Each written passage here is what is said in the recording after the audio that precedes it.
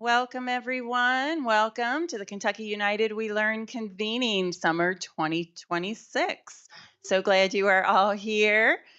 We've got a very full agenda for you today. I want to point out that we do have markers on the floor. So any of our speakers who are coming up, in order to stay on camera, because we are live streaming this and recording, so we want to make sure that we stay within the frame. We also want to make sure that everybody uses mics. So anybody that has a question in the audience, we've got a couple extra mics. Actually, if I can have my team come up and grab these mics. So if there's a question, we'll have some folks around hand you a mic. Let's see. Okay, so some logistics to get out of the way. For those of you who haven't been here before, restrooms are out the door right as you came in. There's a green button to go through the little turnstile. Hit that button and you can get back out. Turn right and you'll go towards the cafeteria. Restrooms are on the right-hand side. Super easy.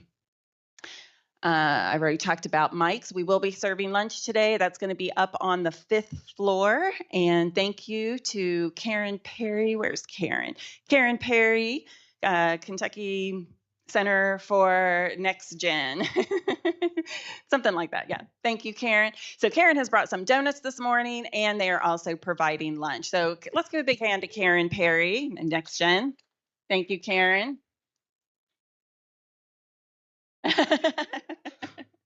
Yes, we don't have Center for Assessment here, so Andre did not bring all the things that we all are used to, but we did our best. Okay, in your packets, everybody should have packets on the table in front of them.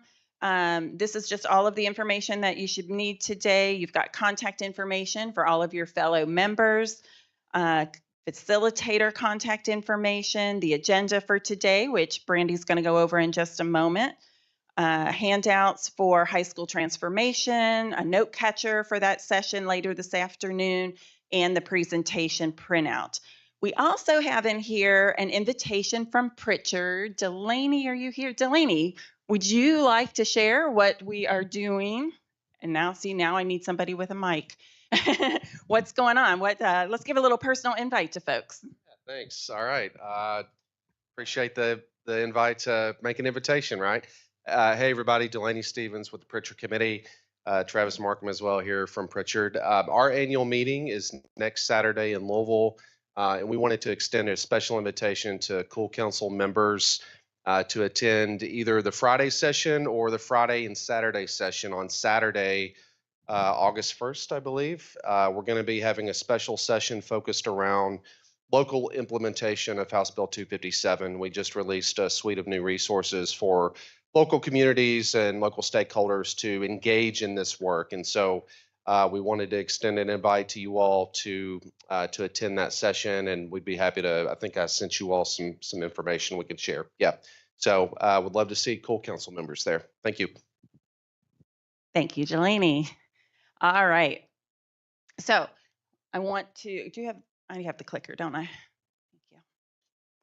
All right. We want to give a big thank you to Dr. Jim Flynn, our past council chair. Jim, thank you so much for serving over the past year. We really appreciate your service. And moving ahead, we have Brandy Howard. Brandy was our vice chair and is now moving into the chair role. So Brandy, I'm going to invite you up, and Brandy's going to go through the agenda with us. Let's give her a hand. Good morning. I'm extremely honored to be serving as the chair of the Kentucky United We Learn Council. Before we go into talking about our agenda for the day, I just want to talk a little bit about who I am. I currently serve as the Chief Academic Officer at Bullitt County Public Schools. I help to lead our district's work in curriculum instruction, assessment, professional learning, and the systems that support meaningful learning experience for all of our students. Much of my work focuses on helping our schools connect with strong academic foundations with authentic learning, student voice, and our local accountability work. While my professional role certainly shapes how I approach this work, I also come to this council as a parent of 2 students in Bullitt County Public Schools. That perspective matters deeply to me. So I experience our education system not only as an educator, but also as a parent of two amazing kiddos who are very, very different. My son is your like normal, come to school, listen quietly, take the standardized test, do the thing, and excel with that. Whereas my daughter is very, very hyper, has dyslexia, kind of struggles a little bit, is there more for the social aspect of things. So they really help me to be able to see school through different lenses. So, over the past year, I have had the privilege of serving as the vice chair of this council, and our work related to assessment, accountability, vibrant learning experiences has really created, I feel like, an important foundation for the next step of our work with high school transformation, which we're going to get into for today. So, going over our agenda, we are going to hear a little bit this morning from Mr. Thacker. Then we are going to get to hear from our commissioner, and then Susan is going to talk to us about our strategic dashboard, which looks amazing. And then Sarah Snaps is going to talk to us about our local indicators of quality and how it's currently working in some Kentucky districts right now. And then we are also going to talk about those essential skills alignment focus groups where we'll get to get out and work together. And then we are going to get into some high school transformation work with Justin Pate as well as Lou Young. And then after that, we are going to get into an LED sign presentation and take a break. And then we're going to get to hear from Allen County and Fleming County. And then we're going to talk a little bit about policy with Knowledge Works. Miss Pace is here to help us with that. And then we're going to have a work session, which I'm really excited about, from Karen Perry and Lou Young. And then we'll end the day with some reflections. And as we think about those reflections, I've got some questions that I want you all to really lean into today. And I'm going to come around during our breaks and really talk to you about what you're thinking. And a couple of those questions I want you to think about is what should we preserve because it's currently serving our learners? What must we change because it's limiting possibilities?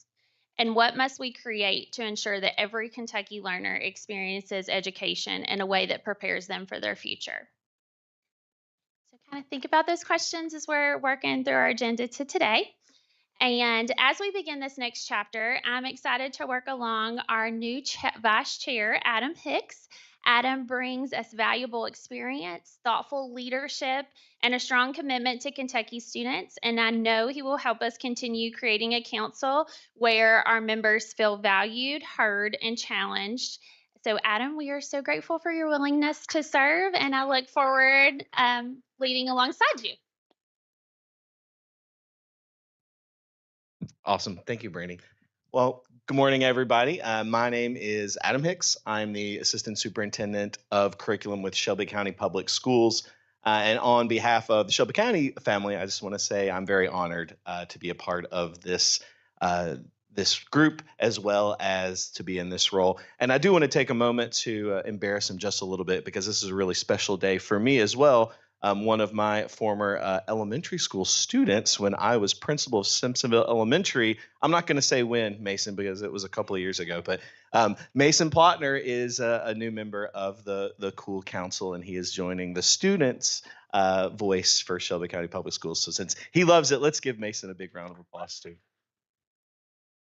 And so I bring up Mason just to build off of what Brandy said. So the work that we're doing now is really impactful, and it truly can have the ability to meet every student in the Commonwealth where they are. So beyond thinking about the questions that Brandy posed to you today, I would also really like for you to think about what is one thing that you can take from today to instantly implement in your community, in your school, in your business to help give students like Mason the best opportunity forward to really get some of those rich, vibrant learning experiences that we know are capable of doing. So with that being said, I am very excited to introduce our next speaker, Art Thacker, to discuss the CGSA grant evaluation. So Art, you're up, buddy.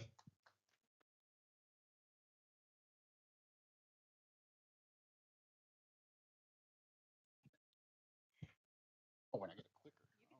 All right. Well, I need to put this stuff down somewhere. So I'm going to stand. I don't want to stand where folks can't see me. So I'm just going to stand here. And cool. All right. So I'm Art Thacker. I work for Humro, and we have been doing the grant evaluation for the federal CGSA grant. And I'm going to talk to you really briefly about that, just so you know what we're doing and so you know why I'm sitting in the back over there and trying to be quiet. So, all right. So the CGSA grant is, funded by the U.S. Department of Education, and it's administered by KDE and governed by you, the Kentucky United We Learn Council. And like I say, we serve as the external evaluator, and we've been doing that now for the past 4 years or so. And during that time, we've produced annual and quarterly evaluation reports, and I think all of those should be available to you. If you're ever interested in, reading a really dry report and sort of finding out, sort of from an external point of view, how things are going. An important clarification that I want to make right off the bat is that the evaluation is about evaluating the overall success of the grant rather than any school or district success or the success of the KUWL Council or things that will happen sort of before and after the grant period. So it's been one of the biggest challenges with sort of, parsing out what we could attribute to the grant versus everything else. And eventually we kind of threw up our hands and said, we're going to sort of evaluate what you folks are doing and, and just declare that, it existed before the grant, it will exist after, and, the grant is supporting some of those activities, kind of a thing. All right. Okay.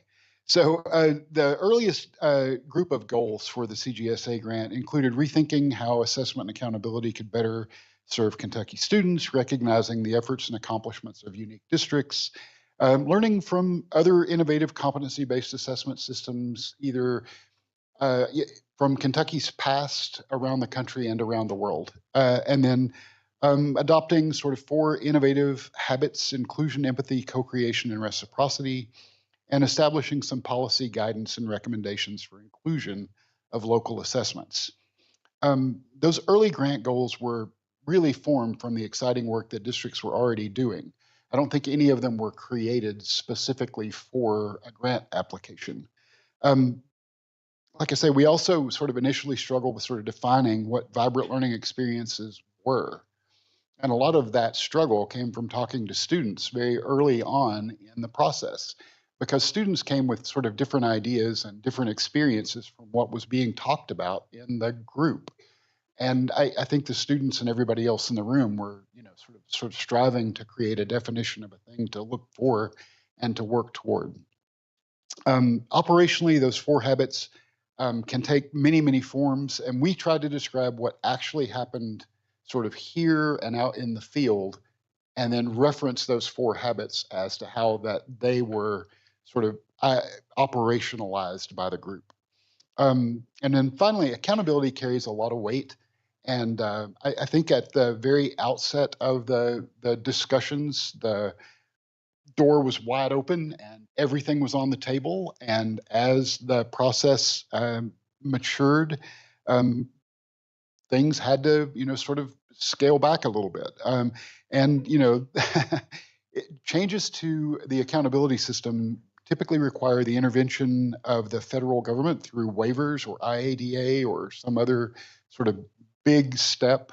And so sort of deciding what was reasonable and what could be done within an operational system that existed prior to KUWL was a big part of those early sort of discussions, and a big part of what we took back, sort of what, for the evaluation, sort of what are the loftiest goals, and where is the council landing in terms of what's reasonable to do.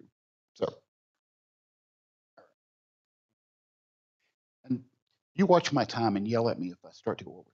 All right, cool. All right. There were sort of 4 guiding questions just for the evaluation. So, is the program doing what it says it will do? And this is really basic. So the program has, we're going to do X. We've got these milestones. Are we doing X? Do we hit those milestones? That's pretty basic. And then, how does co-creation function in student assessment, and can it lead to better outcomes? And so we did our best to sort of capture the way that co-creation functioned in this room, and then sort of talked to folks in the field and went out into the field to sort of how that was being implemented out in the world. Are state and local policies sufficiently balanced to allow innovation while maintaining comparability? One of the biggest struggles, and I'm a data and psychometric guy, so those of you who don't know HUMRO, one of the things that we do, I do all of the psychometric calculations, or my team does. It used to just be me, but we do all of the psychometric calculations and generate scores for every student in the state, and we make sure that those match with the state testing contractor release. And it's a big deal. So comparability it means very different things depending on whether you're talking to a data and psychometric person versus whether you're talking to a teacher or a district person or a parent, and sort of defining what that means and what makes sense and what is useful to implement in districts was also sort of a big challenge at the outset. All right. And then finally, we have, sort of an evolving policy landscape. This is the worst Rubik's Cube ever created by AI. But I kept it because I like that it shows that things are complex and pretty easily broken. But sort of trying to do any sort of program, and I have never done an evaluation of an educational program that looked exactly like its plan at the outset by the time it was implemented. That just doesn't happen because all of these things interact. And whenever those things interact, you have to make change. So anyway, one of the coolest things about being the evaluator for this grant is often whenever we work on federal grants, and the Fed is very specific. Whenever you write your grant, you're going to do X, Y, and Z. You're going to do it at this timeline, and yada yada yada. But the team that wrote the grant here anticipated the need for flexibility in sort of a really big way. So it allowed the KUWL Council and Kentucky to move forward, deal with the changes, the evolving nature of what you were doing without having to go through the process of submitting scope changes and all of the craziness that often actually eats up the budget of a federal grant, because you have administrators going back and forth over and over again and getting things approved and altering timelines. And so applause to the people that were writing this grant. They built in sufficient flexibility to allow you to do the work, which is outstanding. All right.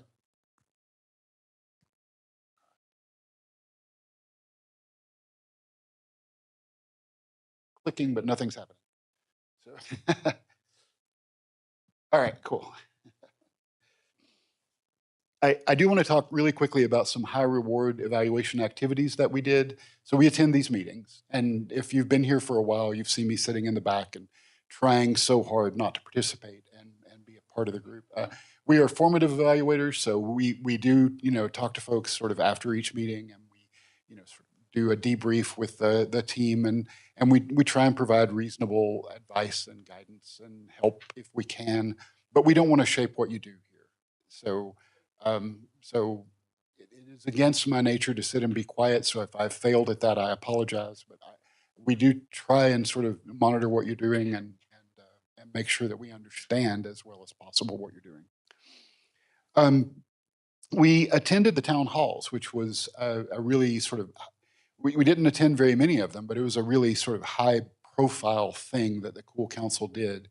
And it highlighted sort of the support for what you're doing that's out there in the community.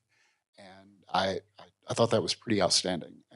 And it also sort of gave us a different lens through which to talk to people. So as we hear teachers and parents and community members, talking to the KDE folks and, asking their questions, we, get a sense of the language that they think about whenever they think about developing vibrant learning for students and creating reasonable accountability for them. And I was invited to Shelby County to attend some Defenses of Learning, which was my favorite activity that I've done as the evaluator here so far.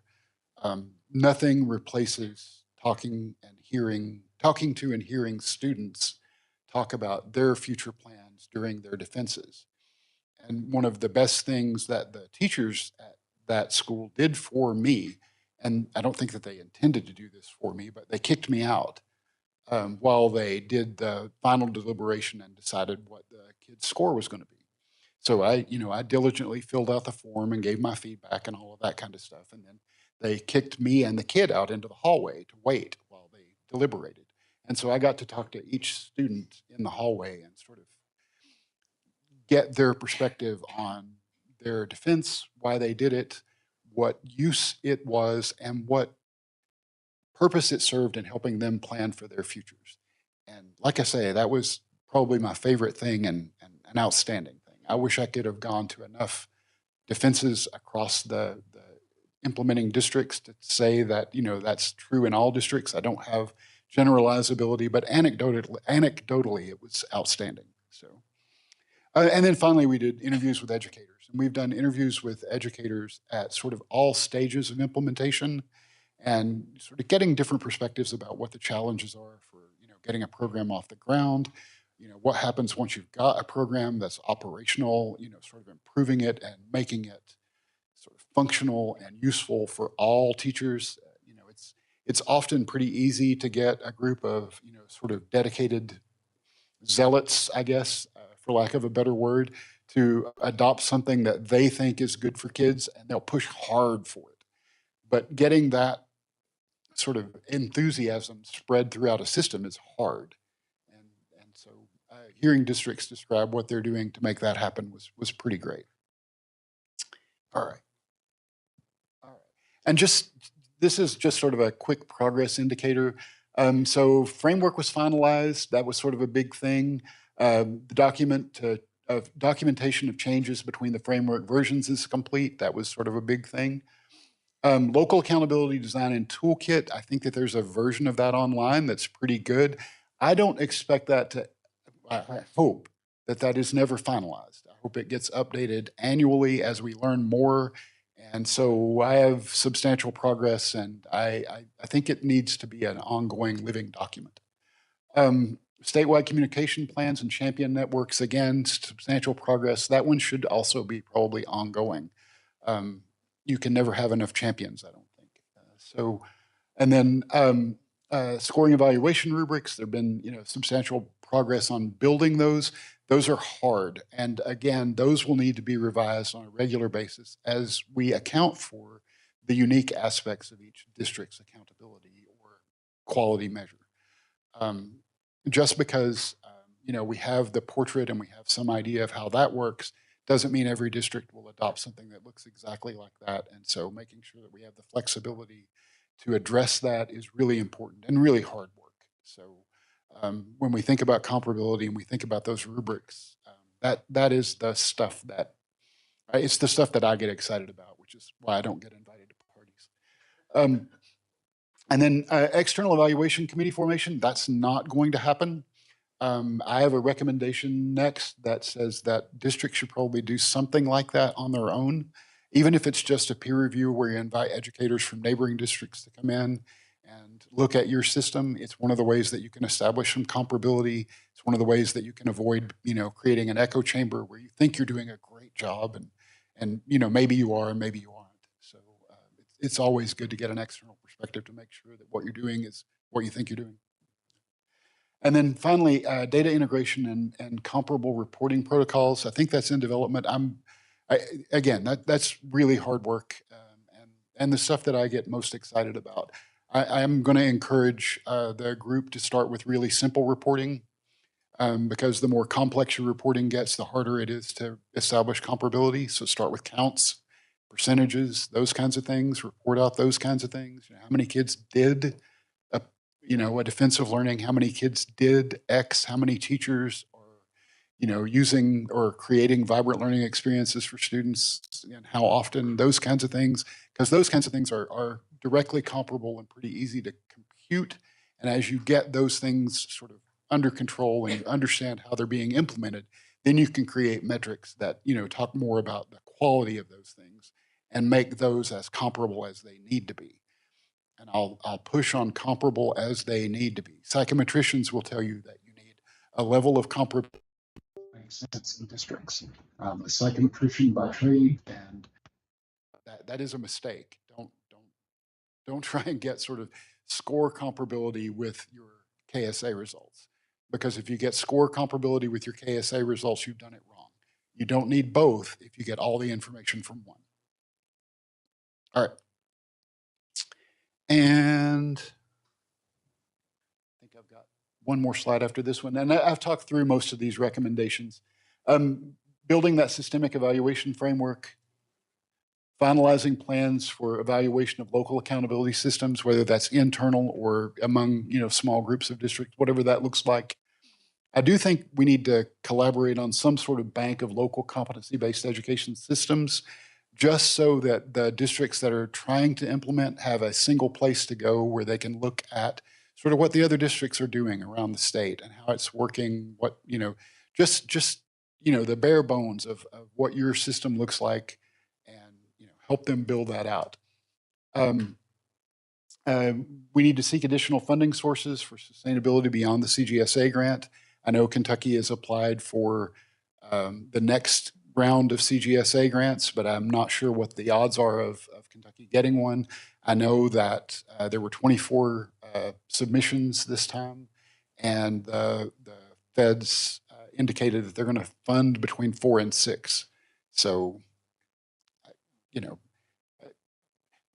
that doesn't speak to the quality of the application or anything like that, but there is a lot of competition this time where there was less last time. And then expand the champion networks and refine communication strategies. One of the weirdest and coolest things about doing interviews with folks that are beginning implementation is they would tell us about these great strategies that they had that they were implementing. A good example, and I don't remember the district that's doing this, but they created these really, shiny, sort of smallish poster graphics that describe their system, what it does in schools, and how it supports the community. And then they asked people in the community to post them. So you get to see what your school system is doing whenever you go to the dentist. And, parents see that stuff when they, visit the bank or do whatever. And if they see a student doing, a shadowing or doing some sort of extra work there outside of the confines of the school building, they understand sort of why. And it's a great way of building sort of community support. But it was unique among the folks that we talked to. And it seems weird that something that's that simple hasn't propagated to other districts. So building that communication strategy and letting people know what you're doing and letting them decide, that works great for them, that doesn't work for us, or that's a great idea, we should so do that, is a thing that I think needs to happen, as soon as reasonable. And then finally, I'll just say thank you. And if you ever have any questions at all, if you want to know more about what we do, or if you want to see any of the reports and you can't find them, anything at all, just shoot me an email, give me a call. I'm around. I'm in Louisville. Yeah, one of the coolest aspects of this evaluation and the work that I get to do here is I have a vested interest. I'm a Kentuckian. I'm from a little further east in Kentucky than Dr. Fletcher. And I live in Louisville currently and have offices in Louisville. So yeah, but very cool. Thank you so much for giving me the opportunity to chat with you and for letting me do the evaluation. And so the evaluation's drier and has data and statistics. And if you're really excited about reading those, I'm happy for you to do so. So thank you very much.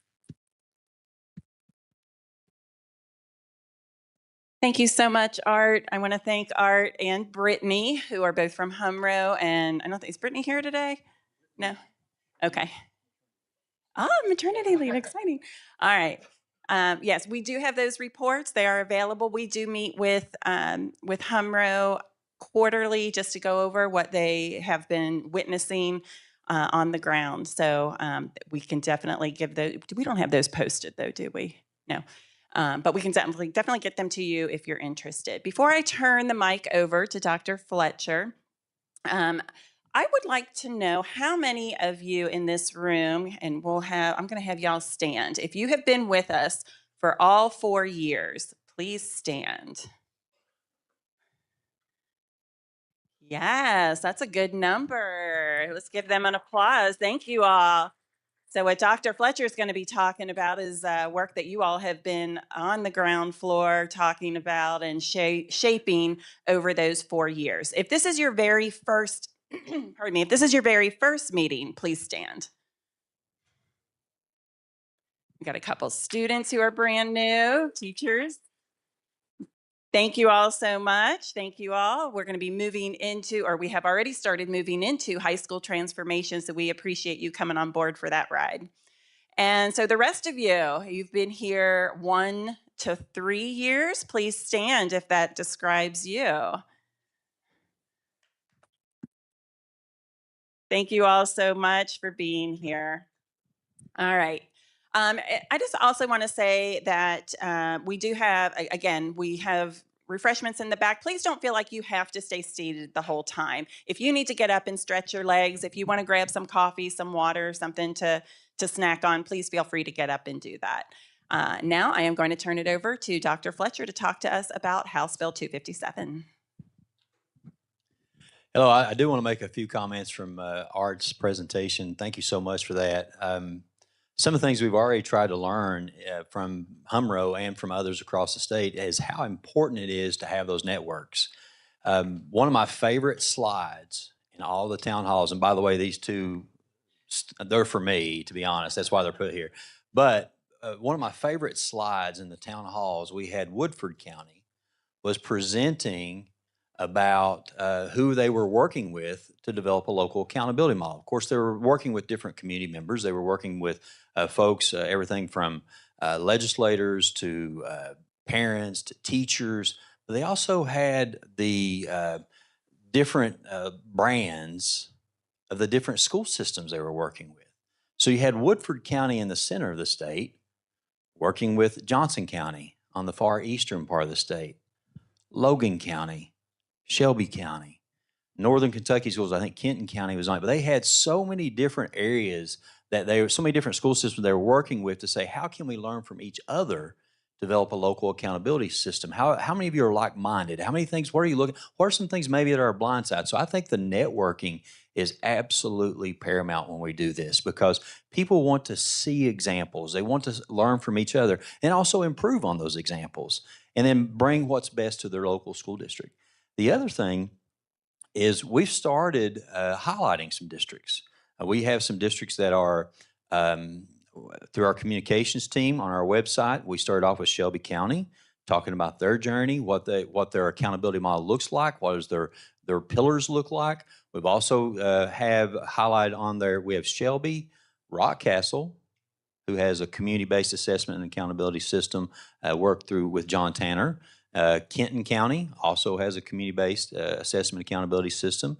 And then our next group, and I hope we've told Brian this, our next one is Fleming County we'll be highlighting. So again, having those on our website I think is so important for people to see what this looks like.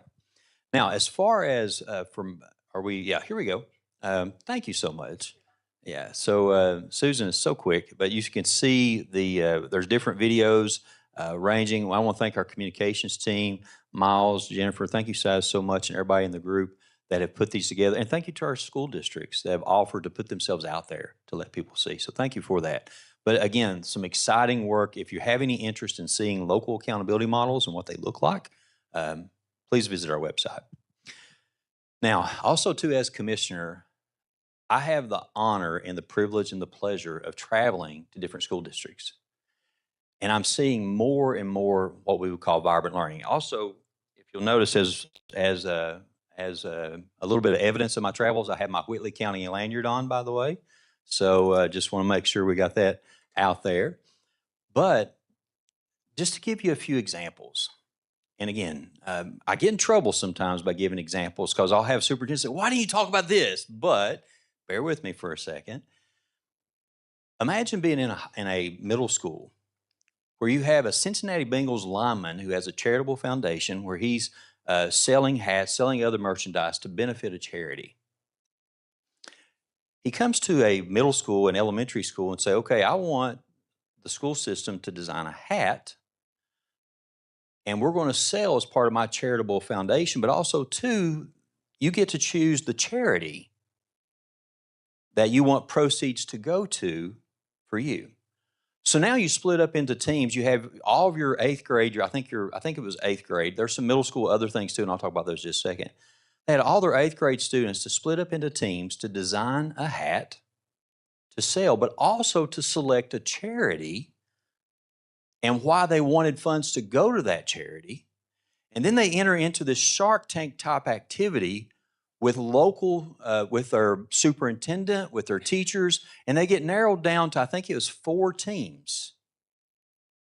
And then those 4 teams now present to the Cincinnati, I think it's Karras, Ted Karras, I think is the starting center there. I think it's his foundation, if I remember correctly. And they present to Ted Karras and his team of, this is the design, this is the significance of the design, but also this is the charity and why we want funds to go to this charity. And then that executive group selects an 8th grade team and they sell those hats. It's vibrant learning. Can you imagine being a middle school student, having that opportunity? Can you imagine the confidence afterwards? Even if you didn't win, to sit in the room and talk to an offensive lineman who's, I'm sure, he's a Pro Bowler. He played for the Patriots, and I think he won 2 Super Bowls there. But anyway, I think he was the Cincinnati Bengals Walter Payton Man of the Year award too last year, if I'm not mistaken. But with that being said, think of the confidence and the opportunity that you have. Other opportunities in the same district, and this is Beechwood, other opportunities in that district, for example, their 4th grade students designed a character. And I cannot remember for the life of me. There is a haunted ship exhibit, what comes around around October and around Halloween. They designed a character and did the same type of Shark Tank activity, presented it to went through and got selected down to the Final 4, and then got to present it to the company to say which character they had to have a backstory, why they were on the ship. And then they got to go, the winning team actually got to go to the ship, see the character, see the person dressed in their design, tour the ship, the haunted ship, and see their story come to life. And honestly, this next one's my favorite. Same school district. They have their kindergarten students take the coffee. There's a local coffee company that has little sleeves that we all, if you look around the room, you'll probably see some sleeves on some different coffee cups. And they allow their kindergartners to design sleeves to go on coffee cups, and then they have a certain day of the year where they sell those. They say the line is wrapped around complete. I mean, that's a good marketing campaign. How many grandparents are lined up to get their kids' artwork on a coffee sleeve? Vibrant learning. Something that happens that impacts the community, something that they can see that's real, that's joyful. Let's go to Elizabethtown. And I've said this several times. If you go to Elizabethtown, actually, I think they're getting ready to launch this in either end of this month or next month. But the tourism group came in, and it's Freeman Lake that's there in E-Town. And they said, we have an issue with garbage in our lake. We want the engineering class to design a lake Roomba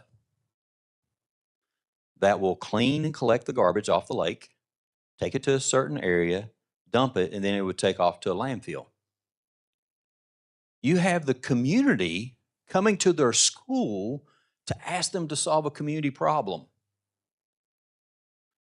Think about the engineering, the GPS system, the robotics, everything that these students have to take and apply that they've learned in their engineering class to make a difference in their community.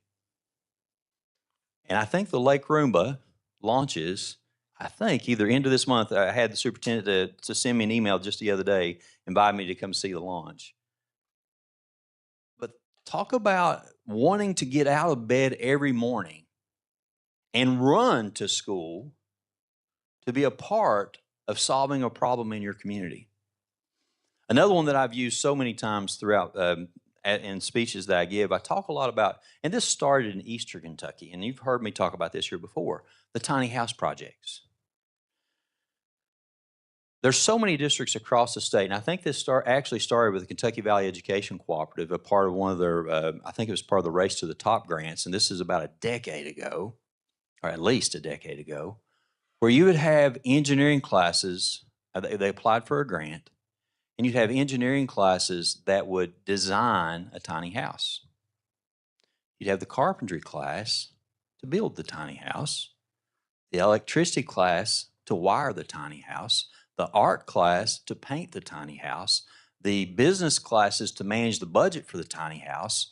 Then once the final product is done, it's gone out to auction, and then that money comes back into the school, and their goal is to build a bigger, better tiny house the next year. I've seen it go from just your basic. If you've seen tiny houses on TV, the house networks that I still watch, Food Network, I watch a lot of that too. Forced by my wife, my arm tied behind my back. But think about a student that's a part of that design.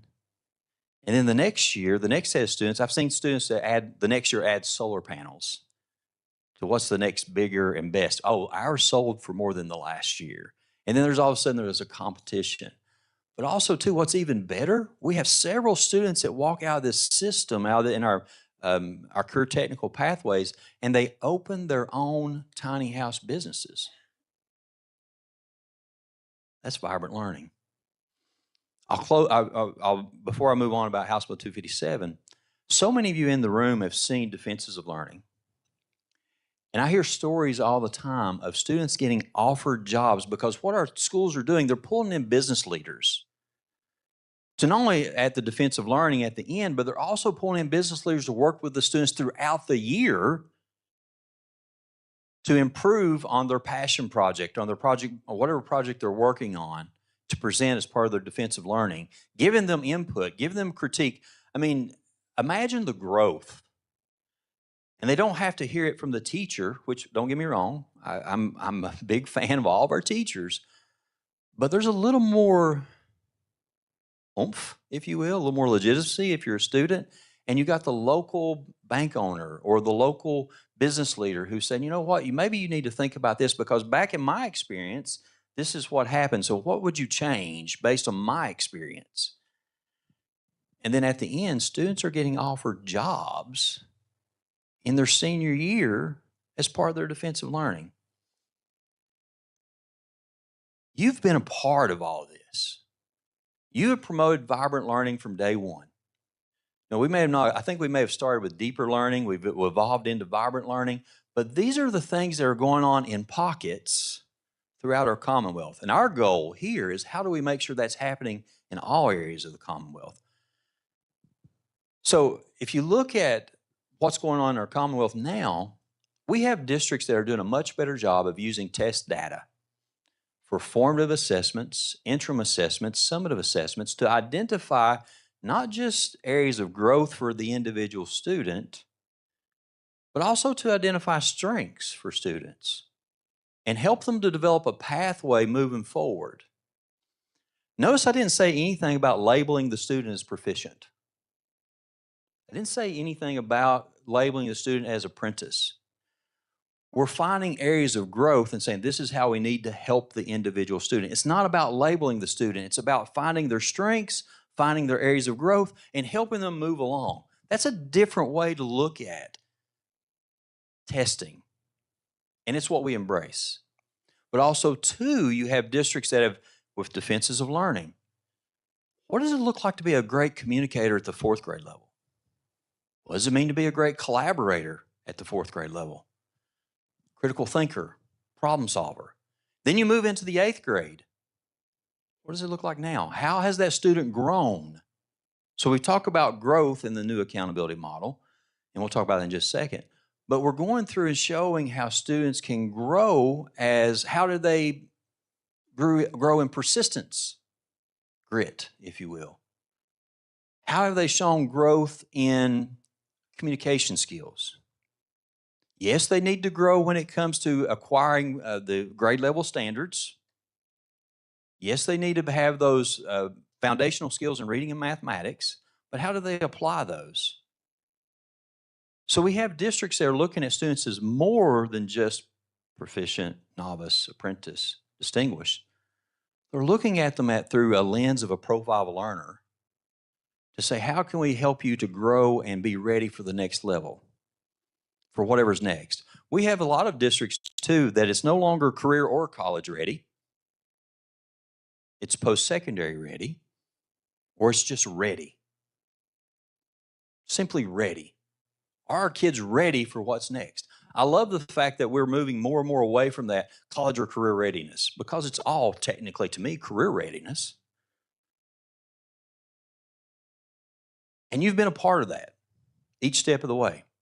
Little excited, maybe a little bit what's going to happen with our CTE group, that's going to have our demonstration later. I'm looking forward to that. Maybe a little scared. I'm not what they haven't planned just yet, but it looks exciting. But still, you have to have that a part of this today. We're so appreciative of that. Thank you so much. But also we have districts that are moving beyond, our students are so much more than a test score. There's so much more than a test score. But our districts are so much more than a color. While, again, at the department, when we approach CSI status, we look for this, can we help a district? We're not here to take over, we want to go in and say, where are you? What are some ways that we can help you as building the reading and mathematics foundations that our students need to have? But we also have districts that are looking at more than just colors. They're looking at how are we providing students these vibrant learning opportunities? I love the fact that the starting point there is what percentage? What percentage? How many of our kids, what percentage of our kids are getting these type of community-based problem solving, project-based learning, defenses of learning, internships, apprenticeships? Not just what was your reading score or your math score. And then they're developing local accountability models. We have districts in the room that have pioneered this concept.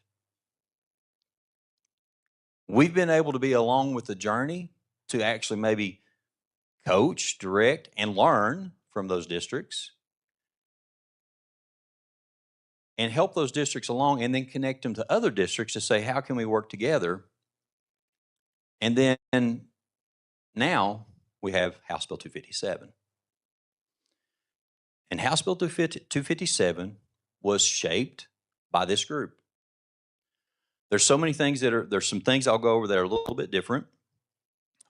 But this group helped shape the policy that went over to our legislators. Now, is it where we want it to be? No. But it's an important step. I won't even say it's the first step. It's the important next step. To have local accountability defined in statute, to have vibrant learning defined in statute, to have a cost offset of $15,000 for districts that are doing this local accountability, that's a huge next step. Now, would we eventually like to get to where maybe there's a trigger if you get to 60% of the districts and all districts have a local accountability? That could be a next step. That was actually in the original proposal.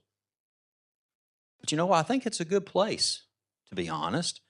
If you want to be a part of the work, you wholeheartedly want to be a part of this work, let's build a good system for those that have a passion for the work. And now all of a sudden we have models for others that may be a little more hesitant. We have regional innovation specialists here that are out working with districts now. We have others that, so many partners across the room that are helping districts. But if you look at House Bill 257, the local accountability piece is to me, the most exciting part. And I want to thank our legislators. Whereas maybe there's some things in there that I'm not very happy about, but to actually take a step to say we're going to define local accountability is a culture difference.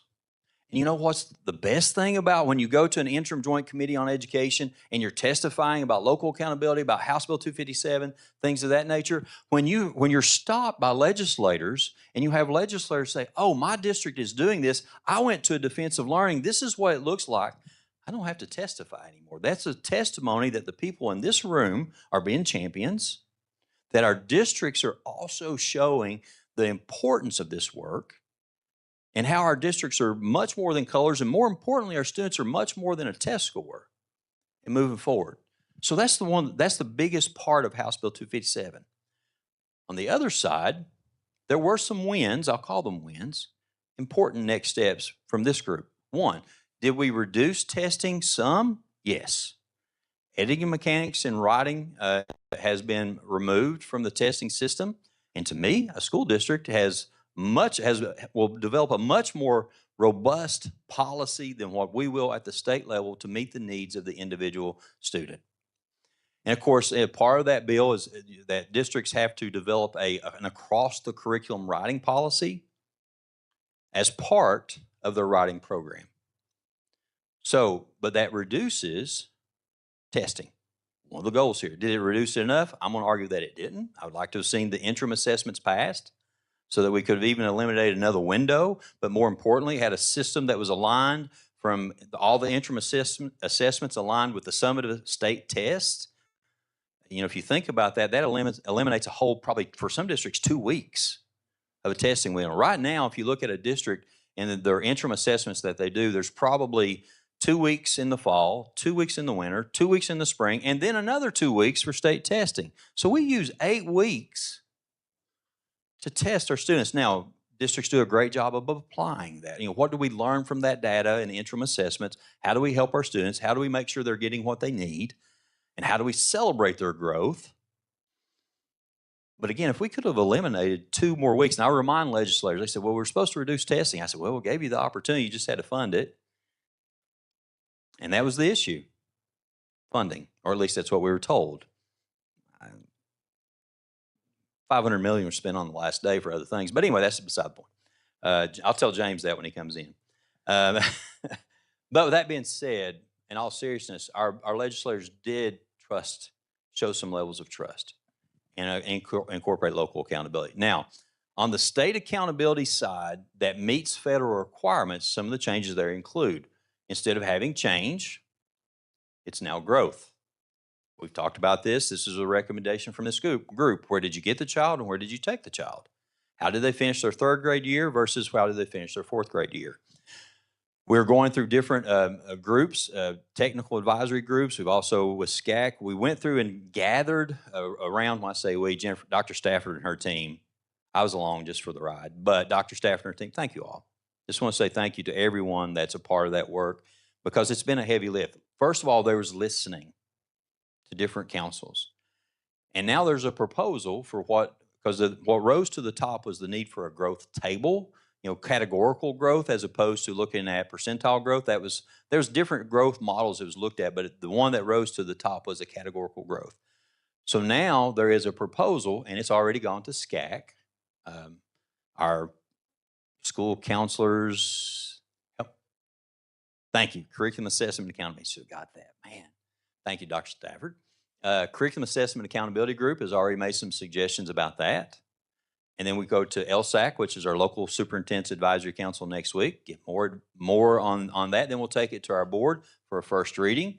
Dr. Young is going to be ready for that. She's probably already got her list of how she wants this to look and say, this is beautiful. I'm sure she's going to say, this is beautiful, Rob. Dr. Fletcher, we're going to go exactly with, no, just kidding, Dr. Young.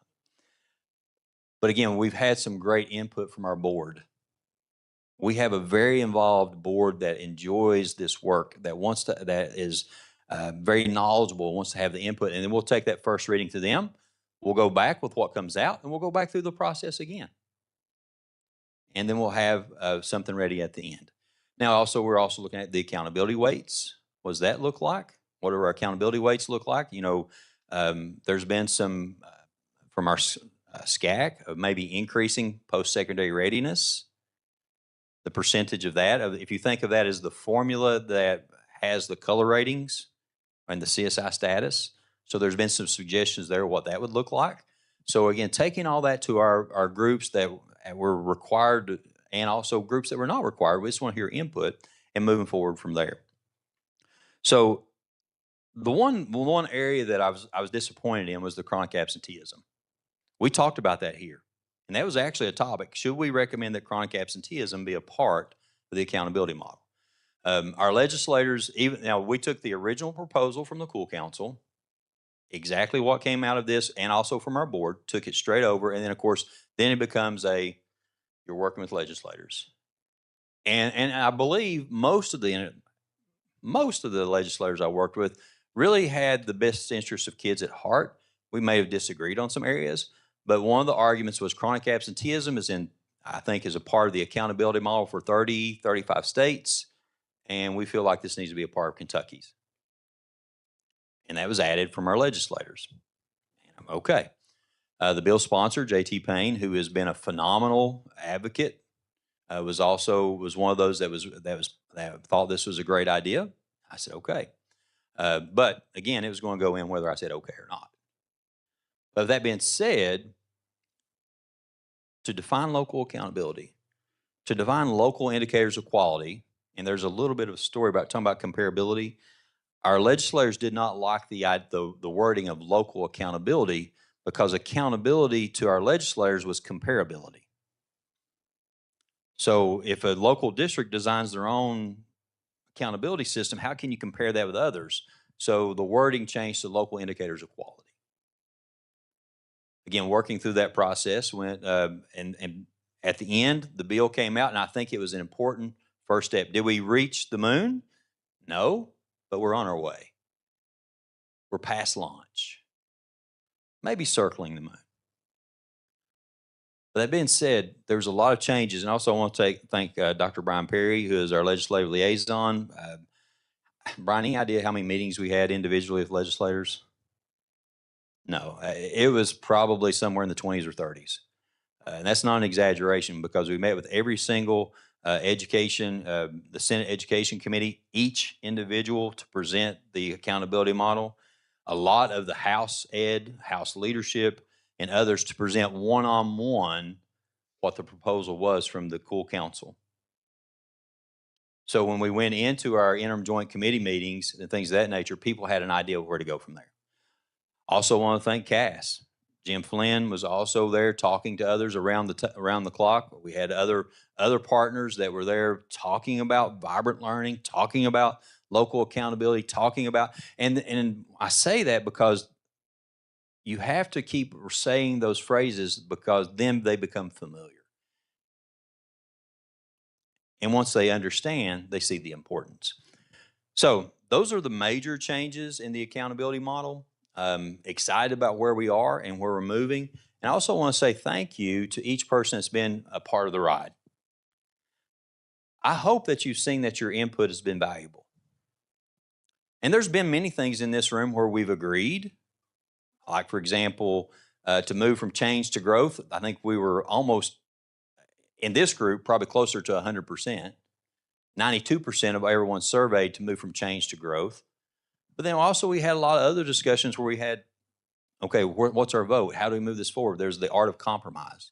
But I hope that you can see yourself in House Bill 257 because you played a major role.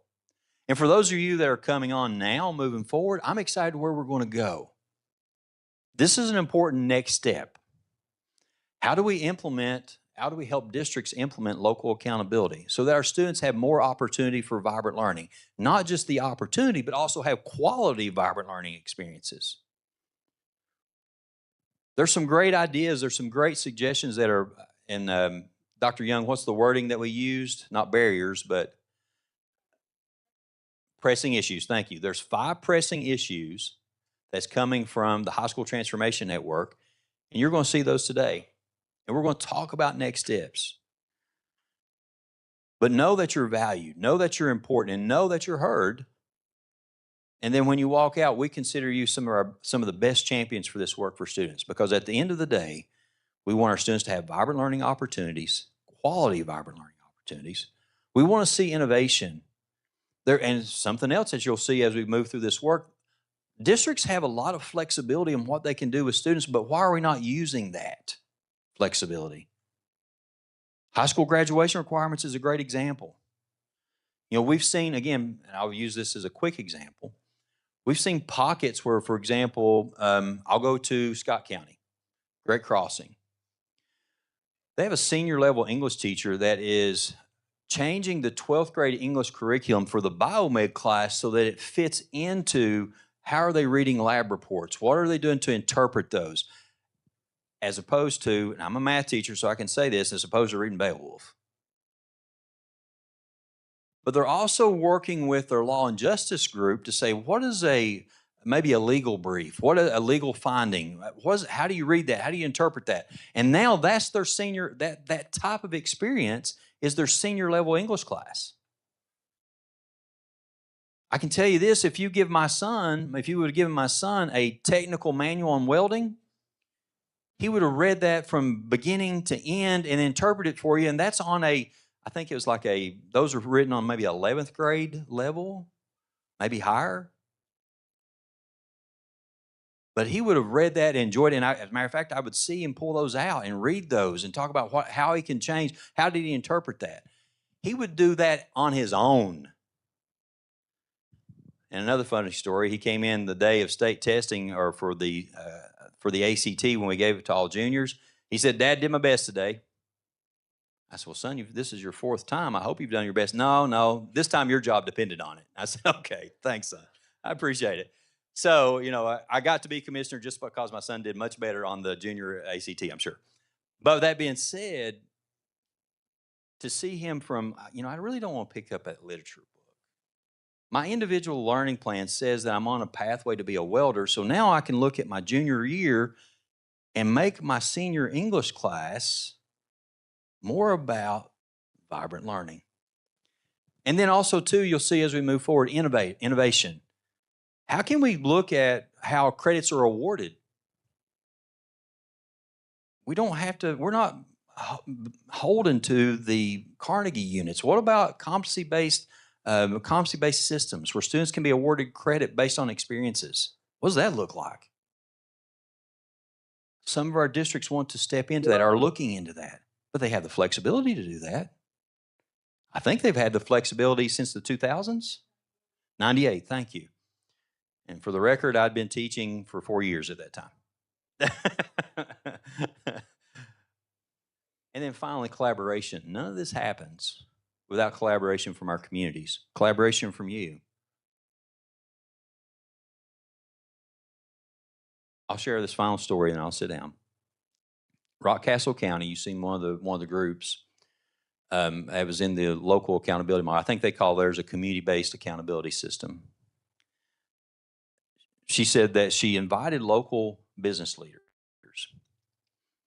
to come in and be a part of that system. I think they have 7 pillars. I think it's 7 pillars, and I can't remember which pillar. But after going through this first year of developing that system, she had one of the business leaders said, and she knew this, he had homeschooled his kids. Again, some people do a phenomenal job of homeschooling. And he had the means to homeschool his kids. But he said, I made a mistake. My kids missed out on being part of the public school system. And I've learned that through this community-based assessment accountability system that I should have my kids in public schools. I've heard Dr. Bacon at Bullitt County talk about one of the quotes, I'm going to butcher the quote. Our community is getting more faith. They feel like we're being more transparent in our school system. We're bringing people back. But most importantly, the student experience is changing. There's a different focus. And that's what we're here for today. And that's what we need to look through the lens as we move forward throughout the day. Thank you for being here. Thank you for your time. Thank you for the 1 to 4 years. And thank you for the 1 to 4 years to come. We appreciate it. Thank you, Dr. Fletcher. I'm going to turn the mic over to Susan Strange now. Susan's going to walk through our strategic dashboard. This is something that we have here at the department that holds us accountable for the work that we have in our strategic plan. And we want to share with you just a quick look at it so you can see it. And if you see anything that might be helpful to you or any changes that we might make that could be more helpful to you, we're open to hearing that feedback. So, Susan? Hello. Thank you all so much. I'm so excited to share this with you today. You all have known me as the KUWL Council project manager for the last 4 years, but I'm also the strategic plan program manager. So, I monitor the strategic plan for the department, and I'm very excited to show you our strategic dashboard today. First, I want to show you how to get to it. So, if you go to the KDE homepage and you look at the Commissioner of Education tab, go down to strategic planning and research. And then that's going to pull up our team led by Karen Dodd. It's going to pull up our team's work and what we do here. So we've got the strategic plan. This is a blown out version of the strategic plan. The dashboard, we have the surveys that are administered to KDE. Then we have internal research, external research, and our new research blog. So I'm going to click on strategic dashboard. Our strategic dashboard is housed by Tableau. So it is a public site. I'm going to scroll down to the bottom and blow it up just so we have a full screen version here. So when you get to the strategic dashboard, you're going to land on this overview page. So this is just a quick snapshot of all of our goals and where we are currently. So we have 8 strategic goals. 5 of those are what we consider customer stakeholder, and then 3 of those are internal goals. So up at the top, you'll see these tabs: accountability, chronic absenteeism, early literacy, early numeracy, and educator recruitment. Those are those 5 customer or stakeholder goals. Then we have customer satisfaction, process management, and leadership capacity. Those are the internal goals. And then we have resources, a resources page that I'll show you in a little bit. So on the overview page, you're going to see our graphs. We've got the latest 4 or 5 years on here for that one. Then you can also switch your view here. So these are the graphs, and you can switch to about this metric, which will go into a little bit more detail on where that data is coming from. All right, I'm going to go to our first goal, which is our accountability goal. And this one, our goal is all about a timeline. So this is about the implementation of this new ANA system. And so the first goal is just a timeline of where we are, where the bill has been passed, and now we're moving into our next step in this timeline. The other thing that you can do here is we've got a switch where you can switch from looking at the goal graph and then look at the strategies around this goal. So we have strategies, which is the work that's happening to help push on that goal. So strategies for this accountability is to co-create an accountability system through an inclusive, feedback-driven process, elevate vibrant learning experiences, and then support districts in developing their local accountability systems through collaboration with their community. So those are our 3 strategies under this goal. If you scroll down, and all of these pages are set up the same way. So if you scroll down, well, it won't scroll. Sorry. If you scroll down, you'll see our key performance indicators. The key performance indicators around this were actually helped with Sarah Snipes' team, the Division of Innovation. So we're looking at increasing the district's progress across key stages of the local system design and implementation. So the first one would be vibrant learning. So we're looking at what percentage of districts are what we're considering not engaged. That doesn't mean that they're not doing the work. It just means that we don't have that information on our team yet. Starting, spreading, sustaining. We're also looking at local accountability implementation, and then we're looking at portrait of a learner. So those are the 3 things that we're looking at for as KPIs for this goal. All right, going to scroll and look at chronic absenteeism. So our goal here is to decrease the statewide chronic absenteeism rate from 28% in 2023-24 to 15% by 2028-29. The first one is the goal graph that you can see here, and we are below our 2025 target. We will get the 2026 data sometime in the fall that we'll update this with. And then you can also go to this filter here, and you can filter these results using those demographics. You can switch and look at our strategies. So our strategies for this one are to expand opportunities for vibrant learning experiences, empower educators to support at-risk students, and engage in proactive communication with family and community. Scrolling down, looking at the KPIs here, we have a data card. We had a chronic absenteeism campaign that we did for a while. So this kind of captured how many people we were able to reach through that. We had billboards, we had sides of buses, we had YouTube commercials. There were all kinds of things that went out. And so we were just capturing how many people were we able to reach here. We also have information on the PBIS, Positive Behavioral Intervention System, and then our chronic absenteeism resources from our webpage. I'm going to switch this KPI selector and look at school rates. So not only are we looking at the actual chronic absenteeism data, but we're breaking that down and looking at the decrease in the percentage of Kentucky schools with higher, extremely high rates of chronic absenteeism. And then the next one is, this is a repeat of that vibrant learning experiences development from the first goal, because we believe if we're providing vibrant learning experiences to students, then hopefully that makes them want to be in their seats. All right, I'm gonna switch and go to early literacy. Early literacy and early numeracy are set up pretty similarly, and they have some of the same strategies and some of the same data collection. So on this one, we're looking at increasing the elementary grade band proficiency rate on the KSA in reading from 42% to 55%.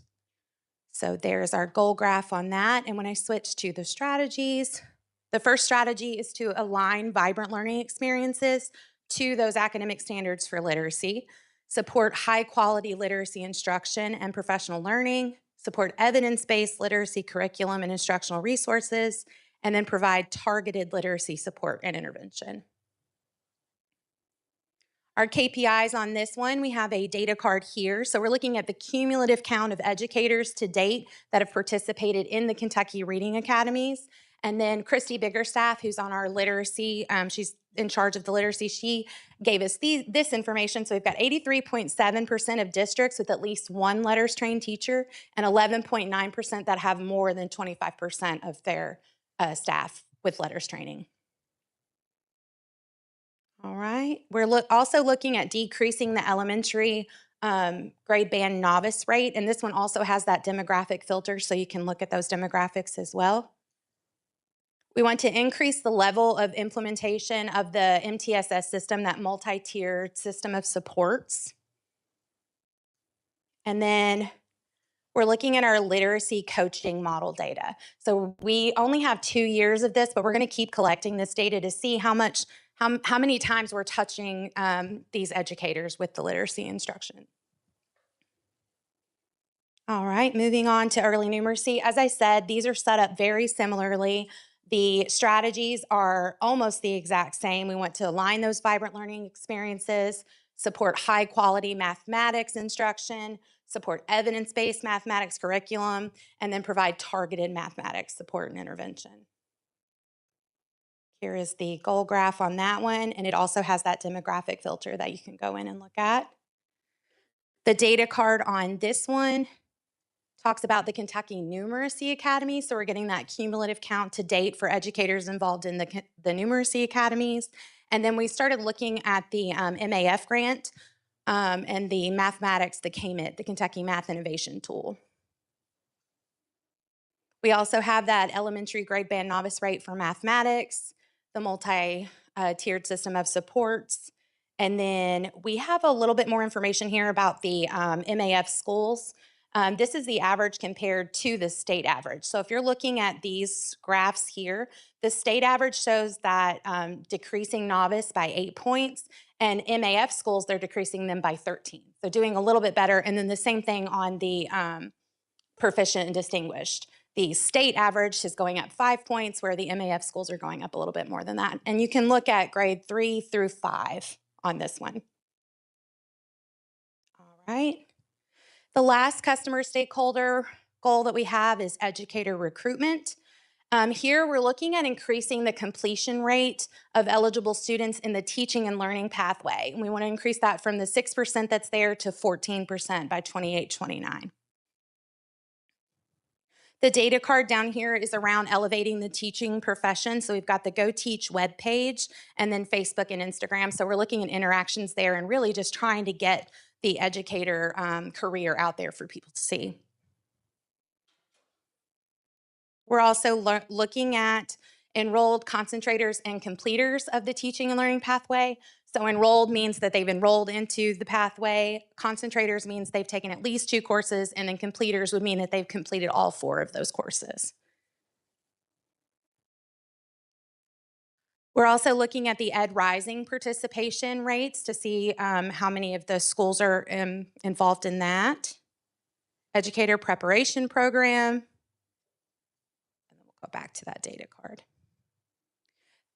Customer satisfaction, process management, and leadership capacity. These are all those internal goals for us. So we're looking at our customer survey and our employee survey around those goals and KPIs. I'm not going to go through those today. You guys can peruse those on your own.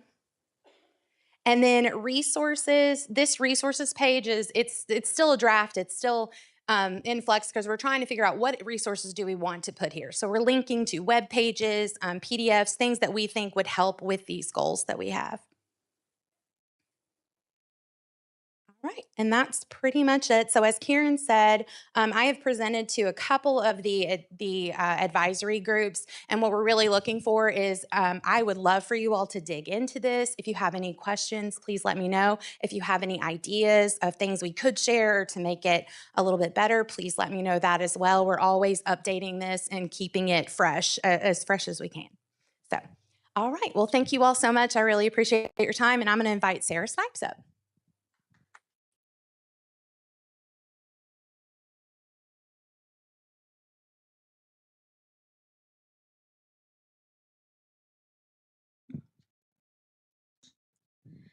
Good morning.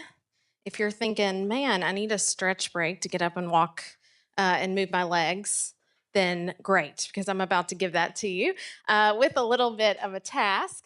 I am Sarah Snipes. I serve as our director in the Division of Innovation at KDE, and honestly, just get to live the dream each and every day to work with a team who gets to be out in schools and communities and support and coach in the journey towards local accountability here across Kentucky. So fortunate to work with nearly every single district in the state in some capacity, or at least learn from them in that process. So just grateful for that opportunity, and being one of those who got to stand up for the 4-year journey, can really speak to and attest to the fact that this has been what we often call just the momentum and spread of this work has been so authentic and genuine to just the powerful work that districts and communities are doing and sharing with their peers, their neighbors. It's just spread like wildfire because it's the right work,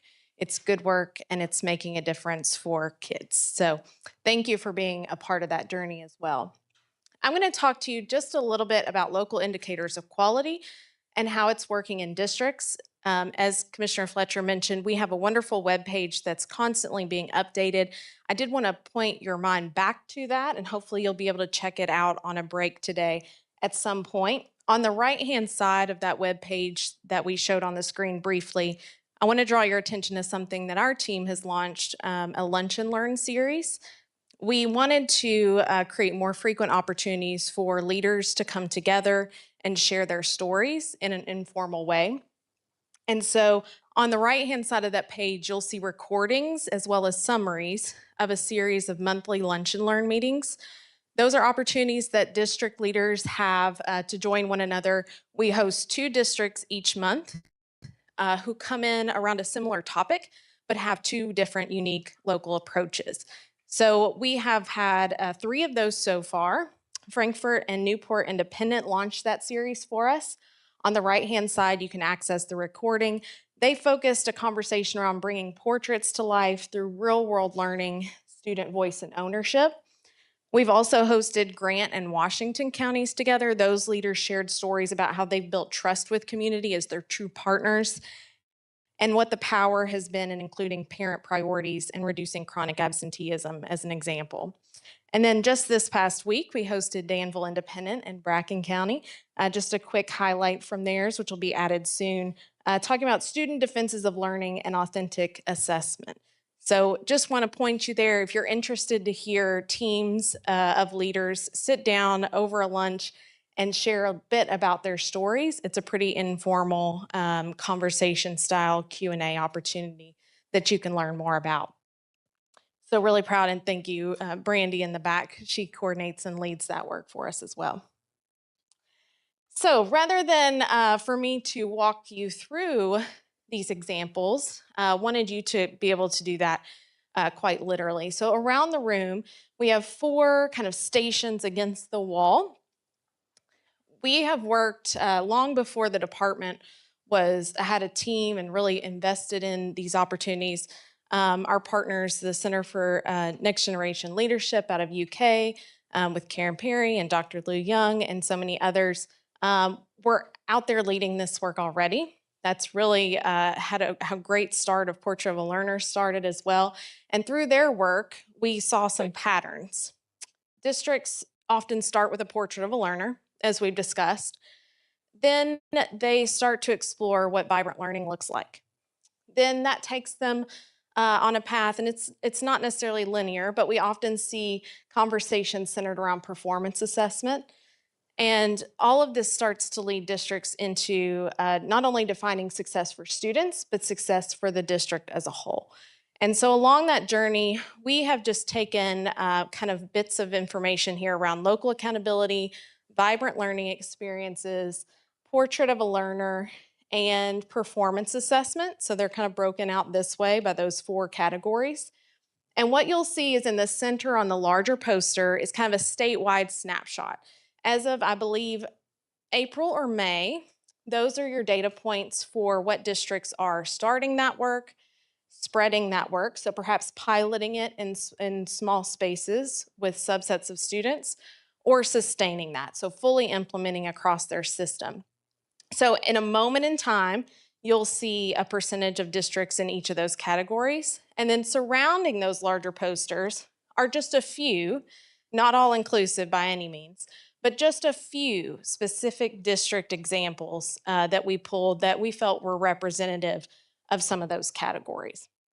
As you look at those, I'm going to give you about 10 minutes or so to do that. I want you to just think about this prompt here. So as you explore, notice the connections between that statewide snapshot and those local examples. Think about what resonates with you, your experience in this group, your awareness of what's happening in your own community, what surprises you, and what possibilities, I think most importantly, what possibilities does that speak for you as we move forward together as well? So think about that as you view. We're going to let you walk around those freely. I do ask that you take some sticky notes, perhaps, that are in the holders in the middle of your table. If something's resonating with you and you want to leave it at that area, that's perfectly fine. I am going to cold call some people after a break, though, just to keep you on your toes. So I may popcorn around and call on some folks just to reflect on this when we return from a break. So I'm going to disperse you, give you about 10 dedicated minutes to take a look at these examples. Then you'll get a full break after that 10 minutes. So just be listening for that announcement. But until then, please take some notes. Please journey around, stretch your legs a little bit, and take a look at those examples. All right, we got about 10 minutes.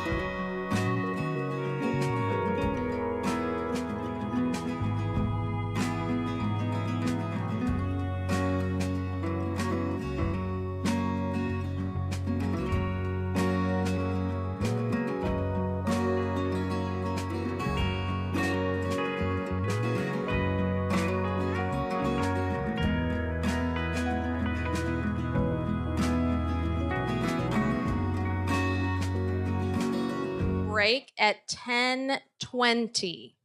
10:20. So finish talking, look through all the posters, stretch your legs, grab a snack, take a break. We'll be back at 10:20.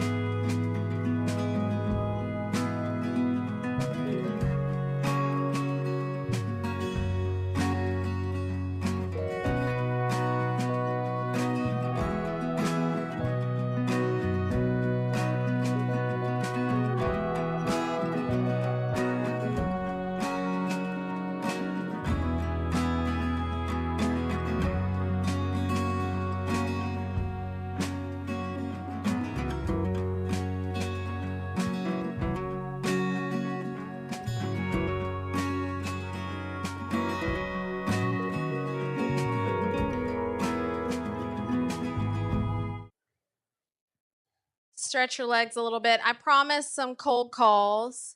So I'm just going to hop around, perhaps calling the person avoiding eye contact with me.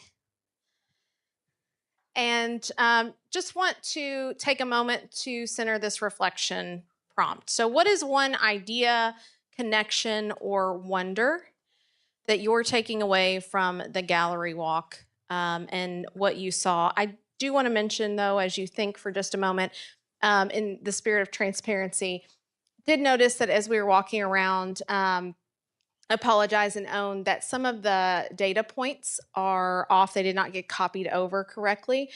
So Portrait of a Learner, Vibrant Learning Experiences, and Local Accountability are all up to date on the strategic dashboard that Susan shared. So great opportunity for you to go check out that resource.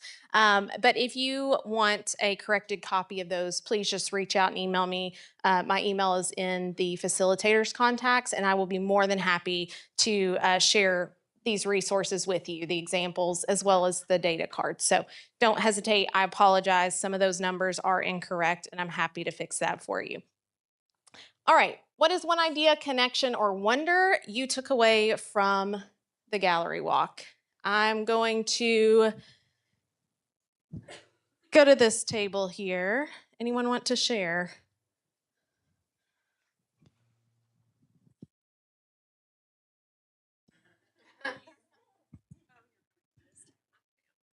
And I actually already texted my high school principal because he was talking about doing awards for his staff this year. And I loved what Hardin County had shared. Let me pull it up so I can look at the picture I texted him about doing awards centered around providing vibrant learning for students. I thought that was such a cool idea. And he's already like, yes. Wonderful. Gonna take it over to this table. So two things jumped out at me. I liked that when we were looking at the performance assessment progress, the number of districts that was 119 who were disengaged had dropped to 19. But more importantly, that they didn't just come into the beginning or starting stages, they had moved up. So that nice progression of growth. I am going to kind of compare that to the Vibrant Learning Experiences slide here that had a lot more a lot larger population who came in from the disengaged, but they're still in the starting. So I thought that was a little bit of a dichotomy between performance assessment and vibrant learning experiences. We're doing better with the assessment than we are with the experiences that get them there. That was a little bit unsure. Yeah, certainly not a linear process by any means. We certainly see that trend of exploring vibrant learning experiences, which we know if you look at a system of student defenses, obviously it takes vibrant, rich, authentic learning experiences to be the evidence of student learning that students are then presenting and demonstrating on. I'm going to go to one more table here. I think my wonder is that I wonder how we can connect families with this, because I feel like one of the biggest contributors to chronic absenteeism is the parent enthusiasm for school. And if your family isn't knowing what you're doing, how can they want you to go?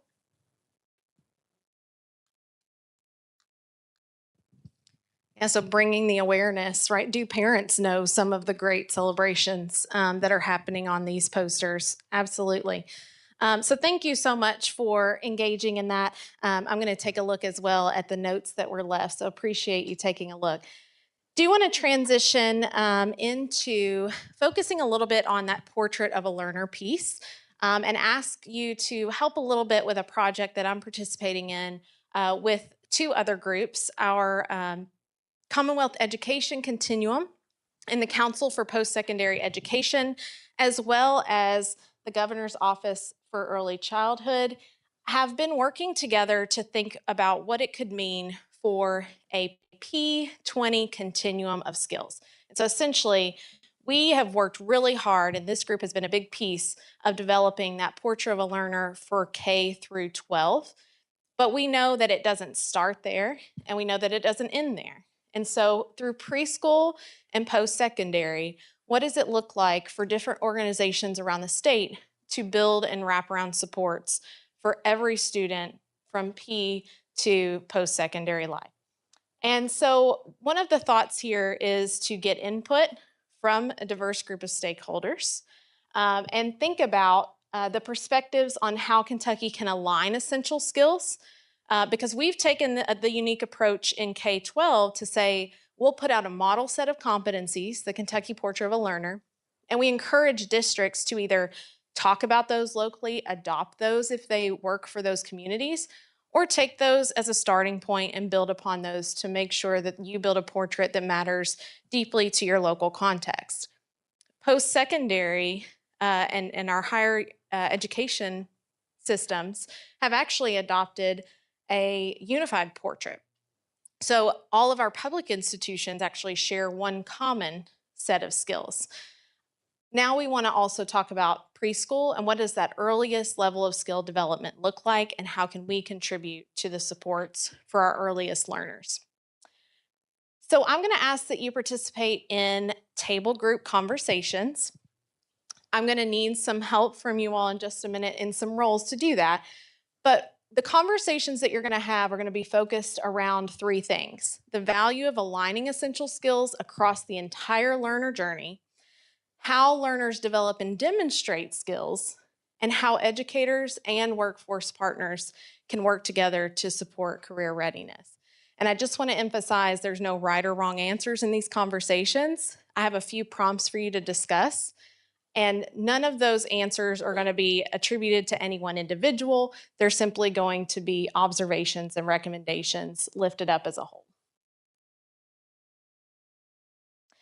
So we're going to take about 30, maybe a little bit more because we're doing great on timing, 30 minutes or so, and encourage each of you to participate in your table groups in these conversations. I'm going to need 2 people to take on a role here. I've got some of my staff and KDE staff sprinkled around, but anyone can do this pretty easily at your table if needed. On the center, if I can have an example, Adam, that page, the one behind it, yeah.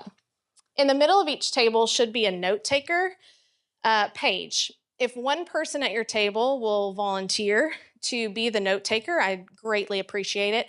I will need this paper so that I can synthesize the conversations and pass these on for recommendations to our group.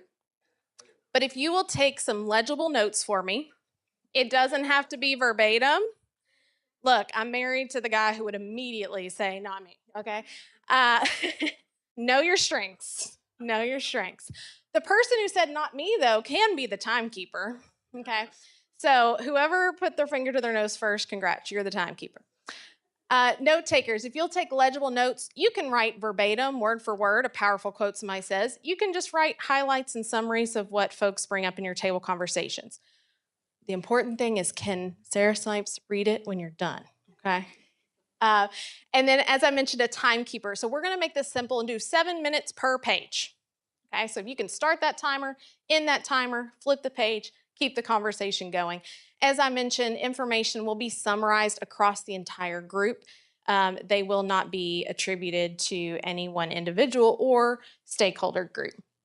I will note on the front page, we are collecting just some demographic information. What sector do you represent? What are your roles and titles? And what regions of Kentucky do you represent? So that's as detailed as I'm going to get on who you are contributing to these questions. If you flip, for those of you who are going to participate as note takers, each page is a question, okay? And there's just some space to take notes about the conversation.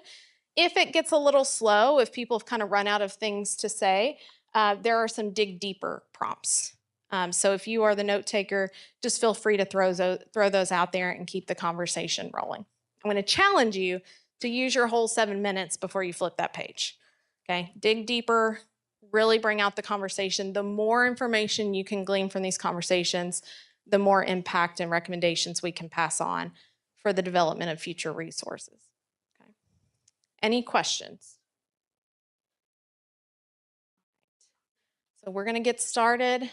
I'm going to go ahead and give you about a minute or two to settle into your group. Decide who's that note taker. Decide who's that timekeeper. And start your 7 minutes.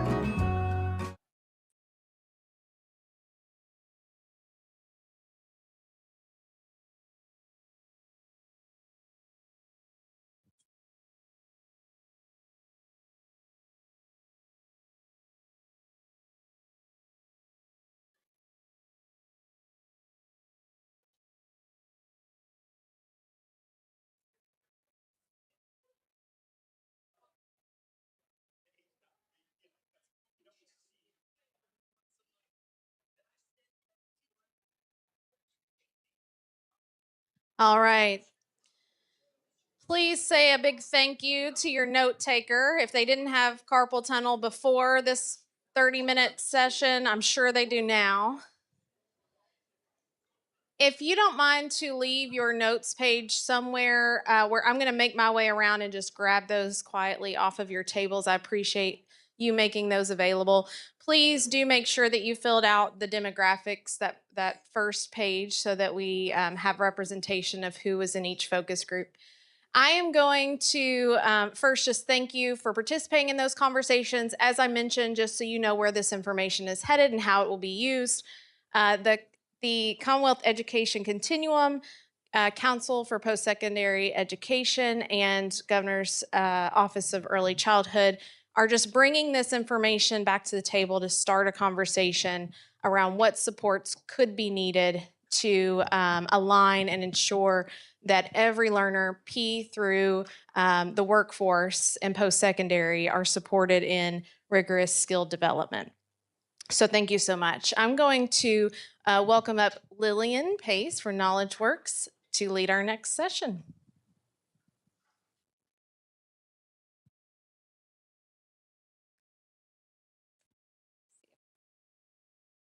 Oh, look at that. Slides are already. So in case you noticed, we switched the agenda around a little bit. What that means is apparently we're ahead of schedule. So that means really good things for the end of the day. Fingers crossed. My name is Lillian Pace. I think I know many of you. I've been a part of this work supporting, sorry, there's a red line, thank you. Supporting the Kentucky Department of Education throughout the grant, through the Competitive Grants for State Assessment Program. We are a nonprofit organization that helps policymakers and practitioners design student-centered education systems with a particular focus on personalized and competency-based learning. We have been behind the scenes for a lot of this project, working on policy recommendations and guidance. When people think of policy, they often think of the very first part of the challenge, which is getting policy passed. I'm actually here to speak to the other really long and hard part of the policy journey, and that's the implementation side of policy. So we have been supporting the Kentucky Department of Education over the past 3 or 4 months on a study to better understand, as districts are looking at some of the policy flexibilities that exist that could be leveraged to really transform teaching and learning, particularly in the high school space. What are they thinking as they're looking at some of these policies? What's working well? What are some of the challenges that they're facing? And most importantly, how can the Kentucky Department of Education better support those districts? Because we know this work is really hard. We know there's so much on the plates of our district leaders and educators who are doing this work. What supports could be more helpful to make sure that policies are being leveraged in alignment with these local visions for teaching and learning? So I'm going to share some initial findings from this study. We are in the process of wrapping up this work. We've got some deeper dive interviews that we're engaging with districts right now. We will be presenting the final, more detailed recommendations in August to the Kentucky Department of Education leadership. And I'm sure we'll share those back with this council as well. Okay, so I'm going to start with the policy change and opportunity moment. There has been a tremendous amount of policy passed. This is just a handful of some of the policies that we identified within Kentucky statute that districts can and are leveraging, right, to support more innovative student learning experiences. So we've heard reference of performance-based credit opportunities. So this is the ability for districts to actually award credit based on mastery instead of the amount of time a student is in a seat. And that can make us think very differently about how we think about student progress to graduation. The School of Innovation policy, this idea that a school in partnership with their district can come and present a new idea to waive some of the requirements that exist in law if they have a justification for how they can really transform the teaching and learning experience. We've seen a tremendous amount of work through the local laboratories of learning program, right, to launch these local accountability pilots. And so much of that work is what really inspired and led to the passage of House Bill 257, right, where not only did we celebrate, as Commissioner Fletcher shared, the legislature really kind of defining and committing to this notion of local accountability, providing some resources to support that, which is an exciting first step, and beginning to think differently about how we reduce some of the state testing footprint and really empower our local leaders to design really innovative and vibrant writing programs. So there's been a lot of momentum. Now, the other side of the question is, how do we support the field to take advantage of all of these opportunities in a meaningful way? So we've been asking these questions. Just to give you a sense of some of the components of our study. So we started with that state policy analysis. I think we identified 12 to 15 different areas in Kentucky statute that we think could be leveraged in really powerful ways. And districts are leveraging these things. We're seeing examples all across the Commonwealth to support high school transformation. We then went and did some district focus groups and conducted a survey to better understand how districts are looking at these policies. We then went to a subset of those districts and are in the process now of doing some real deep dive conversations to think about the process that they went through as they looked at these opportunities. And then we're going into kind of this local policy and strategy document review. So getting under the hood and looking at some of these district documentation. So I'm gonna share with you our initial findings. And I'm gonna tie it to some national trends. So why would I bring up national trends when I'm talking about a Kentucky study? It's because we're actually doing this type of research all across the country right now. And what we're finding here in Kentucky is not too dissimilar from what we're finding nationally. We've also aligned with some other national organizations who are doing similar research, so we are trading notes, and these are common challenges. So there's three big areas, and I'm gonna dig into these a little bit more in depth, that are coming up as particular challenges. The first is the policy itself. So sometimes the policy itself is not written in the most helpful way. We do know that that happens. The best intent sometimes doesn't translate in the field. Sometimes that's because it wasn't drafted in partnership maybe with district leaders to really fully understand the challenges that they were wrestling with on the ground. Sometimes the policy has these arbitrary timelines to it that don't really align to the way teaching and learning transformation happens. Sometimes there's these policymakers are great for saying in 3 years, we want to see dramatic gains in math and reading from this change that you're putting into place. And we know sometimes it takes time to get there, and there are leading indicators where we begin to see the real outcome shift. So sometimes the policy isn't designed perfectly. I'm gonna give you an example of what came up in our Kentucky research, the performance-based credit opportunity. We heard from some of our districts that we talked to, it's a great idea in concept. But the reality is that we don't get funding for that student until that student demonstrates mastery. And that might be okay if we're creating this process for 1 or 2 students, right, who might be able to be real advanced and opt out of certain things and move on. But if I'm using that policy to redesign my entire approach to teaching and learning and put competency-based progressions in place, and I don't get funding until they're done, that doesn't work for my school system. So that's a real deterrent. The second area is ambiguity in interpretation and application.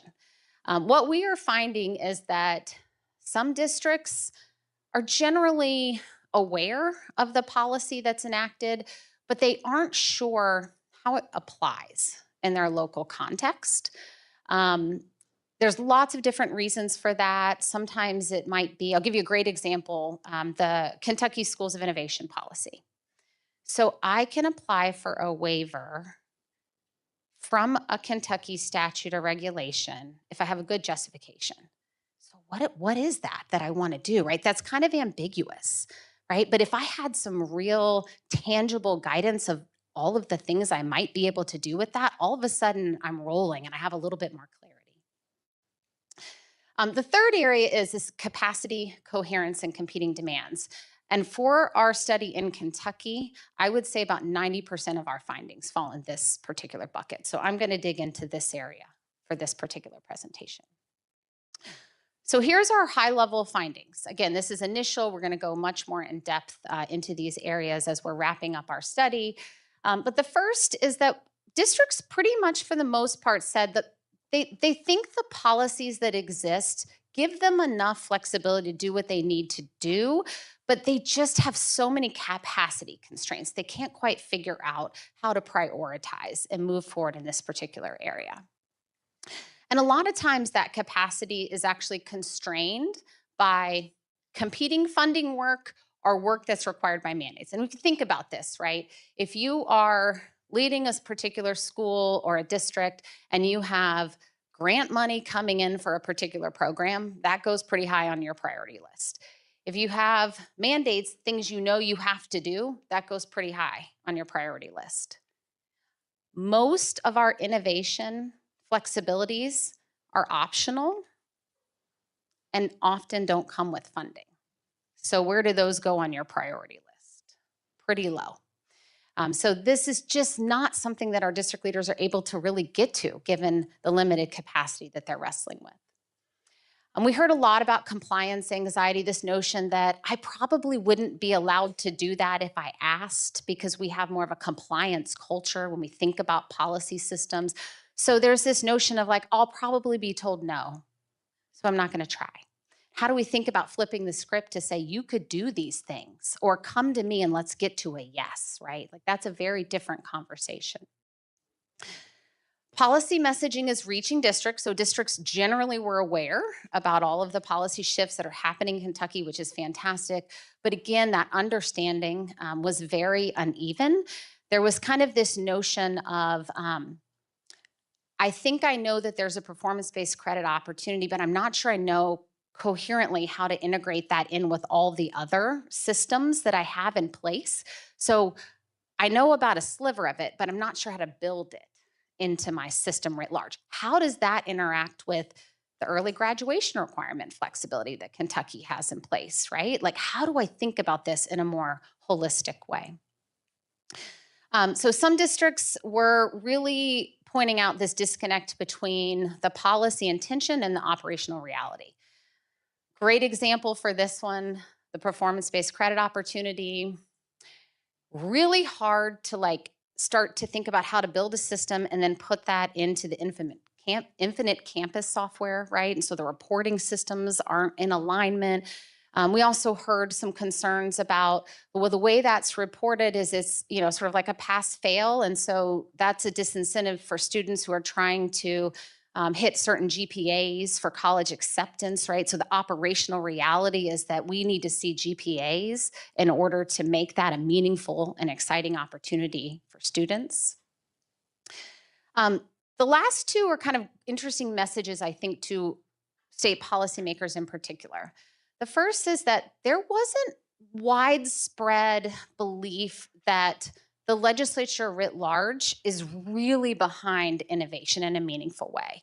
And yet we are here celebrating some incredible accomplishments, right, that our legislature has moved forward on recently in this work. And sometimes when you're in the field and you're doing this work and you're looking at your state policy climate and you're like, I don't know if they're 100% behind me.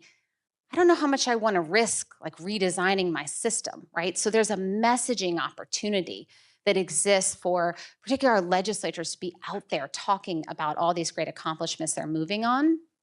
And then this last one, this notion that, again, this policy guidance really speaks to a single policy opportunity. And most time it's written in like a lot of legal terms. I know I'm a policy person, like we write really boring, wonky guidance documents.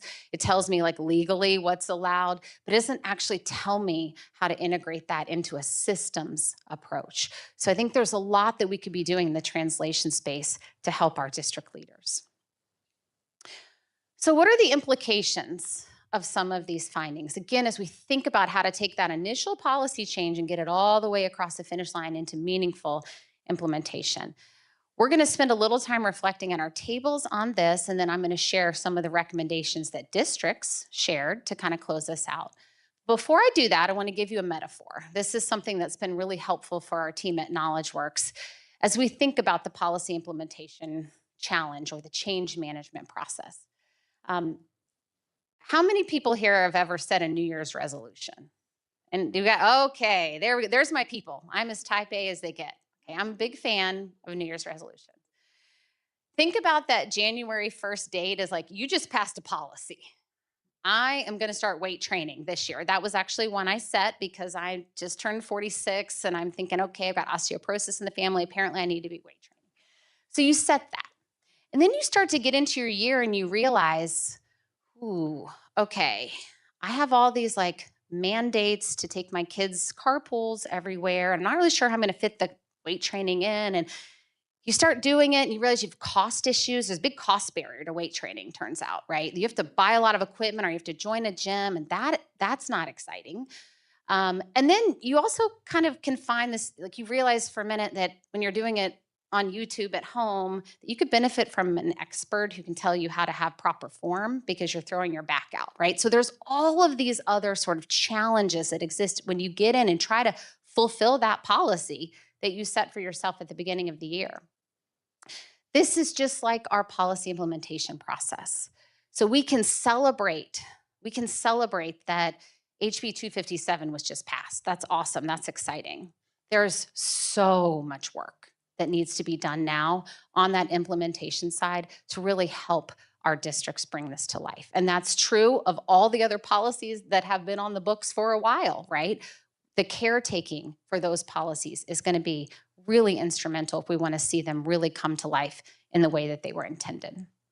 So I'm going to ask you guys to just turn to your tables, take a few minutes, maybe about 10 minutes, just to kind of discuss together what's coming up for you in these findings.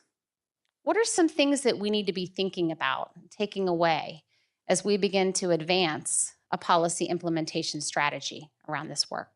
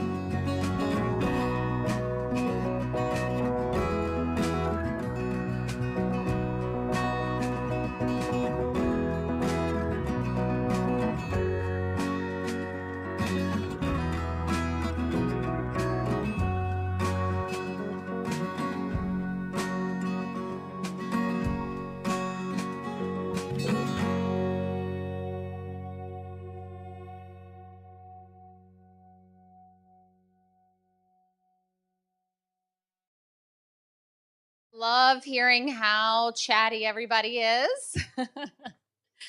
This topic must have struck a chord. Lots of thoughts in the room. I'm wondering if we can maybe take a couple of share outs. Is there anyone that's brave enough to kind of share something that might have resonated with them from this particular research? And I know there was lots of talking. I'll also take someone who disagreed. Anything? Oh, here we go, right here. Oh, sorry. Okay, well, we'll come right back to you. Yeah. Oh, and I wasn't going to comment too much about anything that resonated, but I was going to say that these things triangulate very well with the findings that we, acquired from interviewing folks in the districts. So, yeah, we have some, validation that what you're finding is sort of the same kinds of things that I'm finding. That's great Okay. news. It's great news. Right here, yeah. Sorry. I would say that heavy on the fatigue. The issues, like this is what we were talking a lot about, is that it feels like continually we are implementing something new constantly. And we're tired of it, and there's not enough money. So it falls into this like we're checking boxes, and how can we make that better? How do we? And I think that comes back to the legislation issues that we fall privy to. But also, I was going to say something else. What else did I say? I said something else, and I just lost my train of thought. It was good. I don't remember, but just pretend that happened because it was great. It was great. It was amazing, and yeah. Good. Oh wait, no, I lost it. It was PDFs. It was so good. Darn it. Oh well, if it comes back, I'll let you know. If it comes back, let us know. That's right. That's right. Oh, yeah. Please.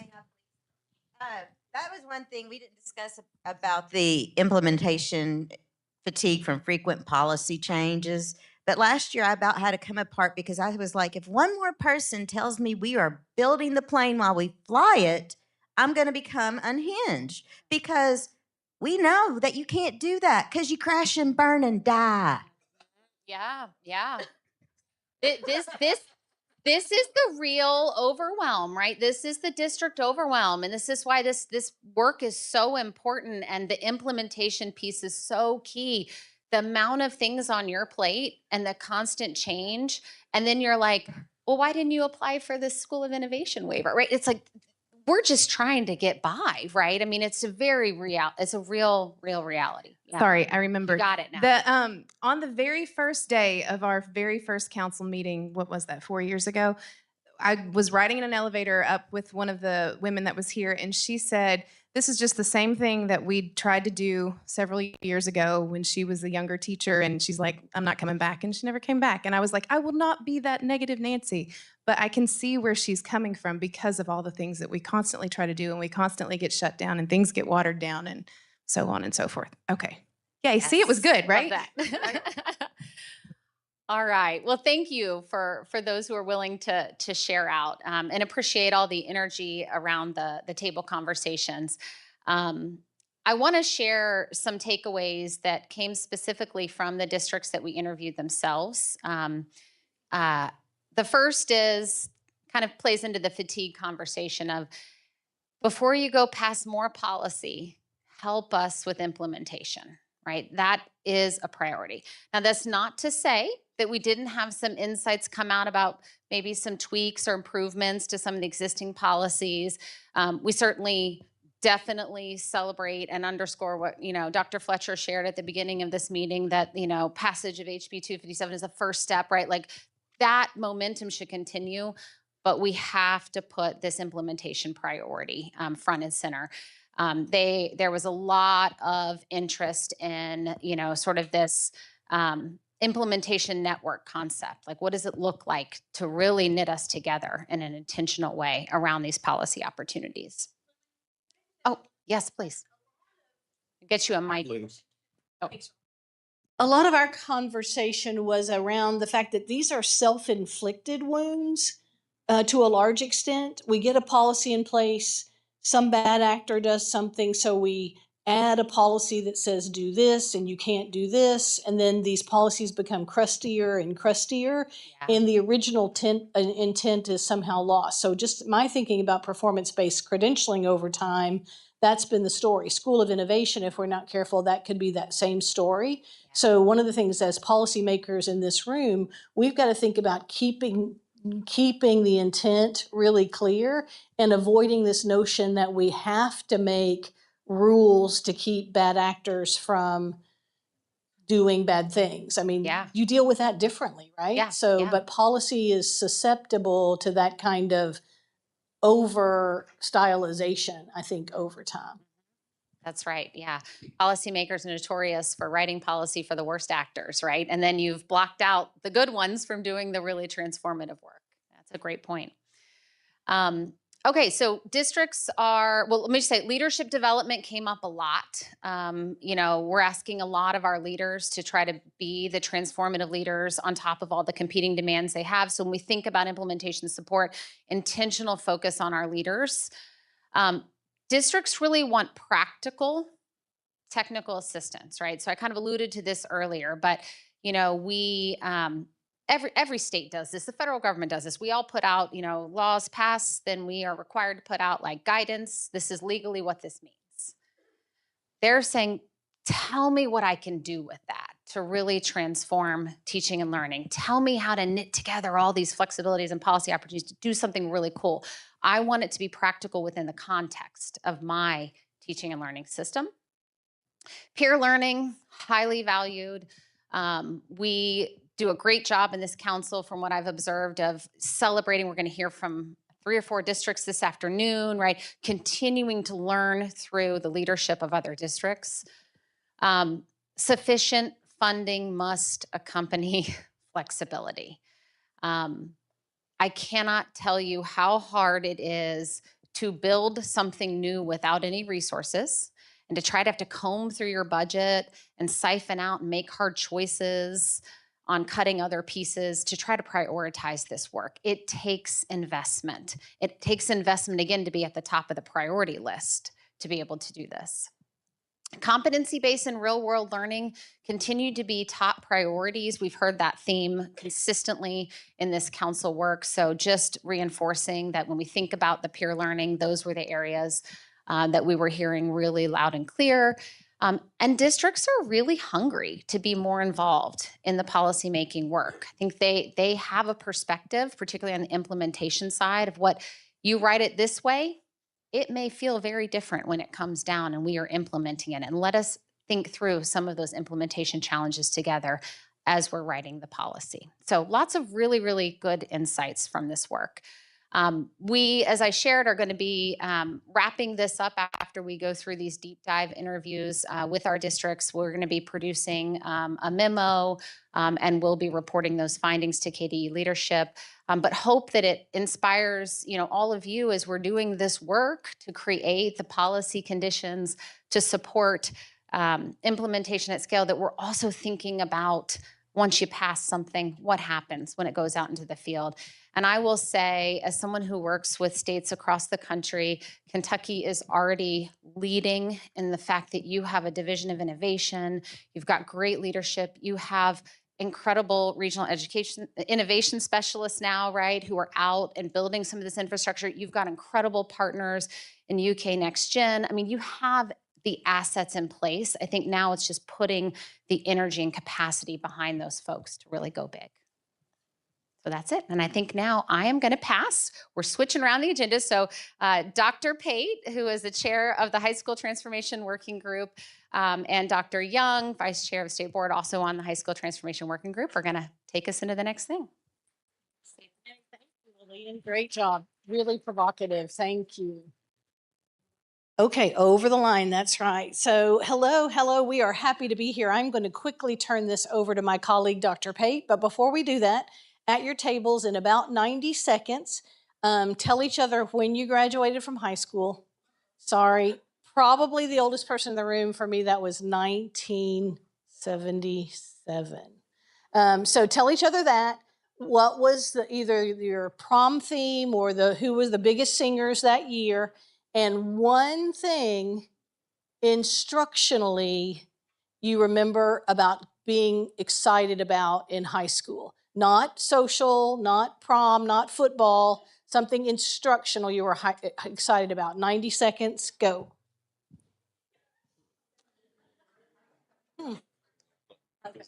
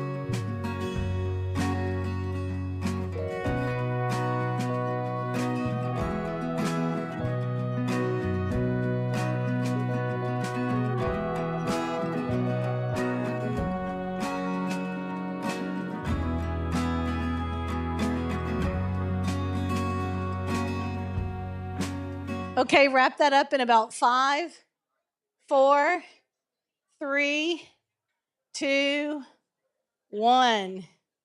All right, I'll share since you know now that I'm 66. Dr. Pate didn't graduate until 94. I'm still wearing shoes I had in 94. And his recollection was business math. First time math felt relevant and authentic to him. He knew he wasn't going on to calculus, to trig and calculus, and he loved his math. So hope you all had some of those conversations. One of the things we want to really stress today is that we do not think high schools are terrible or broken, but we also think they're not meeting the moment in 2026. You've got to say something. Nice. Yay. Thank you, friend. Thank you. Oh, thank you. Oh, Dr. Parker. Oh, yes. Oh, my people, my people. Rod Stewart, tonight's the night. Oh, Betty. Oh, yes, Betty Edwards. That's right. The queen of all Department of Education. So I love it. Thank you. Oh, I feel so much better already. I'm the 4th oldest person in the room. So there you go. All right. So most of you know me. I've been involved with Kentucky United We Learn for a while. But I am really delighted to introduce the chair of our task force on high school transformation, Dr. Justin Pate. If you don't know Justin, you're missing out. You need to meet him today. He comes in on 2 wheels like Cruella de Vil to every meeting. And so we're sweating bullets until he makes it right on time. He is the president of the Elizabethtown Community and Technical College. The reason he is so perfectly situated as our task force chair, for many reasons. He's brilliant, he loves kids, he's engaged with high school students and post-secondary students, has been a principal at the Area Technology Center level, and comes to us with high school teaching experience, the principalship experience at the ATC, and now as president of one of our premier community and technical colleges in the system. A real data guy who has his finger on the pulse of the workforce development needs across Kentucky. So it's my pleasure to introduce Dr. Payton. He's going to tell us what we've been up to. Oh, you got one. He gave me a foolproof mic. He said, you can't mess this up. And I was still hitting the wrong button as she was coming to talk. I got it straight, though. We're good. No, listen, I appreciate being here with you all. And I'm just going to kind of jump straight into what we're here to do. I'm always very sensitive if you are the last one before you leave or the last one before lunch. So I got you back. But, this is, I think, is very timely work that we were selected to do. I don't know if everybody knows what NASB is, the National Association of State Boards of Education, but our Board of Education is a member of that national association. It provides a lot of resources, opportunities, research, networking, availability for, just learning what other states are doing. And a lot of it does trickle into the policy world, which we know probably has a stronger history of being limiting than, door opening, but we really want to work on that. And I think Robbie being here in this time with what his vision for our schools, this Commonwealth are, and some of these opportunities are really timing out very well. But this was an opportunity for state boards of education to participate in this high school transformation network, is what they called it, so that we could all kind of take a look at where are we going as engaging high schools. That was really, I think, the crux of it, is not just being innovative and forward thinking and more connected to communities, all things that we've been working on, but truly, let's not lose sight of disengagement is the number one problem I think we've got with our high school students. You know, we say it comes up in maybe passing grades or attendance, but that's an effect. You know, the cause is really the level of engagement. So we really wanted to look into those things. And what innovation does in that vein is provide the pathway for engagement. Because doing things the same way we've always done them leads to a little disengagement. The story she told about my business math. You know, I had been so disengaged with math because I could not see how it was going to be relevant to me. I wasn't going in a calculus track. So, you know, even algebra wasn't a pathway for me. But now I got in business math and everything just aligned up. And I mean, I didn't want to miss that class. That was never a thought of me in a math class. So, you know, pathways to engagement through innovation, I think, is kind of the thread that I felt in this work. I think Lou did too, and Robbie. But basically, what we had was an opportunity to put a cross-functional team of folks together. And we pulled in people not just from education, but we had Ashley Watts from the state school board. We had some legislative representation. In fact, John Ballard served on the committee, never missed a meeting, represented the House and the Senate. Jacqueline Coleman, Lieutenant Governor, was a part of this work. And everybody was there just to come in. CPE, I know I'm forgetting somebody. Some of our university partners, yes. So, you know, it was really just coming in to take a look at what we could do ultimately from a policy standpoint to really do three things. One was, how do we share the best practice that is going on? Because our schools are doing some amazing things. But not all schools know these things are even possible. So how do we share that best practice as examples of what can be done? And how do we do that from a standpoint of not just, hey, look what's working so good in this Jefferson County school of thousands of students, and try to replicate that at Harlan Independent High School, where I graduated from, with a graduating class of 80. You know, that there's things I'm sure that we could learn in Harlan High School from Jefferson, but we can't just carte blanche, you know, do a copy and paste on a lot of these things. So where's the network for Harlan? You know, so we wanted to talk about how do we get that best practice truly shared? And then how can we remove some of these barriers? You know, it just happens over time. Barriers exist in policy worlds, or in perception world, or in culture world in a high school. You know, how do we remove some of those barriers and help empower people to make decisions that lead to innovation? And then ultimately, are there policy recommendations that need to be made as a result of some of this work that we were able to do? So we convened over a period of 6 months, 4 meetings, and really, I think, had some engaging conversations. We got to go and visit a school and hear from students at a couple of meetings, and really kind of get some shared perspective of where we were going. Step one, no single person around the table, except for maybe Robbie and Lou, knew all of the things that were actually currently in place. You know, I'll tell you my story. You know, when I first came on, there were some things that I wanted to get done as a board member, only to find out that they'd already been done 3 years ago. You know, I mean, seriously, how many people are in that same boat? You know, so you think about this work that what we wanted to do, and I'm going to turn it over to Lou here in just a minute so that she can tell you some of the actual recommendations that came from this group. She'll have a little activity to do. But then I'll come back and tell you what we have an opportunity to do now that will bring you all potentially into this fold. But it's probably the best time right now to just turn things back over to Lou. And So Justin was really clear, 6 months, right? 4 meetings, pretty high level group of community and state level leaders involved. If you saw the list, you'd say there's not a high school teacher on the list. There's not a high school principal on the list. That was not because we didn't want them. That was because we decided to start at that 5,000-foot level. And you'll hear from Justin in a few minutes about how the next round, the next iteration of this work is going to be all about the folks that are experiencing high school right now, from the students to the families to the communities, and absolutely full of educators who are experts on the subject. Justin, Robbie, and I are all former high school educators, so we always channeled our inner high school assistant principal, in my case, principal in his case, CTE teacher, principal in his case, so that we had those representative views. Jacqueline Coleman is a high school assistant principal by trade. So the perspectives were there, but I don't want anybody to think that we, didn't think to include high school folks on the task force. That's coming up. But in the course of the 6 months, we heard from a lot of people and got feedback. We each reached out to get more feedback, and we ended up with, as Robbie mentioned earlier, what we consider 5 pressing issues around high schools these days.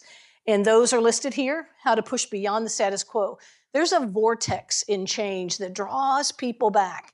And there's nothing stronger, in my opinion, than alma mater when it comes to high school.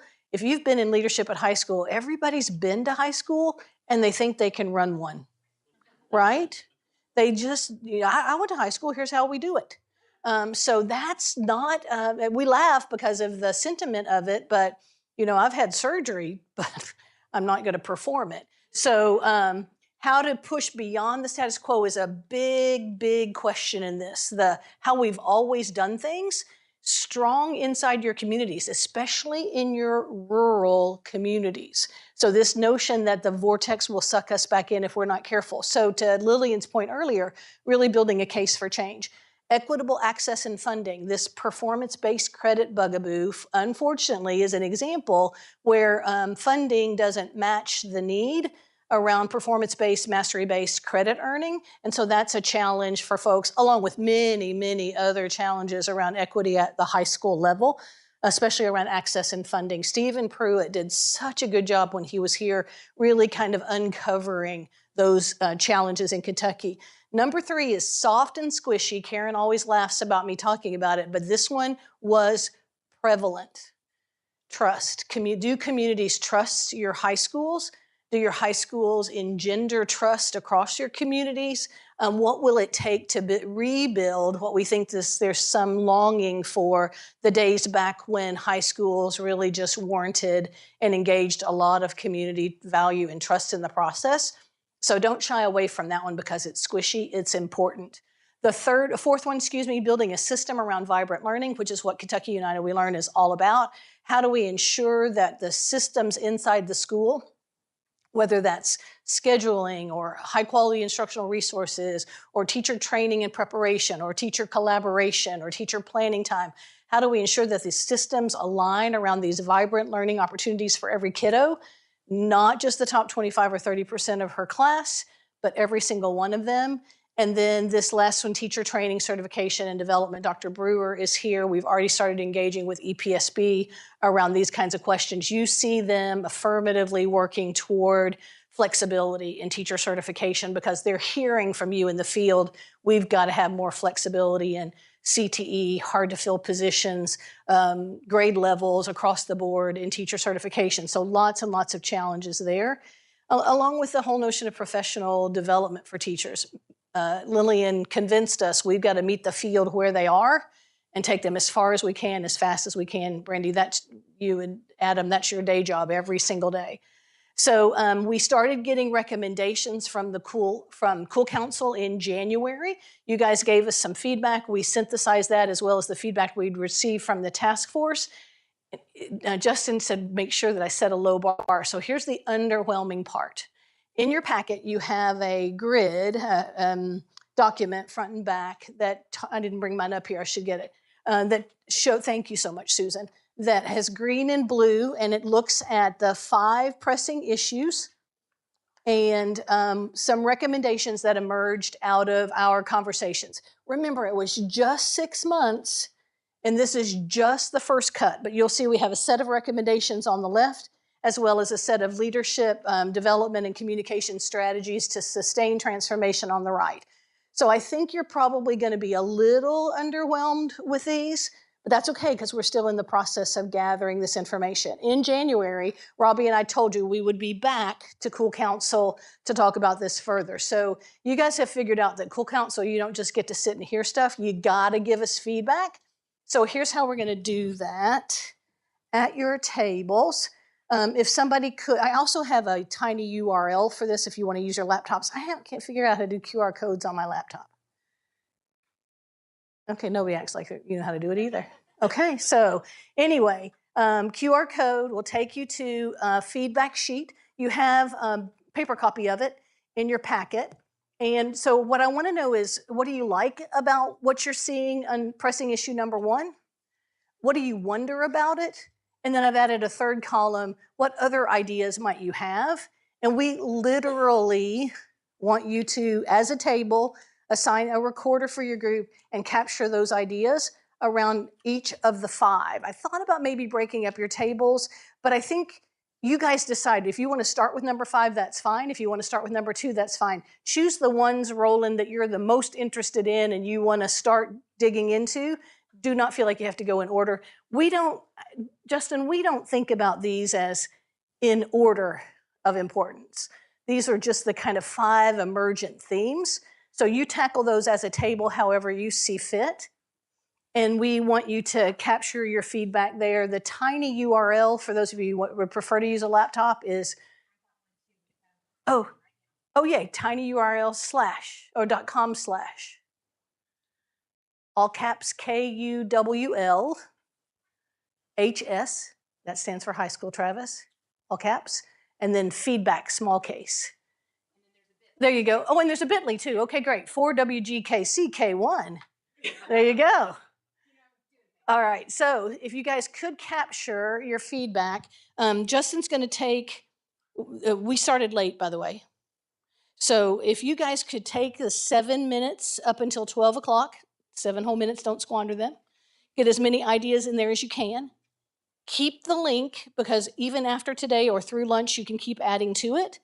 And then Justin's going to come back up and tell you about our next steps before we send you off to lunch. Any questions about your task? We covet and value your feedback, so thank you. Jump right in there. Go.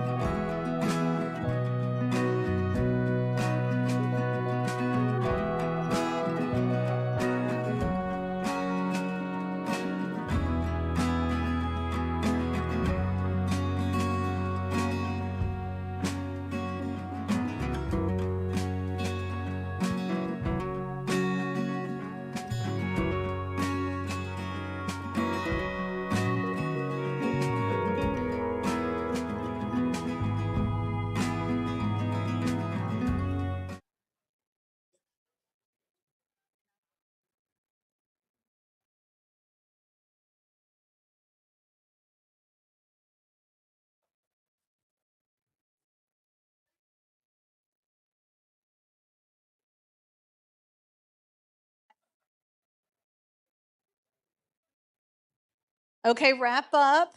Get those thoughts on paper.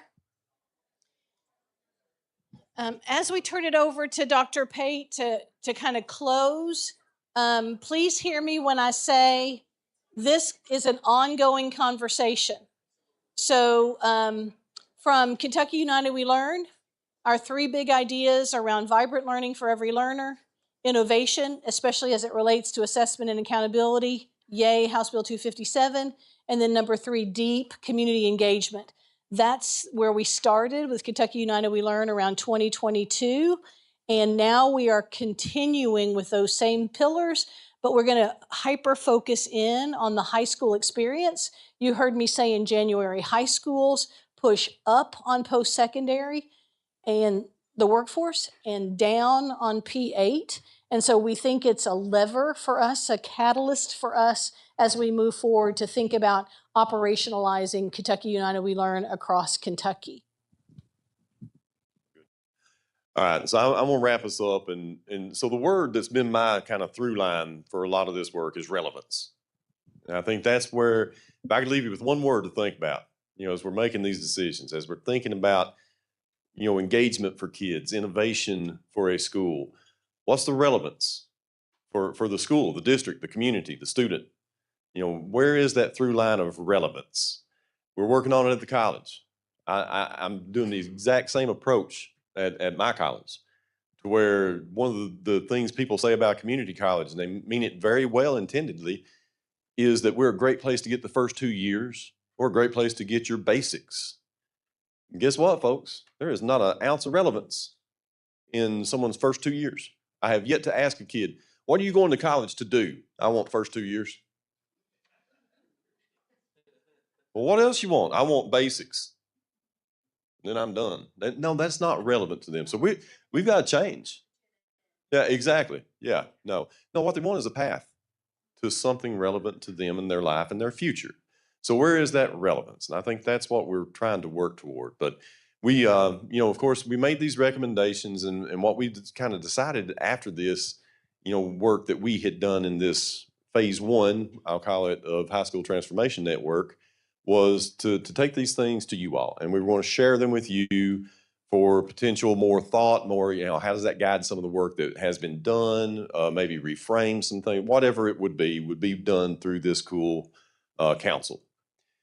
Well, then we started hearing about another opportunity. They really liked what Kentucky had done and sought some funding to maybe do a round 2 of this. I don't know if it's still going to be the Transformation Network or not, but it's just basically round 2. I think so. Because they're going to let some other states in that weren't first, but they were really interested in the work that we did and what we would do to continue it. So when they were talking to us about that, I said, Lou and I can't remember if Rob was in that particular meeting or not, but we were sharing with them what we had thought about extending this now out to you all. They loved that. So there is a potential that we may receive some funding to help you do this work. As we continue to think, okay, so what from this work that was done? How do we bring a better sense of relevance, and how do we continue to ensure that we have removed barriers and shared best practice, and support the innovation guide and the good work that is being done? So that's kind of where we are, where we're going, and don't know, do we have a timeline on when decisions have been made? Yes, August 12th. Either way, Robbie and his team have already made it really clear that they understand that this is the next iteration of the work of the council, and that we'll be figuring out how.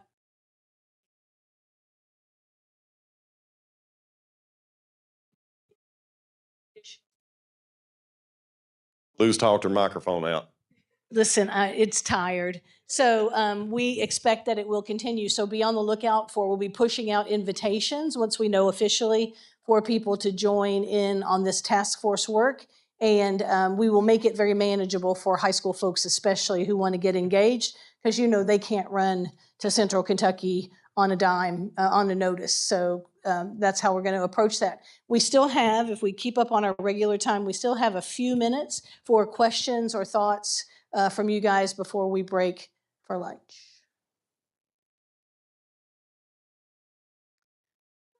Wayne Young always right? Wayne Young always says I was that fifth grader who, when it was almost time for the bell, said, wait, you forgot to give us homework. Lunchtime. Justin and I'll be around if you have questions or comments. Thank you so much for your engagement.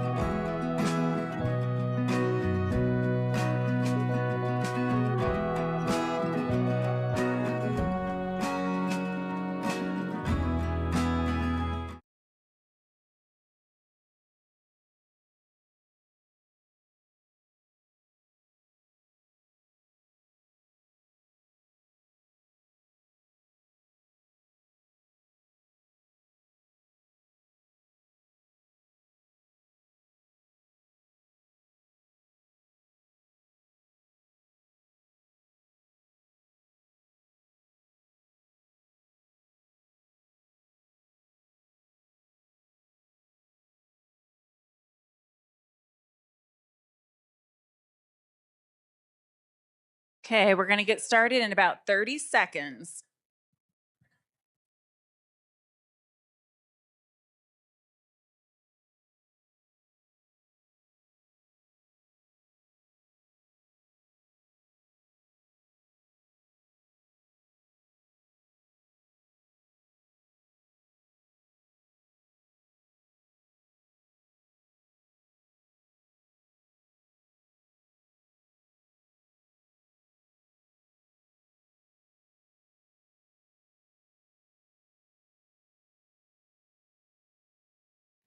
All right, folks, welcome back. I hope everybody enjoyed lunch. We are ready to get started again. So I hope you're ready for something fun. I am going to turn the mic over to Roger Taylor, who is with our Office of Career and Technical Ed, and I'll let him introduce our folks from Muhlenberg. Good afternoon. My name is Roger Taylor. I'm the engineering program consultant with the Office of Career and Tech Ed. And I am happy to introduce Krista Thompson, who works at Muhlenberg County High School as their engineering teacher of many years. I've worked with Krista a lot. She has been instrumental in helping create our new Engineering by Design curriculum that is available for free for all Kentucky teachers. It gives them a really great curriculum to use, like I said, for free. And she's one of our facilitators for our summer professional developments and always gets rave reviews from the teachers that attend that training. So without any further ado, I'm going to hand it over to Krista, and she's going to introduce a really fun project for students that get a really cool take home that they're all really proud of and learn something along the way. So here's Krista. All right, thank you guys very much for having me. I'm going to talk about our LED light project that we do, which is part of the EBD Engineering 2 curriculum. Like Roger said, I did help develop that curriculum and actually knew that this was a project in the curriculum but had never done it until last year. And my students are obsessed with it. I became obsessed with it. And so it will be a project going forward for sure. All right, I am Krista Thompson. I teach at Muhlenberg County High School. I teach all engineering, Engineering 1, Engineering 2, Civil Engineering, and then I also teach our capstone class, which is our senior engineering class. I will be starting my 21st year in education in the fall, and it is my 18th year in engineering. And like Roger said, one of the things that means the most to me in my career is the fact that I do get to teach other teachers how to teach engineering. So that's something that I'm the most proud of. Within this project, we cover several engineering standards. And if you look up here, one of the things that we cover is Ohm's Law, and we're going to talk a little bit about that in a minute. But not only do they calculate Ohm's Law, but they actually get to construct those different circuits, series circuits, parallel circuits. They get to solder. So that's a huge engineering standard. Also all about sketching, and then one of the biggest things is measurements, okay? This is usually taught to sophomores, some juniors, and it is amazing how many students know, they've used a ruler and they think they know how to use it, but it's amazing how many of them actually don't. So not only do they get to use a ruler, but they also get to use calipers, dial calipers, and digital calipers, and they learn about precise measurements. They also do a lot of CAD, so computer-aided drafting. Most of these students will have already had CAD as freshmen, so this is kind of a refresher as sophomores. But they do all of their CAD workups, make their prototypes, and then they actually get to use 3D printers to create a rapid prototype, and they also use laser engravers to do the same. And then this is huge for me because, again, it is amazing how many students are, they don't know how to solve a one variable equation. So through this project, we're doing Ohm's law. They actually get to, they've had it before. This is a refresher, but it's real world. They get to see, how it's really used and why it's important. So that is a math standard that we hit pretty hard with this project. So here is Ohm's law, and we're going to revisit this in a little bit, but Ohm's law just says that you've got a circuit, right? And within that circuit, you're going to have voltage, you're going to have current, and you're going to have resistance. So your voltage is equal to whatever the current is in your system times whatever the total resistance is in your system. And we learn about this, and I give them the original Ohm's law equation, which is voltage equals current times resistance. And we talk about how algebraically you can solve for each one of those, okay? And at first, I don't show them the triangle. We actually go through it. If you've got voltage and you have current, how would you solve for resistance? And we work through that and we show how we can do that algebraically. And then I pop up the triangle, and they really love me after that because we've done it algebraically. Well, Ms. Thompson, why didn't you just show me the triangle in the first place? But it's a really good tool for them to then use. And even having done this, I've taught engineering 2. I think this is going to be year 17. Even after 17 years, I still pop the triangle up there for myself because it's just easier. It's quick. Okay, I know how to do it algebraically, but let's use the triangle. So we talk about Ohm's law, and we do that. So hopefully, there we go. Okay, hopefully you all have a handout. And that handout, Ms. Pate, do you have an extra one? Okay, so this is a design brief. Now, a design brief in engineering, in our engineering world, is a set of instructions, okay? So this is what I would give the students, and this is like their instructions for exactly what I want done in the project.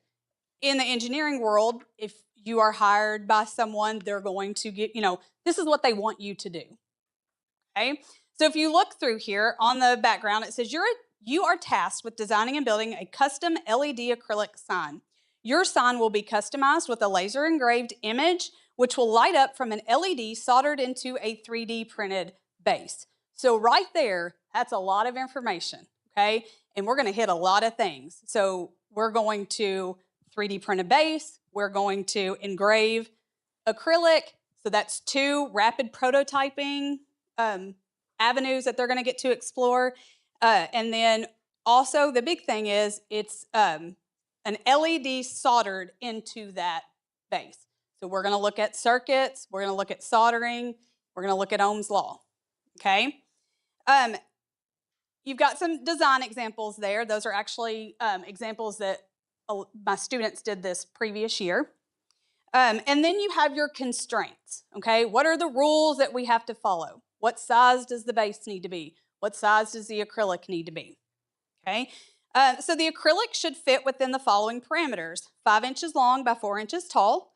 Exceptions may be made with approval. So a lot of kids want to do their name, okay? Well, if your name is Hall, it's, you can fit it pretty easily in those parameters. If your name is Whittinghill, not so much. So there are some exceptions. We can always maybe fudge a little bit and get the acrylic a little bit larger. But the 3D printed base, we kind of have to stick within these parameters. Okay, we have 4 inches by 4 inches by 1 inch thick. But again, remember, these students have had Engineering 1, they've had lots of practice with CAD. So I wanted to make it a little bit trickier, not just a circular base, not just, a rectangle, something a little bit trickier. So within these constraints, I say it has to be more of an intricate shape, or there has to be something like embossed into the base or something raised from the base. And then one of the most important parts is the hole size for the acrylic. Okay, so the hole size for the acrylic needs to be 3.05 inches by 0.17 inches by 0.5 inches deep. Okay, and that's going to come back into discussion in a little bit when we're talking about what size does the acrylic need to be, because it has to fit. Okay, and then we also talk at this point, it says shelled to 0.1 thickness. That means, if I grab my example here, that means that it's not solid all the way through. Okay, and at this point we have a discussion, well, why not make it solid? You know, wouldn't that be easier? Well, it might be easier, but what are you saving by hollowing it out? Material, right?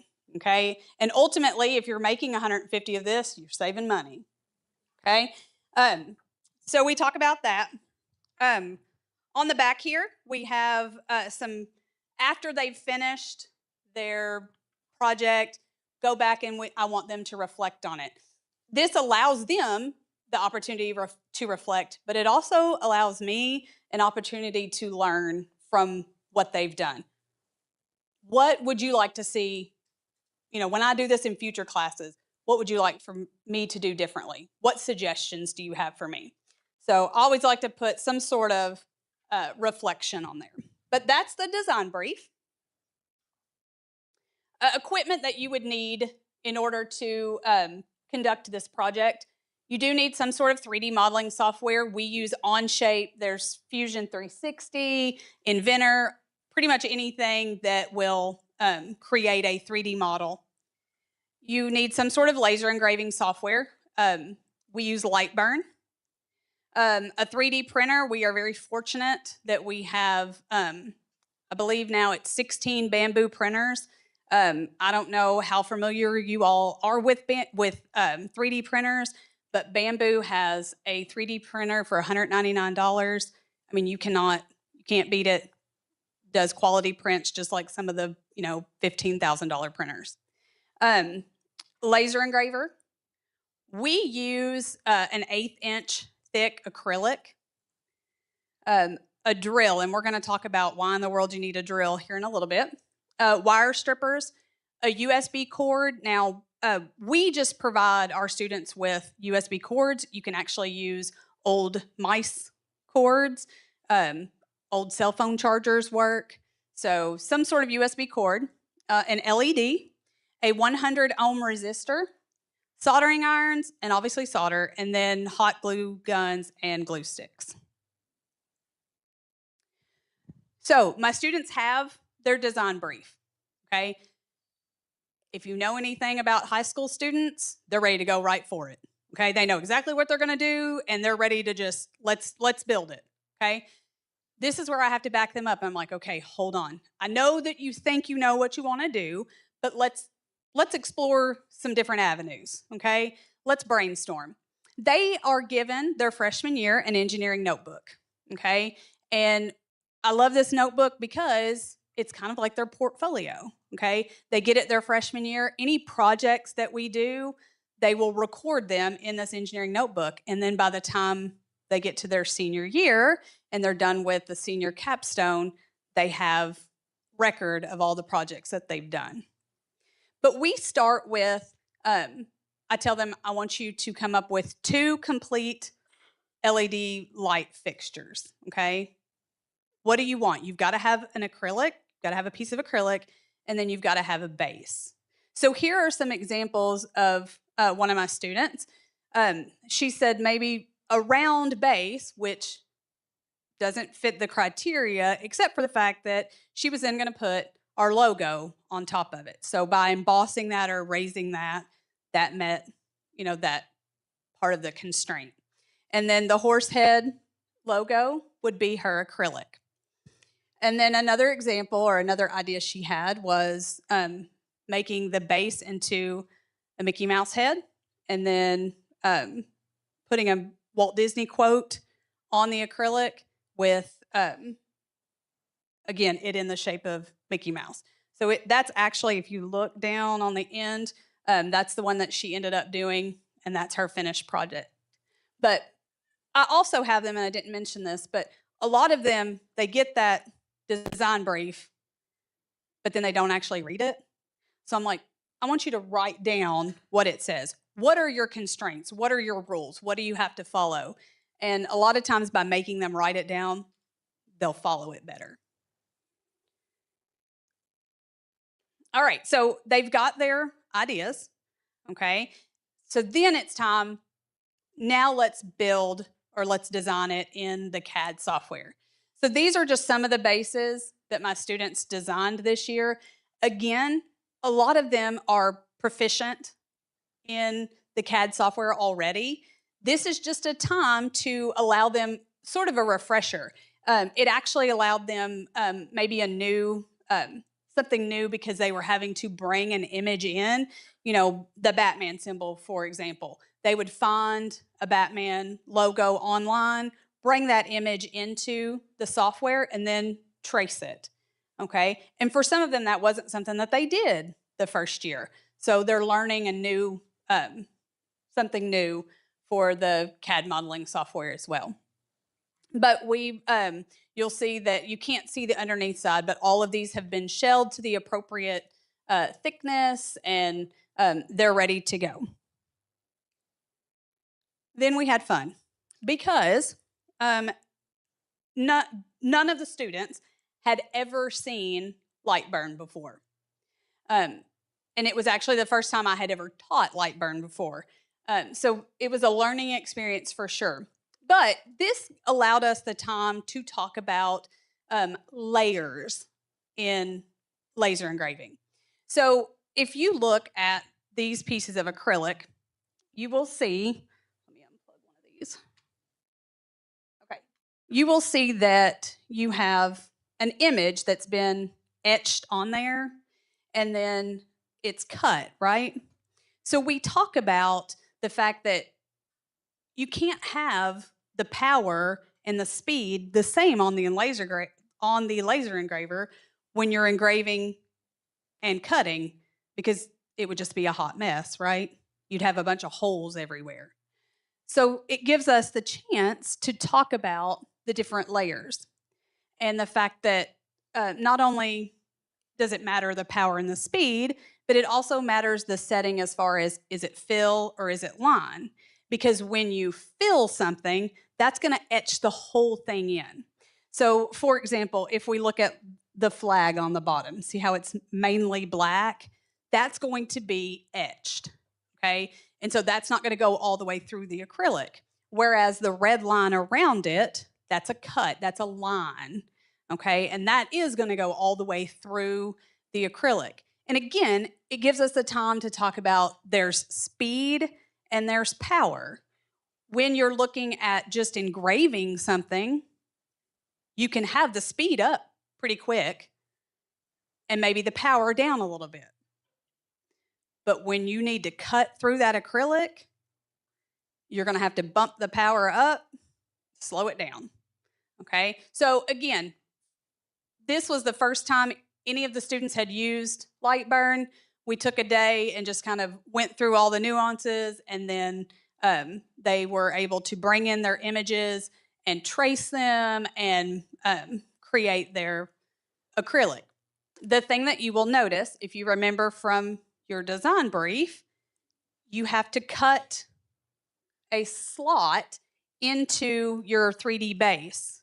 Well, that slot needs to match up with something, right? You're going to have to slide a piece of acrylic down into that slot. So this also allowed us to talk about tolerances, okay? If the slot in your 3D base is 3.05 inches wide, can your acrylic be exactly 3.05 inches wide? No, okay? Because there is a slim to none chance that it's actually going to fit. So again, we get to talk about the fact that we probably need to shave a little bit off that. We went with 3 inches wide, and that allowed it to have plenty of room to fit down into the base, but not, you know, be wobbling all over the place. So that was a good opportunity for us to talk about tolerances. At this point, they have their 3D bases completely modeled. They have their pieces of acrylic completely modeled. Now we're ready to print and we're ready to cut on the laser engraver, but we've got to hold off a minute and let's talk about some safety concerns. Okay? So number one with your laser engraver, acrylic smells terrible when you apply heat to it, and especially if you're going to cut through it. So it is essential, very important that you actually turn the fume extractor on. Okay. Also, this is a good point for me to tell the students. If it's cutting through the acrylic, guess what else it will cut through? Your flesh. So let's make sure the lid stays shut. Now, at this point, and you're going to see in a minute, why are we drilling, right? So we do take a minute to talk about drilling etiquette, how, making sure that we have our safety glasses on and that the base is going to be secured for our holes that we're going to drill. And then soldering, okay? Soldering, it's very hot, okay? 480 degrees Celsius. So remember, things boil at 100, so it's hot. We talk about that, making sure, again, with the soldering to wear your eye protection as well. And then hot glue guns. This one surprised me. These are sophomores. Do you know how many sophomores haven't used a hot glue gun? Crazy, okay? But we have to go over that. Make sure, it is a hot glue gun. A lot of the glue guns that we have are more of, not the necessarily crafty ones, a little bit more industrial. They are going to get hot, so make sure you're cautious of that. All right, these are actually the $199 bamboo printers. Again, they're fabulous. But these are some of our bases that are printing. And at this point, it's a good discussion. Not only, yes, okay, we've shelled it out, that's great, but how in the world do I put this base on the 3D printer to get the best print? Okay? Remember, it's hollow inside, other than where we're going to put the piece of acrylic. If I print it like this, what happens to that top layer? Falls down, and we have a mess. You got this spaghetti stuff all over it. It's terrible. So when we 3D print, it's a really good time to discuss how we want to orient our base to get the best print. Okay, so we do that. Bases are printed. Then we go to the laser engraver. Okay. Again, we talk at this point about what power do we want to set the layers, so that we get a clean cut and that our image is engraved and not all the way through. We do that. What you will notice here is, like in the one that says freedom, notice that it's backwards, right? It's reversed. With acrylic, if you want to do this type of project, you want to reverse your image because where it's etched, it kind of scratches the acrylic. You want that to be on the backside. Okay, so it's a good time to talk about, or to tell the students too about, we're lucky that we can go get another piece of acrylic, but you have to make sure that when you're doing this type of work, you're really taking care to pay attention to your settings, pay attention to where you put things. I know Roger and I talked about, it's always fun when you have a student set up something to print and they have, a 12 by 18 piece of acrylic and it's a 4 by 4 piece and they put it right in the middle. Okay, so it's, again, a good time to talk to them about not being wasteful, using the whole space, double checking your settings, that type of thing. So, drilling, right? You're going to put a cable or a cord, the USB cord, through the base, and then you have your LED light that's going to go through the base as well. Now, you could have modeled those holes with the 3D printer or with the software and then printed them with the holes. But I love to keep the drill in this because, for a couple of reasons. This is where they have to measure, Okay, they have to measure the size of the LED bulb and make sure that they find a drill bit that will allow the LED to sit in that hole. Same thing for the cord. They have to measure the cord, make sure that the drill bit will allow the cord to pass through. So that's a measuring piece. But also, you know, I thought a lot of kids had never used a glue gun. I bet it's probably less than 10% of my students have ever held a drill. And so this is one of those opportunities where they get to, I mean, it's not a big project, but they get to drill a couple of holes. And I always love that student who's just, you know, getting it and they're like, Miss Thompson, it's not working. It's not working. You have it in reverse. Okay. We got to switch it. Drills better the other way. But again, gives them an opportunity to use a tool. Okay. All right. At this point, we've got our bases. We have our acrylic. Everything's ready to go. We got to light it up, right? So we get to talk about wiring schematics.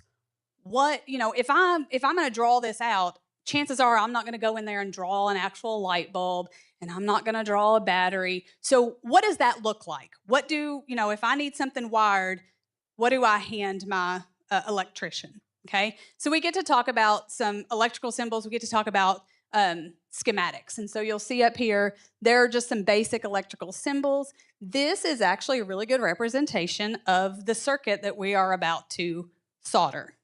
Okay, so I think, yeah. So at this point, this is where we do the math. Okay, so we have Ohm's law.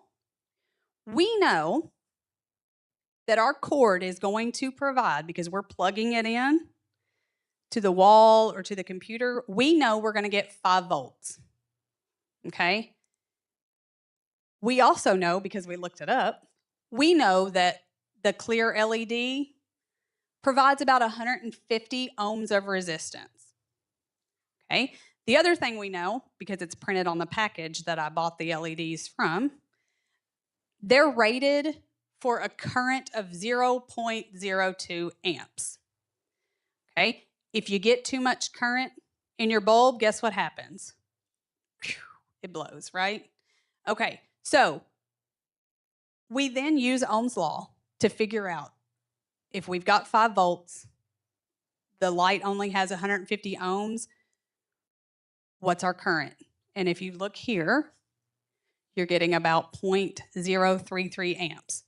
It's too much.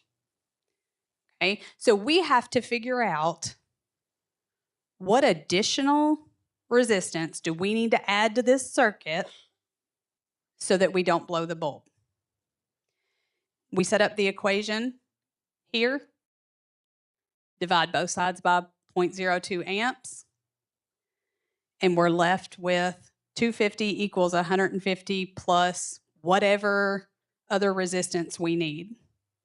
That's how we learn we're going to be required to use a 100 ohm resistor, because there are resistors everywhere from 0.1 ohms to 1,000,000 ohms. Okay, we have to use the right one, because we're also looking to get the bulb to be the brightest without blowing it, right?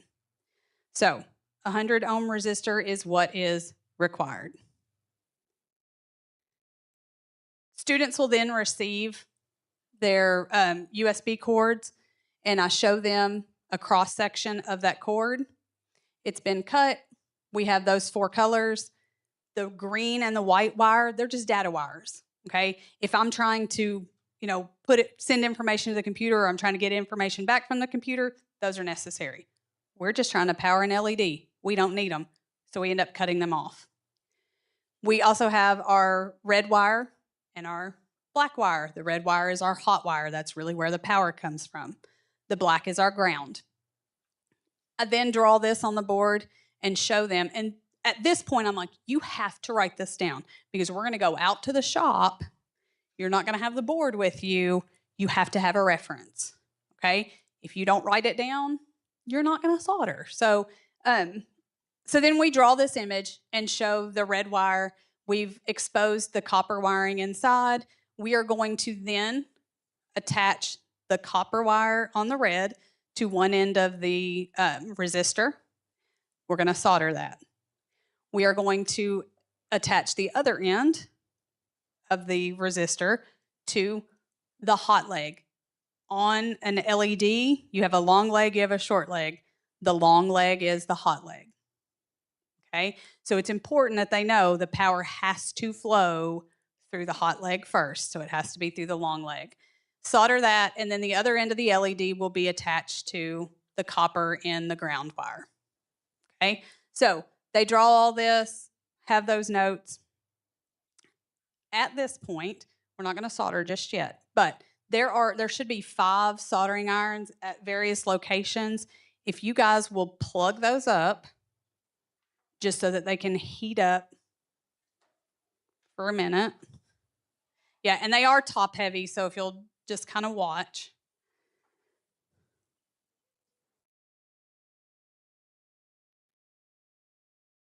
Okay, so then we talk about, and again, I'm going to tell you, it's really hard to learn how to solder if you're not actually soldering. But we do go over the basics of soldering. You really want to clean the tip of the soldering iron. Obviously, once it's on and hot, you want to just clean it on a sponge.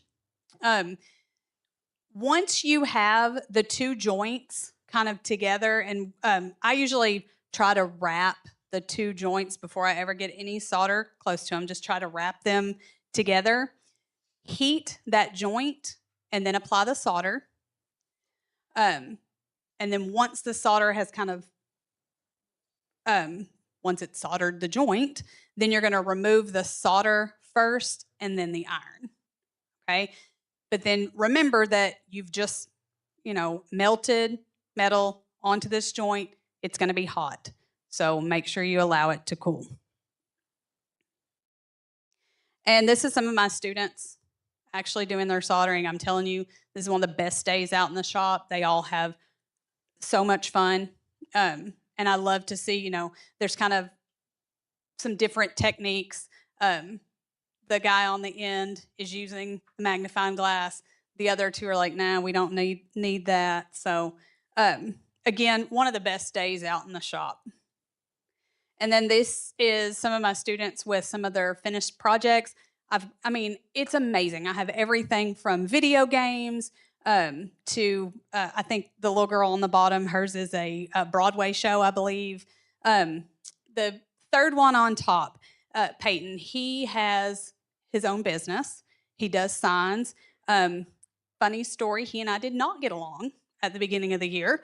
We really butt heads, but then by the end, when we were doing this project, he's like, I love this class, But his is actually a sign with his logo on it. So something that he could display as he's, making vinyl signs. So some great examples. All right, now it's your turn. So we have, I need Dr. Fletcher and 4 other volunteers I actually have made each of you one of these LED lights to take home, but I've got 5 that aren't finished yet. So we're going to have 5 of you volunteer, and we're going to use those tips. If I can put that back up. Okay, so the good news is you're going to, usually in this project, you'd solder 3 joints, right?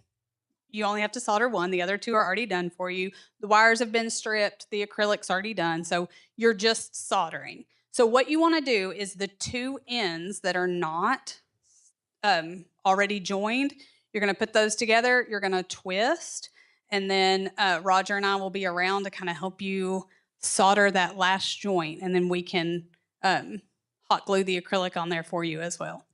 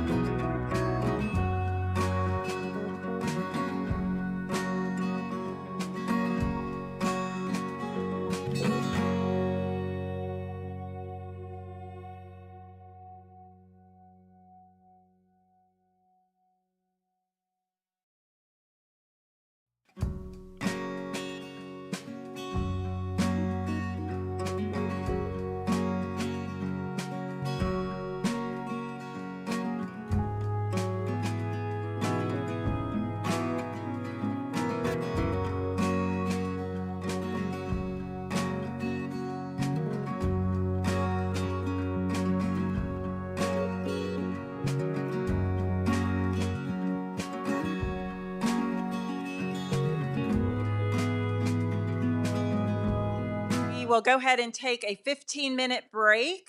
So let's come on back at 5 till. Guys, if you don't get your bag with, because like I said, everybody gets a light. If you don't get one of those, please see me before you leave. We've got plenty.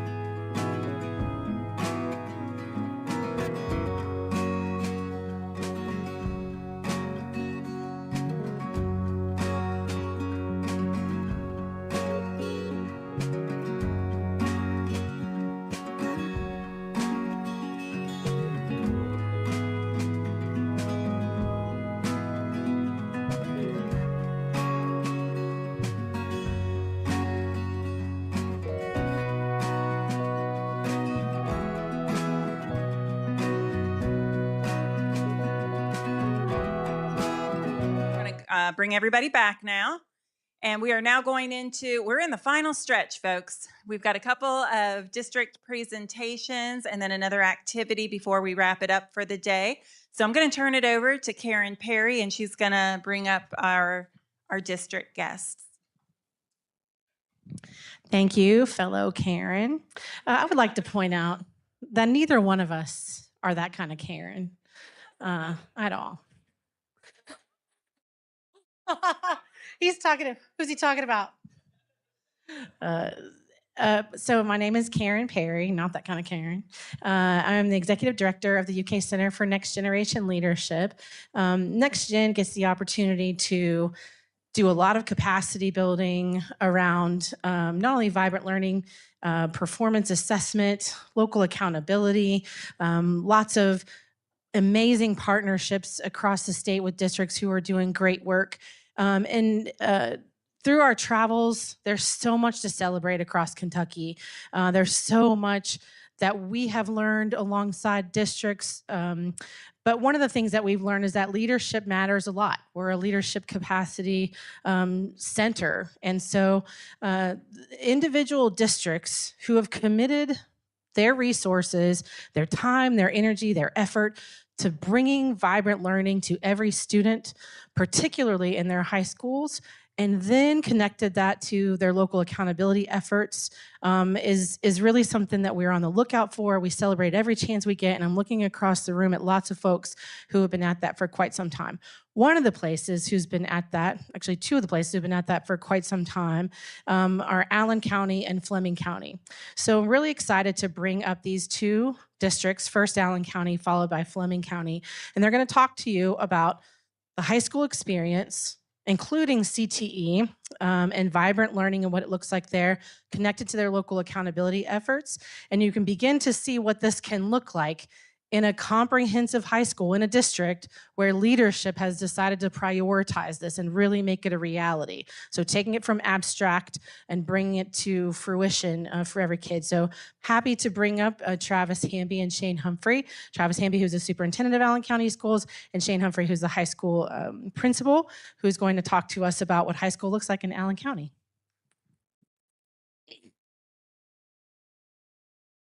Thank you, Karen. All right. So I have been changing my slide presentation today because I had to take out the slide that said we're building the plane as we fly it. Where'd she go? She's not even in the room now. And then I thought I could use the example, like I had a great presentation, but I forgot what it was. So let's just say it was great and I'll go sit down. Yeah. So, and then Lou says the word underwhelmed, and I'm like, okay, you're going to be very underwhelmed by this presentation. And then I was like, okay, I'm the warm-up act for Dr. Brian Kreisman and Fleming County. So, all right, so here we go. Super excited to be here. I'm Travis Hamby. I'm superintendent in Allen County. This is Shane Humphrey. He is our high school principal. And this is my 16th year as a school superintendent. 8th in Allen County. Started, we'll just call it sticking my toe in the water about 2011-12, I guess, and trying to think about transformation and really creating a different experience for students. And I tell you all of that to say, wow, look around the room at the posters and think about where we are today, because I honestly thought we'd never see it as a state. So kudos to the work of the council and what we have done together to really push against what school can be and what it can look like for the students in the Commonwealth of Kentucky. And I have the distinct pleasure in my role to, as I know Dr. Fletcher does, talk to people from all over the country about what's happening in Kentucky. And people are amazed. I mean, that we're leading the way. We have in so many ways over the years, but right now people are really looking at what we're trying to do. So super excited to share a little bit about what's happening in Allen County. So in 2020, I would tell you I had a experience that everybody knows what happened in 2020. I don't have to tell you that story, but what caused us to think about how do we recognize and do something with our seniors that was a little bit different. So we actually went to the home of every senior in our district in the spring of 2020, and just to have a conversation, just to celebrate them a little bit, And one of the questions, I mean, I'm talking every senior, every doorstep, it was crazy, right? So we mobilized a lot of people to do that. And one of the questions that I always was curious about was asking them, like, so what do you guys, like, what's your plans? What's your next steps? And I will tell you, it was a sobering experience for me, sobering experience, because what I learned is they didn't know. I mean, there was way too many kids that could not answer that question. They simply did not have a clue what they were going to do. And so that was a moment for me that I was like, we have to do something different, right? We've got to change. Even though I've been doing this for a lot of years, here I am finding myself in a new district and saying, this has got to change immediately. So that kind of brings me to some questions that I wanted us to grapple with as a school district. And that is, we don't want a student leaving Allen County Scottsville High School with not being able to answer the question who they are. Like, what is it that drives me? What makes me tick? What am I super excited about? What am I passionate about? What do I want to learn about? Who I am as an individual. I want every kid that walks across Allen County Scottsville High School stage to be able to answer that question for themselves. Who am I? What am I interested in? What's my passions? What's my interest, et cetera? And then, what is their next step? Like, what am I going to do, right? How am I going, like, what is it? Do I need to go to a post-secondary training of some sort? Do I need to go to a college, a 2-year technical college, or can I go directly into the workforce? So I want them to be able to articulate, if I have this passion, I want them to know what they are going to do, and I want them to know how they're going to get there. So if they want to be an engineer, I want them to be able to answer the question adamantly that, hey, this aligns to my passions, this aligns to my interest. I'm going to go into a career that's in alignment with that, that's going to earn me a living wage, and I'm going to be able to enjoy what I do. So I don't want them to, who they are, their next step, and how they're going to get there, whether that is some type of post-secondary training, 4-year college, or whatever. So out of that emerged a lot of work, and we're not going to dive into all of that. I simply share this because I hope that as you read that on the screen, it embodies the answers or our vision to be able to answer those questions for our kids. And so I'm not going to read that to you. I trust that you can read it. I would say this, though. That vision is not aspirational language for us. We're trying to live it out in everything that we do in our district from preschool through grade 12. Everything that we do is aligned to that vision. And if it's not aligned to that vision, we're not going to do it in Allen County. Next slide. So it brings me to this idea or thinking around two kinds of accountability. One is the traditional accountability that asks, right? We want our students to read. We want them to be able to do some math. We want them to be able to graduate on time. All those things, we would all agree in this room, those are really critically important, right? We want that for our kids. But they matter, but it's not the whole story. Our vision that you just saw on the screen demands that we do some other things. We want to know how our students are engaged or motivated. We want them to, how can we help them discover their strengths? How can they solve real world and authentic problems? How can they be prepared for college, career, and life? And can they just demonstrate, not just recall? And Dr. Nyhoff, I would say, I remember sitting in a room in Grec in Bowling Green, Kentucky many years ago, and we talked about this, right? We don't want our kids just to know content. We want to be able to apply it and transfer it to different settings. If they can't do that, they really haven't learned what it is that we're hoping that they learn. So we want to make sure that they can transfer that knowledge. And we believe, like you all have heard this 100 times, I feel like I'm singing to the choir today, but you know, when we go take that driver's test, we're not just answering questions we're not just doing the paper pencil test, right? We got to go sit in the car seat and we got to drive, and they give us the license as a result of that. So the bottom line is we want our kids to not just recall knowledge, but to actually demonstrate it for others. All right. So when I think about high school to redesign, it's not about just these containers or buckets, if you will. It's not just about like academies or specialized programs, the physical building, the space, not about the courses that we offer. It truly is about designing that meaningful learning experience, the experience where our kids can leave there with the purpose, direction, and skills to pursue with purpose and live a fulfilling life. So I can't talk about this work without talking about local accountability. because the path that we've set out on, and I'm not going to walk you through the whole local accountability process, but I would tell you that we have embodied these habits of system transformation, what we sometimes call the habits of co-creation. And that is that we believe in inclusivity. That means we want to make sure that everybody that lives in Allen County, we want to be sure we have all the voices that we can represented in the decisions that we're making. And they have been, from our vision to the work we're going to talk about today. It all comes back to we've ran it through this idea of we want every voice, including kids' voices, in the room as we think about that design, that redesign.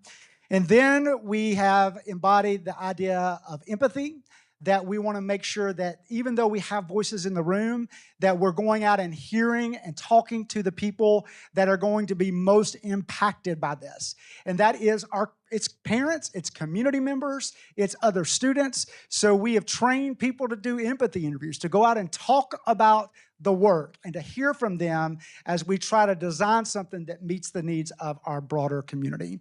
And then the idea of co-creation, that we as a team are building that together. And then finally, that we have reciprocity, that we truly are accountable to one another in this work. It matters to everybody. It matters to every community member. It matters to every teacher, educator. It matters to every parent, to every student in our school district. So from vision, I want to stay there for just a second. Thank you. Our vision to then the next three I'm going to kind of group together because I think they interact together all the time. And that is the student experience, that they are demonstrating learning, and that we are preparing them for that readiness beyond high school. So it's more than just the academics, but it is those profile skills. I see it on every one of these as we walk around the room today. They all have a set of aspirational things that they want for their students to leave their school districts with. And then finally, how, if we're doing these great things, right, that's more than just a state test score, then we want to be accountable for those things because we've defined it together. We've defined the vision together. So how do we report back out how that progress is looking? And we'll show you a little bit of that at the very end of our presentation, what that looks like for us. So the rest of our presentation is going to be designed around these things, and Mr. Humphrey is going to walk you through it. But I hope, again, you see the vision coming to life as we talk through this. Discover their unique interests, their strengths, their passions, etc., that they have opportunities to explore, that they are learning academics, rigorous content, and standards work, and that they have ways to demonstrate that, and it's connecting to real life. Mr. Humphrey. Okay, thank you very much. Like I said, I'm Mr. Humphrey. I'm the high school principal of the high school. When I took over at the high school, I want to say that with the help of Mr. Hamby, that gentle push from behind, it was like, hey, make this school different than what it actually is. When you look at our school, traditional high school, I guarantee you when you walk in, you're not going to see anything different. But when you walk in our school and you're in our school now, it's not a traditional high school. We've got a lot of things that we do for our kids. We want our kids to try to experience as much as the real world as they possibly can. Unlike when I went to school, me and Ms. Perry, Rebecca were talking a minute ago. When I went to school, it's basically they just try to get you in and get you out. We were just like cattle. I went to Warren Central back then, and we had like close to 2,400 kids in that small building. And Mr. Crow, if any of y'all remember him, wanted us in, wanted us out as quick as we possibly could. So you really didn't get to experiment much and everything like that. But that's what we want to do for our kids. Every kid, when they come in, we want to try to find out what their interests are, what their strengths are, because when they come in as a freshman, their strengths as a freshman is nowhere near what they're going to be as a senior. And that's what we want to try to build on with our kids. Yes, you're going to come in here green. That's why you're a freshman. But by the time you leave as a senior, we want you to have a defined path of where you want to go, what you want to do. But as you know this, the 18, 19-year-old of us, especially myself, we thought we had it planned out. And then somewhere between that college, it changes, doesn't it? So it changed for me quite a bit. I went into the business world first, HR. The next thing you know, here I'm in education. Wouldn't change anything about it. But passion, we want kids to have passion. We got some kids that come in day one, know what they want to do. They know they want to be a nurse. They know they want to be working in the workforce. They know they want to do industrial maintenance. We got some now that know when they come as a freshman, they want to be teachers because they know we got an educational program. And then our future possibilities. We don't want a kid to come in and say, I just want to be a nurse, okay? because they say that's all I can be because that's what my mom is. But we want to try to let them find out there's other things in the medical field that they can actually do that may be their interest. We're not trying to take them away from nursing. We're just trying to find out some other things, interests that they have. Oh. I laid it down, my bad. So what we do with our kids in every freshman and every year, we do what we call a RISAC test with our kids. And it's interesting to watch them take this RISAC because what it does, it comes back, they fill out a series of questions. It's going to tell them what their passions are and what their strengths are. So we ask a lot of these freshmen, write these down, put them in your digital portfolio. I want you to look back on them your senior year and see how much you've changed with it. So that's what we do. We sit down with them. We want to know what they're interested in so we can try to help plan them for their future with us, because we're not necessarily a high school where you're going to take English 1, English 2, English 3, English 4. Yeah, you're going to do that because that's what the state requires us to do. But we're going to try to plan it out as much as we possibly can to try to suit in your best interests that we got. So what we try to do, what do you want to do? What do you want to be? What do you got? We have kids to start doing research, career explorations. We want them to look at how much schooling is going to be needed. A lot of kids don't realize how much schooling it's going to take to be physical therapists, what kind of competition it's going to take to be a nurse, especially where we're at in the nursing school with Western. That's very competitive to get in down there. We want kids to know that, what you've got to do, everything like this. So, but we want kids to look at it. You know, there's other things you can do out there that can make just as much money as a nurse that you can find in that field. Or if there's something else you want to do, that's what we want to do. We want to try to open the doors up for our students as much as possible. So a lot of the things that we do are data driven. We try to show our kids as much as possibly can. But as you know, every freshman coming in, every male wants to be a what? NFL, NBA, basketball player, right? So that could be their goal as a freshman. But we're hoping that's not unless they're very special by their senior year. So we're wanting to try to narrow that down for them and get them on the right path. So that's what we're trying to do, is get them to see where they're at, where their strengths are, and play off that. So what we try to do with our kids, we did it this past year. It's worked very well for us the last 2 years, very well. We started bringing parents in before we had this program to sort of sit down with parents, because as you know, in high school, we lose that connection with parents because a lot of kids are saying, hey, I'm going to do my own schedule. Parents are like, I didn't know they signed up for this kind of thing.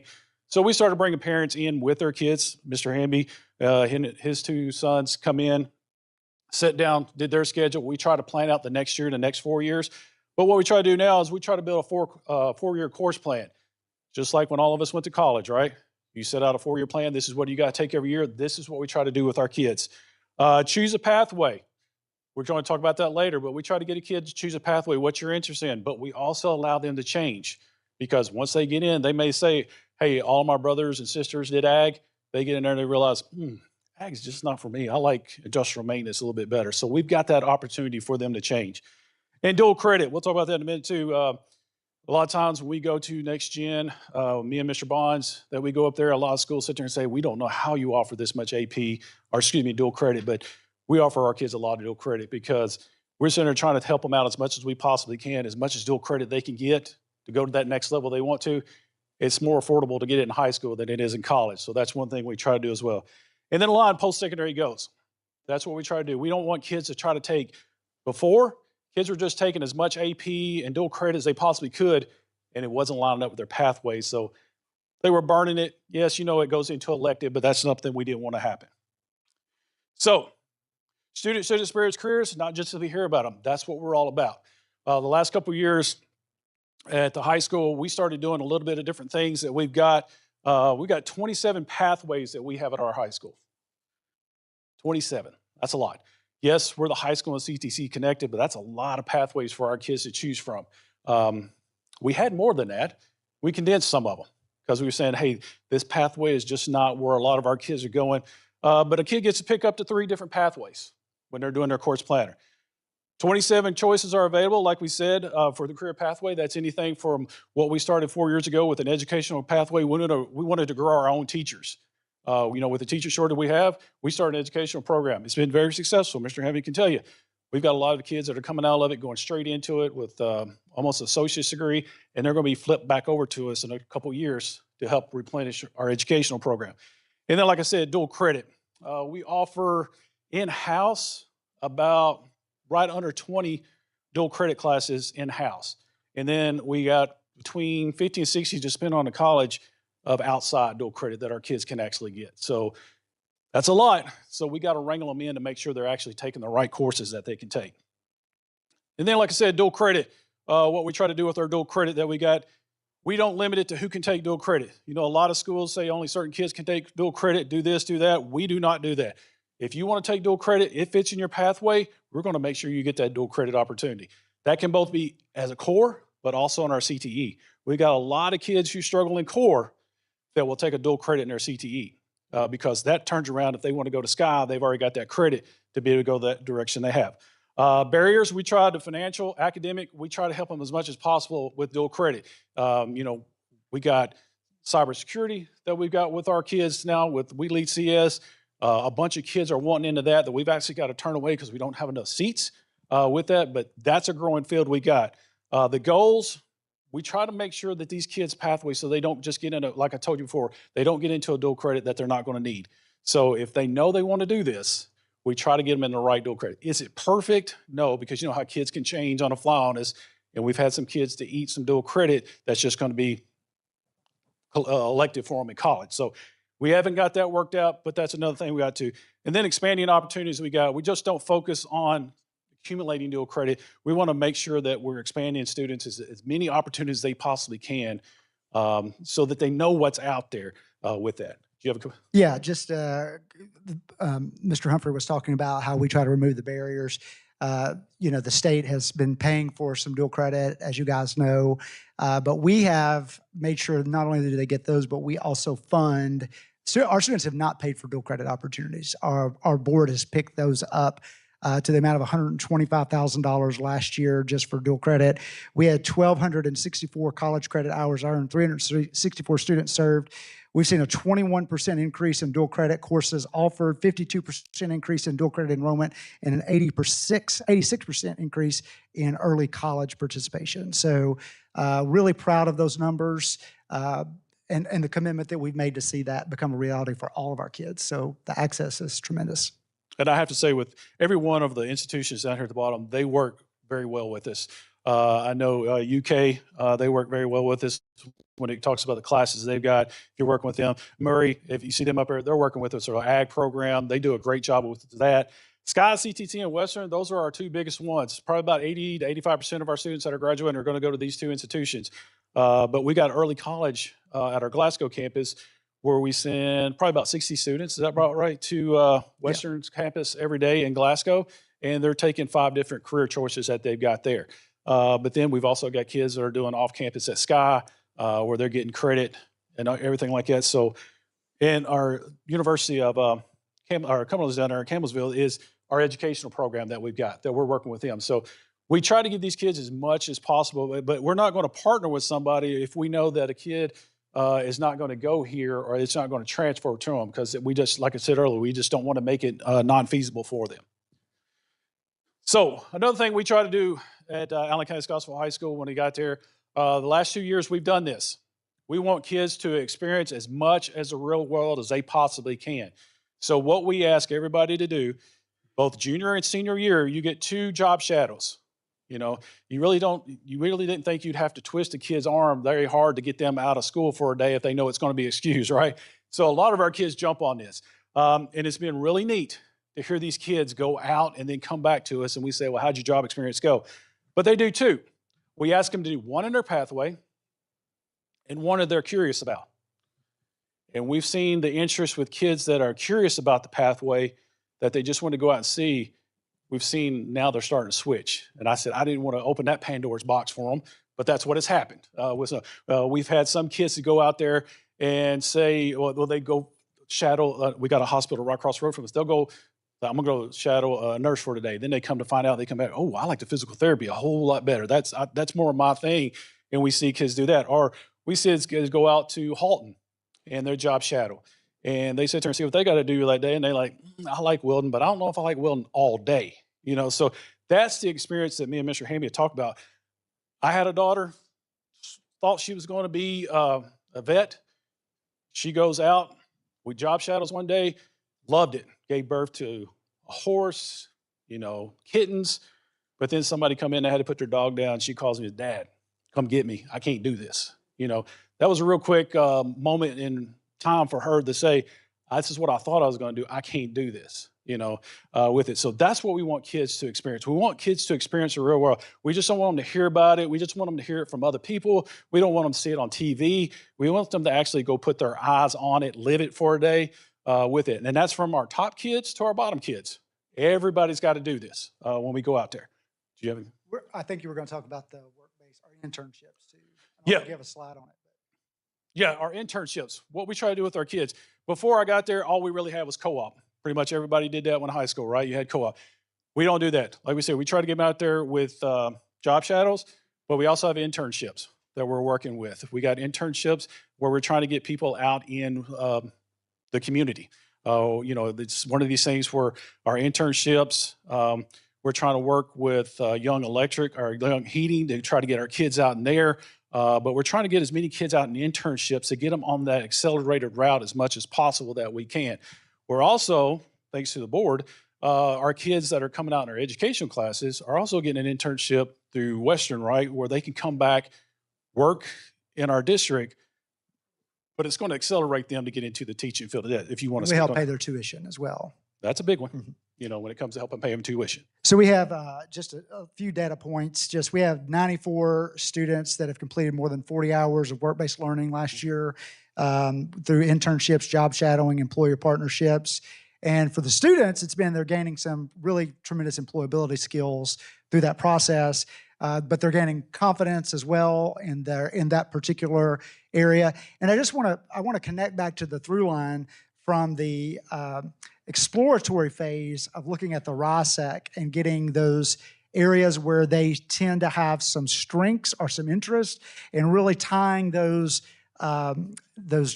career pathways and their job shadowing, work-based learning experience back to those areas of interest for the students. So they're making connections with the employers, and our employers then, they're getting future talent. They're getting to experience that firsthand with them, and it's building those partnerships between the school and the community as well.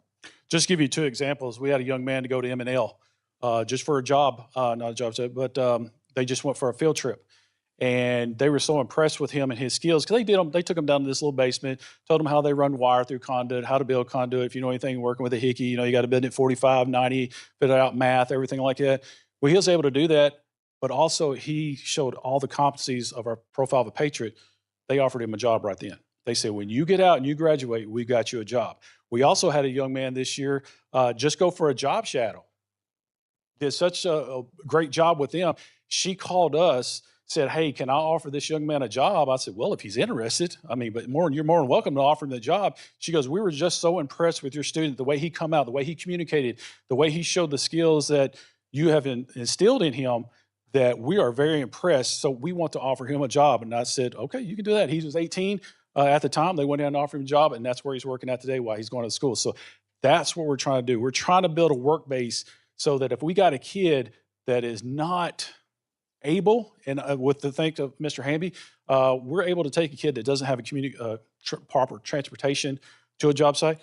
We actually have people, we use the school vehicle to transport them to their jobs, their job shadowing, and then come bring them back. Now, we've had kids to travel. He would like for us to get kids to travel further. We just haven't got there yet. But we've had kids go to Nashville, Louisville. We're in Bowling Green. We've had people to go other places. And we do help them get to there if they get to those places if they can't get there. Yeah, but we just haven't got kids to there yet. But we've got enough resources. But we're trying to get kids. Some people may say, well, why are you wanting kids to leave Allen County? We're not. We're just wanting them to see the world, see the opportunities that they can actually get out there. And then students learn. We try to do as much vibrant learning as we can with our students.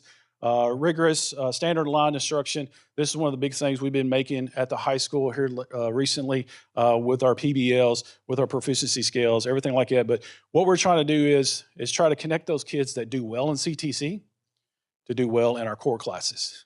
And then we want to try to make a connection with our core classes to our CTE. And the last couple of years, we've been doing a great job of that. We're just not there yet, but we're getting there. So one thing that we do is, did you want to talk about the other one? No, you were. Okay. You go ahead. So then the one thing we do is for our PBL. This has been something that we've had teachers to take off with and be excellent in. But our project-based learning, just to give you a little insight, we use project-based learning, but also we'll talk about later, we got PatCon that we've got down there that actually highlights our PBL. But our PBL is basically, it's got to be real world. It cannot be what we call a trash can project. It's got to be real world. So focus on critical thinking, collaboration, everything we do, collaboration, problem solving, global issues that we have, align the content with the standards. Now, as you know, with some teachers, they have a hard time letting go. They want to be in control. So we say, we come in and we help them do that. But once they get going and they can check off that the kids know the standards, they're doing a great job. Student showcase, like we said, it's not just a test. You see kids come up after a PBL and tell the teachers, can we do this every day? Teachers say, I'd love to, but it's awful demanding to do a PBL. So we periodically try to throw PBLs in there as much a problem. And if we can't, we throw a slice in there, for them, our project slice. But it builds not just lasting memories, core memories for them, but it also builds things for their career, for their classroom, for later on in life. Just to give you a little example of what's going on here. For 2 years in a row, our marketing class put on a full-blown concert in our auditorium. That means they had to go by booking the artists, setting everything up, bringing in exhibits in the gym that have to do with concerts, or jobs that would have to be with concerts. So you're letting kids see that. From marketing to ticket sales to hospitality. I mean, it incorporated a lot of different products. Like when they were talking about up here earlier, when they were talking about the tiny house, that was our tiny house because it brought in everybody into that. And it was great. Our kids loved it. I mean, when I say concert, full-blown concert for an hour and a half. They loved it. But also we've got in our biomedical class, or our, environmental science class, they did DNA testing on different types of bacteria and see how it goes and process it over the time for the standards. And then they got to report on it and do everything like that. And the teacher said, I'm used to throwing this at them and them regurgitating it back to me. I didn't throw it at them. I just gave them the key points, looked at the standards, and they were able to tell me everything. That's the type of learning we want. The kids love this. They love it. This is one thing. I think I've got to move you to the 2 times speed here because I think we're about out of time. So I just will mention the fact about PBL. All of our teachers have been trained, K through 12 in PBL, and we onboard all new teachers with training in PBL. So every summer we run a new PBL training and make sure that they understand that, because I would tell you at the core of our instructional model is authentic learning for our kids. So Mr. Humphrey put out a little post this week that said we were going to pile all the Chromebooks up in the gym and burn them and go back to paper and pencil. Now, I don't know if I believe, he really didn't say it that way. I'm just kind of poking at him here for a moment, but trying to move back to where our vision is in our instructional model, and that is, if we're going to develop the skills, right, that are embodied in our profile, then we have to be, it's like I'm not going to build the muscle unless I have an opportunity to go to the weight room. And so we want to make sure that the learning experiences our kids are having are enabling them to develop the skills that we expect from them. And then, do you want to mention PatCon? And then we're going to. Well, his PatCon, basically what it is, if you've ever been to Comic-Con or anything like that, our kids came up with this. They said, hey, this is going to be our showcase. We want to name it PatCon. And they were able to do their thing of where people from the community and parents, this wasn't where you just got to sit up there and read off a trifold. This was them actually doing experience. This is actually showing what they're doing in work. This is actually what they're showing right up here in HVAC class, how they actually put Freon into an air conditioning unit and recharge it. So that's the things that they're actually showing what we're doing in class. Much like an exhibition of learning, you guys know. But I mean, for this, it's primarily our CTE programs and what our kids are doing in CTE. Yeah, and then we got our grad defenses. Like we said, majority you know what those are. Our kids start these in 9th grade. They do the 2 competencies. We build on it, everything like that. And then they come to us. We think we know our kids. We don't know our kids until we watch them do this. There's a lot of tears shedding.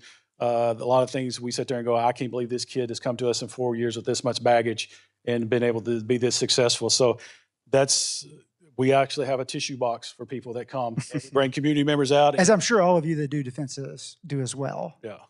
So that's been great. So. Yeah. And I'm not going to get into this slide. I'm going to wrap it up with this. I do not believe that high school transformation starts at 9th grade. I believe high school transformation starts in kindergarten. we have the responsibility to begin to develop those skills that we want for our kids early on. The full weight of that can't be upon our high school. So when you begin to think, we try to embody like the IOP. 6 years ago, the IOP was like something we did at the end of the year to be compliant, to check the box. That's not what we're doing with the IOP process now. We are literally trying to think about the discover, explore, those things early on with our kids, and they're building that and tracking that over time with other types of career interest inventories besides the RISAC to get to that place where they truly know who they are as a student, what their next step is going to be, right? How they're going to get there, so that when they leave us, they are truly life ready beyond high school. I'm going to jump to the very end, and I'm not going to click this just for time's sake. You guys can go to our website, Allen County Schools. You can click at the very top. It says Community Dashboard, and you can explore. We have 4 core elements of our dashboard. It's the profile of a patriot. We are intentionally measuring those skills and reporting that back out to our community, how we're doing. That is, again, also K through 12. So you can look at any school, you can go there, you can click on it, you can dive in as deep as you want for that. Same thing with foundational elements. We wanted to keep at the center how important it is reading and math across our district. All of this is real-time data. Anytime we give an assessment, when the assessment is done and we release it, it's there. We didn't want to create a dashboard where people were going to have to do Excel spreadsheets and upload them and all that thing. So we have everything coming into one system. That system is then we're visualizing that data for the public. And then we have student well-being, something we heard from our community. We want to know how our kids are doing. That's where we track attendance and report back how our kids are coming to school and how many of our kids are in counseling and a lot of things like that under that domain. And then finally, everything we've been talking about today, our college and career readiness, from internships to the opportunities for our kids, is housed there so that we are reporting that back out. That includes job shadowing experiences. It includes the credits being earned, the types of credits. All the things are there for our community to look at any given time that they want to do that. Thank you for the opportunity to speak to you today and share a little bit about what's happening in Allen County Schools. Love to talk to you more about the dashboard, anything you want to know about that. Now I'm going to turn it over to my colleague, Dr. Brian Kreisman. You're ready for the main attraction. Come on out.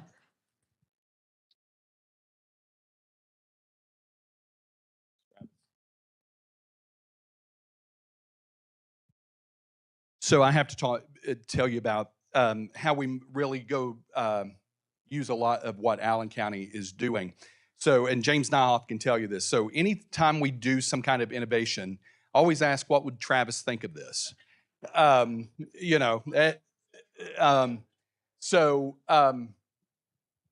Especially this past year, we did a lot of work, not me. I know nothing about Infinite Campus. I don't have a login, don't want to log in to Infinite Campus. But Michelle Hunt, our Chief Academic Officer, she spent a year with Ashley Fritz working on Infinite Campus because that's a big hurdle across the state.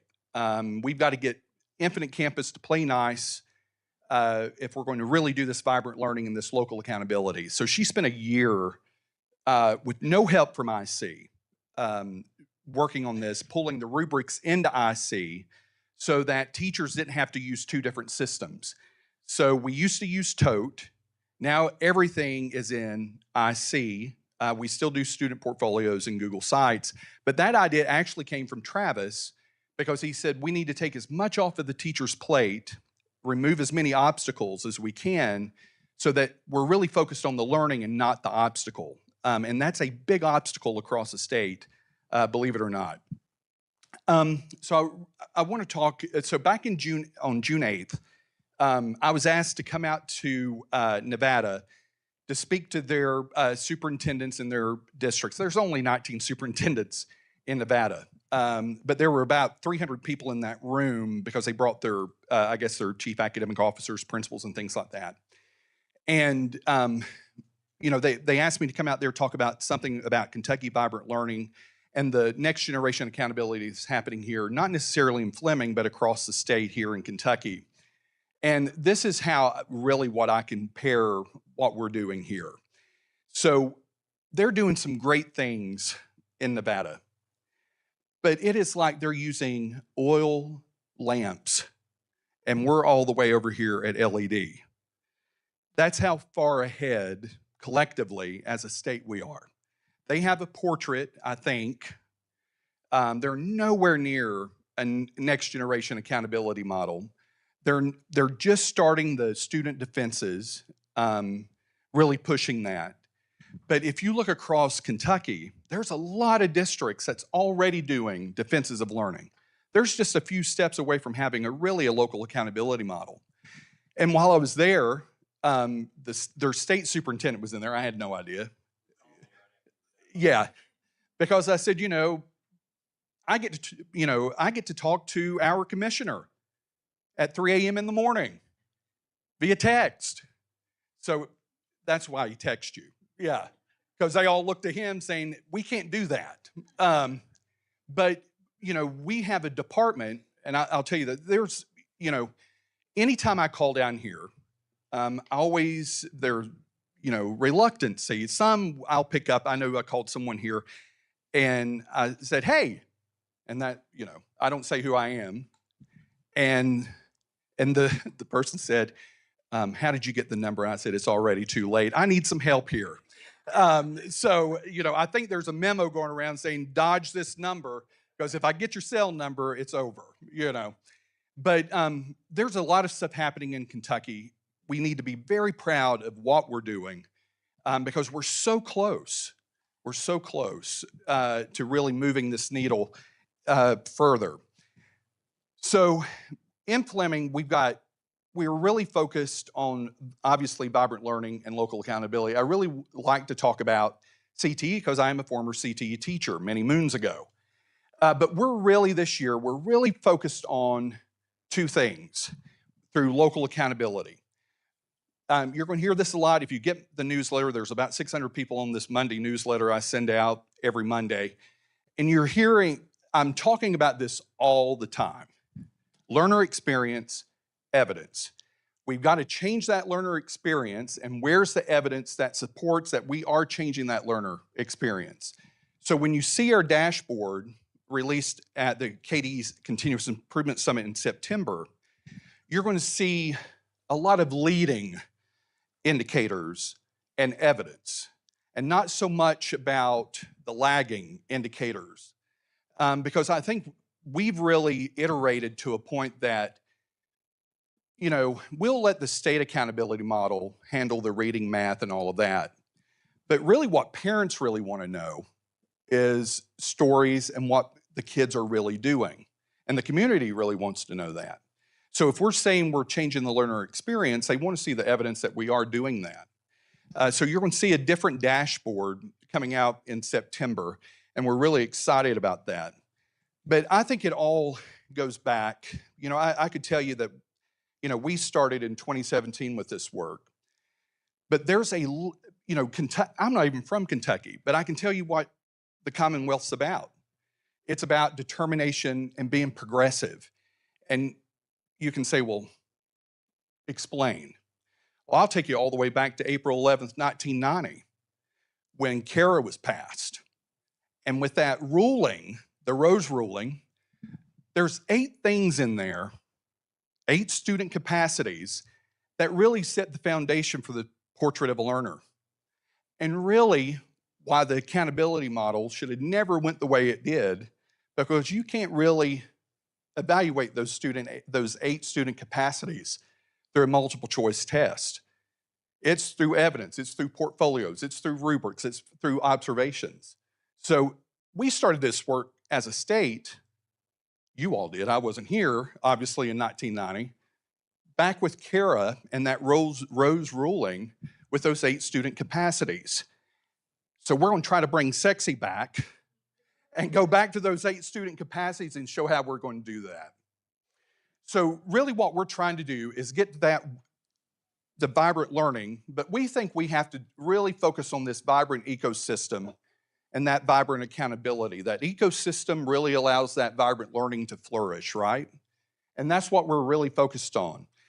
On Thursday, if you're at KASA, James and I will show you another diagram that connects to that through Marzano, just like Allen County. But we really focus on growth, mastery, and readiness. So that's that multiple data points.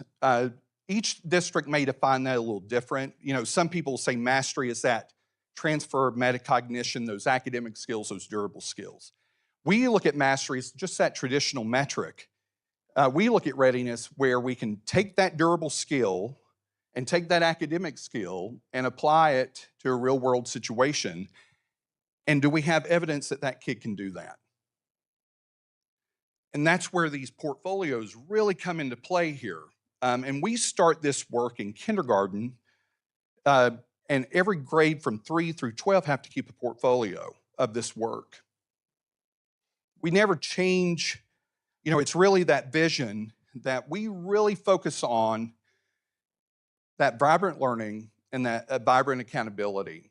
And, you know, I read somewhere this past spring that, you know, school accountability is most effective when it changes learning and instead of just measuring learning. And that's where this learner experience and this evidence really comes into play here. And it just connects so seamlessly with the work of Marzano. And the reason we went with Marzano, honestly, is because a lot of people ask, you know, what's the research behind this vibrant learning? People ask, you know, I guess you could use a Hattie, but Marzano was the easiest one to really use because we have that work happening here in Kentucky. So in Fleming, this is how we look at vibrant learning. You know, we want it meaningful, we want it student-centered, we want it authentic, we want it interdisciplinary as much as we can. But one of those things that we're really pushing now is that compelling piece of evidence that students are growing, are mastering, and are meeting the readiness. And that's a little different with vibrant learning.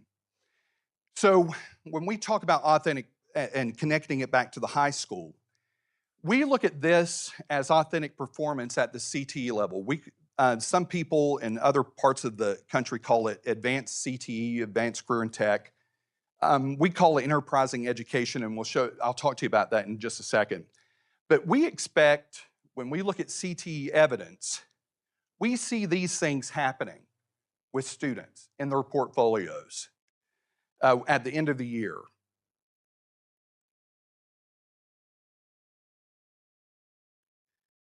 So by doing that, we have a high degree of engagement in these CTE courses. But we have used CTE to pull in academic as well. I'm sure you've heard about the welders.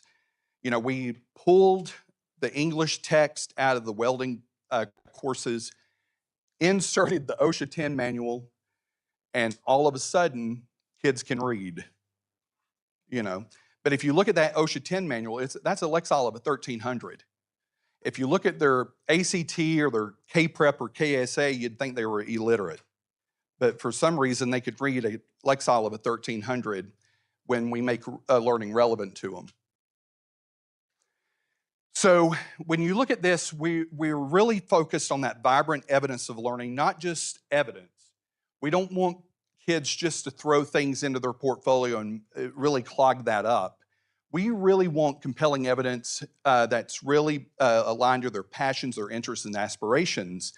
But we're also focused solely on those priority standards that we've identified through the academic standards. We have a very robust academic standards here in Kentucky. They're already, the good thing, they're already really aligned to performance-based things, the Bloom's taxonomy. But we want to take it a step further. We just want to really look at these priority standards that we think that really determine if a student really masters that curriculum, or that subject or course. And we look at these products, those projects, those presentations, those reflections as much as possible. One of the things we're really proud about is these end-of-year presentations of learning. So they go all the way down to kindergarten. I've seen everything from easy bake ovens to Taka toys to everything as 12th grade. They're talking about opening a small business after high school. But they really capture what students really are passionate about, their interests and their aspirations. But one of the things that we really are proud about is that we feel comfortable that the kid can leave and carry on a conversation. And that's big because I think the worst thing we could do is send a student out to the world and they freeze. They can't carry that conversation. And one of the things that we also we're doing this year is middle school have not had cell phones for 3 years. When you go into their middle school cafeteria, you see kids talking instead of texting. So part of our local accountability advisory council this year, our students were on that council, and they said they wanted to reduce screen time. That was not parents. That were our students, because we survey, we interview them, we focus group them, but they're also giving us feedback. So we've also cut down screen time across the board as well. But I will tell you about the one that, if you get a chance, we entertain about 50 districts per year. I think that number went up last year. There were a lot of people, a lot of districts in the district this past spring. If you get a chance to listen to the 6th grade resiliency speeches, that will really shock you exactly what they talk about. They get to choose what they want to talk about. I've heard everything about overcoming child abuse, sexual abuse, drug abuse, to, this coach was my role model. But they're talking about things that really matter to them. We do not determine what they talk about with those. We don't determine what they talk about in any of these, but that one is really powerful because those are 6th graders. They shouldn't be able to do that. But they do because we've started so early, because in kindergarten, they're already standing in front of people talking, and I think that's important. That's a skill that we don't get enough of. So this is our portrait of a learner. We have a beautiful portrait of a learner. We're getting ready to redo this. We have them posted all throughout the school. It really doesn't matter. The one thing, we could take that off the wall. We still expect those things to be in every classroom, whether it's in kindergarten, to 12th grade, to Spanish, to PE, whatever. We want those skills being shown and demonstrated and captured through learning as much as we can. So this is really vibrant learning in action. So we're no longer preparing from the real world. They're already living this through these student enterprises that we run at Fleming. So we really think that what we're doing is really creating the small business, the next generation of small business owners. We were able to do this because at the time, Leslie Slaughter, I don't even know where she's at now. Where is she? Okay. Yeah, so she helped us with SFCC to get about $15 million to renovate all of our CTE programs. So back in 2015, when we started this project, the high school labs had not been touched since 1975. So we had to update quick. As long as that money was used to create, labs that would really lead to something like as much as real world as possible. So if you go into these labs now, they're state of the art. We have the best welding program in the state. I've got 14 banners, I can prove it. But one of the things that the welders really do is they do their BPI portfolio probably the best. They drive AP kids crazy because it is so based on their interest. And AP, the AP students are overthinking. They're very analytical, and the welders, man, they can put this stuff out because they've got their resume, they've got their certifications, all of this, and I mean, it's really good. But I'll get to that in a second. But so this is what we're trying to do. We're trying to really bridge that gap between theory and action, really trying to help kids really pull that CTE skill, their interest, into something that could lead to the gig economy, or opening a small business, or even working in a small business in Fleming. So and maybe I'll have some time to answer questions. So these are our student enterprises that we run. The only program that does not have a student enterprise, and that would probably be, is Allied Health. So they're enterprise would probably be a black market prescription drugs, and we just don't want to encourage that as much as possible, you know. But all of these, they run. The big one right now is the Rough Cuts, the dog grooming. So on Thursdays, if you come through the high school in the mornings, you see all these animals on leashes going back to the dog grooming business. But one of the things, you know, CT changed their funding. It's not as easy to use, you know, the Perkins as, so all of the money that they raise gets pumped back into their programs so that they can buy merchandise, they can buy the equipment that they need. Like the apparel store, they just purchased a $15,000 embroidery machine that they needed. So those kids are learning how to do embroidery, screen printing, and all of that. The Panther welders, I don't know if, I've not seen anything they can't build. They've been asked to build bridges, gates, fences, trailers. I mean, I think they built trailers to send up some tiny home, something. I mean, it's really incredible what they can do. But one of the things that we see through all of these CTE programs is they are using math, they are using English, and they do it with ease. And then you go into these math classes and English classes, and it's a totally different student. They're not picking up the concepts, but they're using the concepts in CTE. And so we're really working on that, trying to get as, you know, this interdisciplinary learning is really key to vibrant learning. You know, I always tell people life doesn't happen in silos, so why should learning? And the teachers in Fleming hear that all the time. I'm sure it drives them crazy. But I think it is true. So we're really trying to build that strong foundation, that pathway specialization, just like Allen County. You know, it's not just about CTE. So we use our Title I funds to purchase, you know, help kids do dual enrollment. I think we spent about $100,000 last year. We have a cohort of about 25 kids that will graduate Fleming County High School with 2 years worth of credit, which we're really proud of. So I put this up here. This kid graduated, I want to say 2019. That is a replica of R2-D2. He built that from buying scraps on eBay. That was not a model that he purchased. So me being from North Carolina, my career was right near Carolina, Duke, and NC State.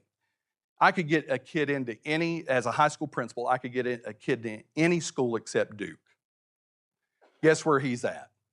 Duke. It took me to come into Kentucky to get him into Duke. How ironic, you know. But he's some kind of chemical engineer. I mean, a post graduate student and all of that. So, questions? I was only supposed to take 5 minutes. You know, I'm prepared to do 5 minutes because that's typically all I get. So, you know.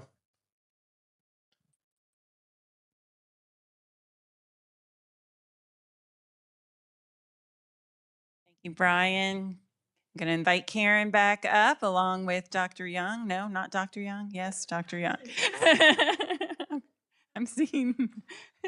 Here we go. So I want to really acknowledge again the importance of leadership here. What you just heard were leaders making different decisions about what learning should look like with the same resources everybody has in their district, right? But they are intentionally setting a vision that is far out and working to really change the learner experience in their districts, in their high schools and beyond.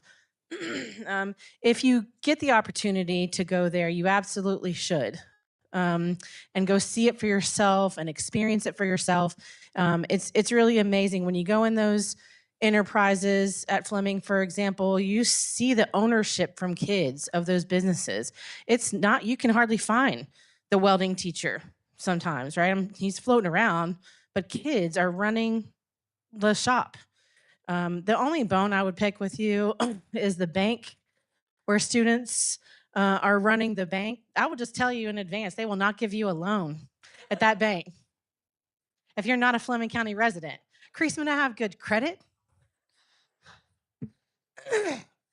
Anyway, so if you, sorry. Anyway, if you get the opportunity to go, you absolutely should go and just see it for yourself. It's really amazing. And so I just wanted to thank you for the leadership and for sharing with us today, but more importantly, the fact that you're really changing what learning looks like in your districts. And I know they're not the only one. I'm also looking at Shelby. I'm also looking at folks from all over other districts. And so it's helpful to me to remember that all of this work is really important. The policy is important. The structures are important. The capacity building is important. The dashboards are important. But if we don't change what learning looks like, we're really falling short. All of this has to lead to a changed learning experience for kids. And so really, thank you for keeping your eyes on that prize and making it happen for real. And I know there's more to do. Yeah, this is the altar call. I just want to say, listen to these two colleagues, or these gentlemen. I want to step back just for a second as a parent and think about the job shadowing experiences that my daughter had. And I think about the job shadowing that's going on in Allen County. I think about what's going on in Fleming County. You also have the Kentucky Welding Institute there that I'm sure there's great partnerships with. There's so many great things that are going on there. But as a parent, I was a superintendent at the time, we were getting into this a lot of job shadowing moving forward. And I had my daughter come home one day, and she's in medical school now. She has passed the second USMLE Step 2 this week. Just want to let everybody know that. So yay, yay. But one of the things that when she came home, she was job shadowing an optometrist. And, she got a 36 on her ACT. Thank God I'm married up and my wife is brilliant. But And she has all these great test scores, but I really didn't see a fire until she came back from a job shadowing opportunity. And she said, Dad, I knew it was real when she pulled out the drill. This is an optometrist. I said, I'm sorry, what? She said, I knew it was real when she pulled out the drill. I said, okay, tell me. She said, Dr. DeSario pulled out a drill and drilled out a piece of metal out of a guy's eye. And I said, and you didn't pass out? She said, no. I said, you can go into the medical field. But first of all, as a superintendent, it's like, oh, wow. But as a parent, and they get those opportunities. Now, also having that opportunity where, if you want to be a veterinarian and you can't handle some things about that, think about the change in that child's life and moving forward. But again, when I listened to these two gentlemen speak, I was thinking about being a dad. And again, we were just dabbling into the job shadowing. And I'm embarrassed to say in the beginning, we just had a select few group of kids that were doing this. And we were trying to expand it so that everyone got the opportunity. And look at the benefits that you're seeing with those two. So again, think about being a parent. What kind of school do you want your child to attend? Right now, I'm thinking about moving to Allen County with my grandkids. If I ever get grandkids, I'm going to go into Allen County, as long as Travis is still there anyway. But anyway, I just had to say that. It was one of those things where you felt like, think about that as a parent. If you were a parent in in a surrounding district that wasn't doing the same things that's going on here, I would consider moving. And if the housing market was good, I would definitely move. But anyway, gentlemen, thank you so much for being here. You guys are phenomenal. Always learn so much by listening by the two of you. I completely agree. I had a similar experience with my own daughter who went to STEAM Academy, who did an internship that completely changed the trajectory of her life. She did an internship at Kentucky Refugee Ministries, got a little heart for what it is to be a refugee and the settlement and the work that goes into helping someone immigrate to the United States. Really nothing that I had ever exposed her to. She just got that experience through STEAM Academy and is now an international studies student at UK and wants to pursue that as a line of mission, personal mission for her life. And so these things matter. You just don't know what experience is going to be the thing that turns you. That's going to be it changes the trajectory. And so, just deeply appreciate all the opportunities that schools are making available for kids. And we want more, and we have to keep doing more and putting more opportunities in front of kids. Okay, so we've had a really good day of learning, I think, and we have we've heard from lots of folks on a lot of things. We've heard about what vibrant learning looks like in schools. We've learned about CTE experiences and had a vibrant learning experience with the acrylic signs. We have talked about what high school redesign entails. We've talked about policy. We've talked about P20 alignment. So we'd love to give you an opportunity to reflect on that a little bit. And so I'm going to ask you now to find the sticky notes that are on your table and think about 4 things. Think about something that you have learned today that you didn't already know, and write a sticky note about it. I learned, and then write a sticky note. Think about something that changed your thinking today, and write a sticky note. Think about something you're excited about, and think about something you still have questions about. So I'm asking you to generate 4 sticky notes. It doesn't matter what color, just one for each one of those prompts. Something legible. Something you learned, something you changed your thinking about today, something you're excited about, and something you still have questions about. So we'll give you 4 or 5 minutes to write your 4 sticky notes. And then we're going to ask you to distribute them on the posters that are around the rooms. But for now, try to write 1 sticky note for each of those 4 ideas.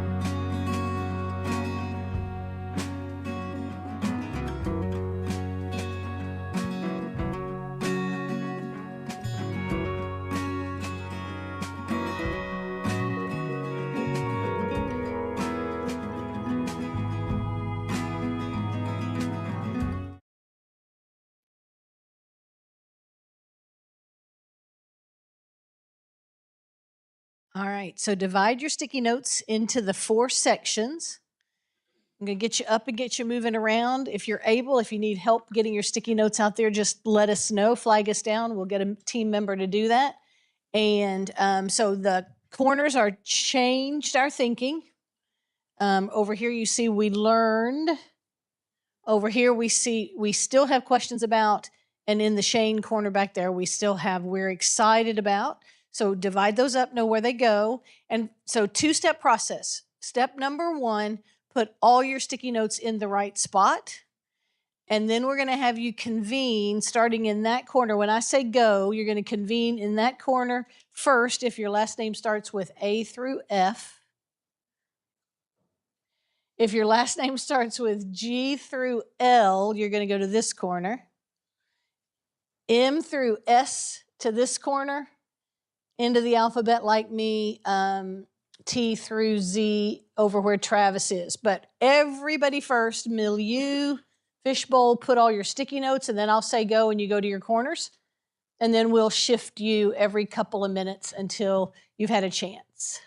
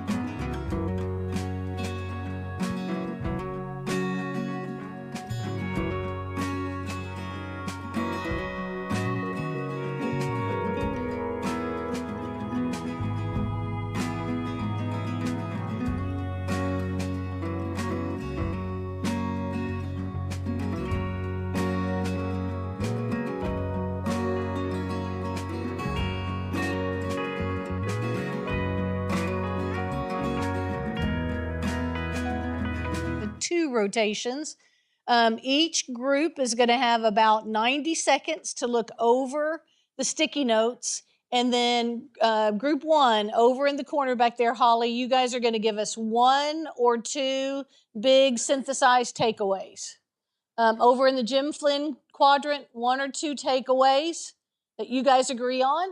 Same thing for quadrant 3 and quadrant 4. After about 2 minutes, we'll switch and you'll switch to your clockwise and we will write 1 or 2 more takeaways. So we're only going to synthesize 2 groups. So you got a big responsibility here. We'll give you 90 seconds to think about it and talk about it. 90 seconds to think about it and then 30 seconds to choose your takeaways. Go. 90 and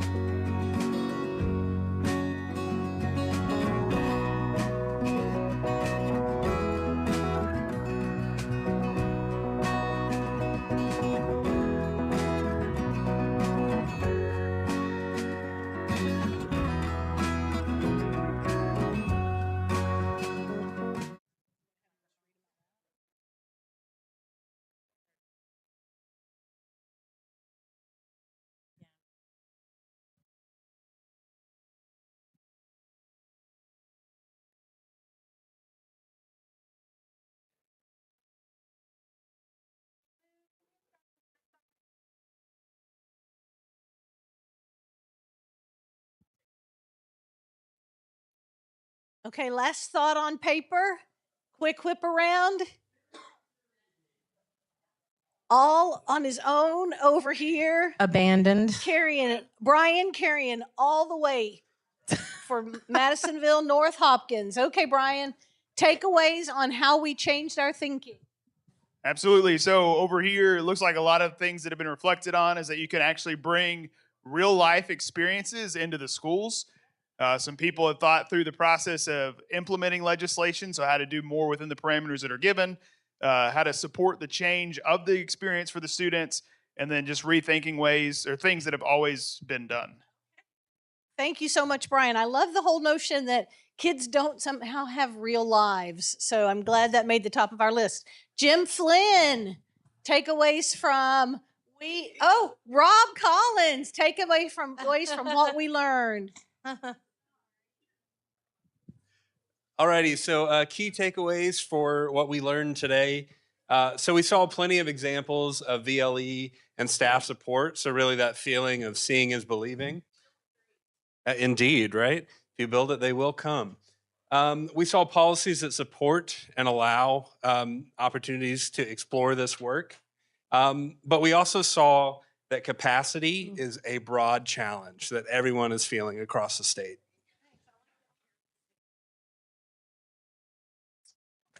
So we're going to hear from the We Still Have Questions group represented by Mr. Travis Hamby. Oh, skeptic in residence. So a lot of the questions stem like, okay, so these are all great ideas, great thinking, but how do we get started in this work? What are the next steps?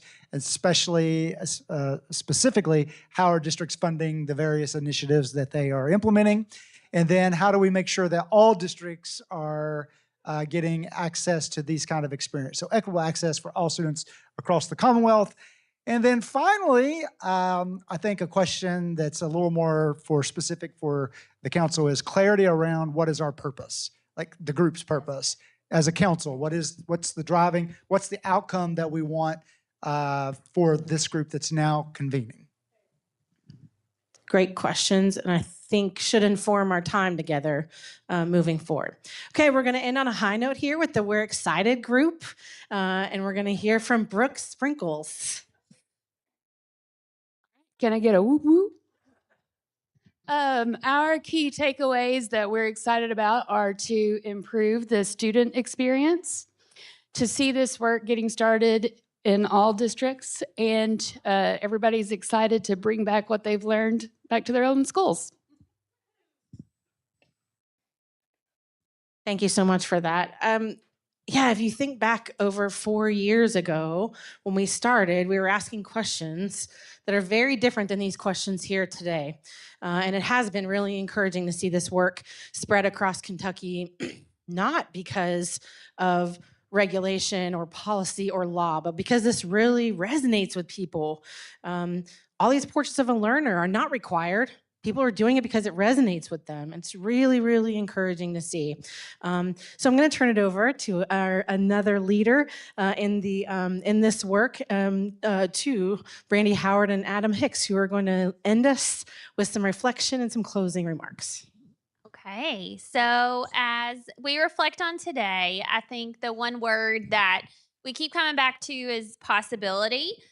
We heard today about policy, we heard about local accountability, high school transformation, and something that I find really exciting is that Kentucky has tremendous strengths to build upon. We heard today about a lot of districts who are already engaging in high school transformation. And so I think that what we can walk away knowing is that meaningful change is possible and it's happening and we can learn from one another. I think, too, we're not simply imagining what education could become, but we're helping to create the conditions that allow this to become a reality for all of our students in the Commonwealth. And I think that those conversations we had today reinforce that we're not starting from scratch, where we're really continuing to build on the work that our council has already established with House Bill 257. So I'm going to turn it over to Adam for his reflections. So leaving for today, I would just like for all of us to think about what is one small tangible step, going back to the beginning, that we can take in our districts, in our communities, in our schools for next year. A lot of the themes that we've talked about today are great examples from our partners in Allen and Fleming County, who are showing us very tangible, practical, but also incredibly meaningful examples of what vibrant learning can and will do if we take that small step. We've also talked about some legislative updates that are really exciting around House Bill 257, but even just some reminders around something that's existed from the 1990s around performance-based credits, right? We've had in Kentucky, and we're so fortunate to continue to have meaningful structures and policies that can help move our work forward. And so again, my charge really for you all for the upcoming school year is just think about that. What is that one small step that you can take in order to move your community or your district further in this work? Oh, and then, yes, you also want me to talk about the math revision work. Okay, absolutely. I was like, dang it, I felt good about that. All right. So going along with some of the tangible next steps, we saw a great example from Muhlenberg County today around what, frankly, these new math standards revisions can and should look like. The former English teacher in me, it's erased, did start getting my head spinning when I saw the in-depth math formulas on the whiteboards after we came back from lunch. However, I do want to remind you all that the Kentucky academic standards for math are being revised as a part of this 6-year cycle. And so I really envision the work of this team and your feedback, hopefully to be seen in some of these new math standards. So just think about moving forward, that the state, this team, the board, all seem to be very much in agreement that our new mathematics standards can, should, and will align to those vibrant learning experiences that are moving our state forward. Thank you, Brandy. Thank you, Adam. All right, we are wrapping up here. So before you leave, a couple things. Susan will be sending out an email. She's going to include a link to the survey. So I just had that QR code up. I'll put it back up in a minute. I think it's only a couple questions, isn't it? So if you want to do that before you leave, I'll put that up in just a moment. Appreciate you filling that out. Leave your name tags on the tables. There is the sheet that we did earlier this morning, the 5 pressing issues. If you did that on paper versus going in and doing it via the link, please leave that on your table. We'll collect that and get that to Karen and Lou. Let's see. I'm going to go back to the QR code so you can fill that out while I wrap up here.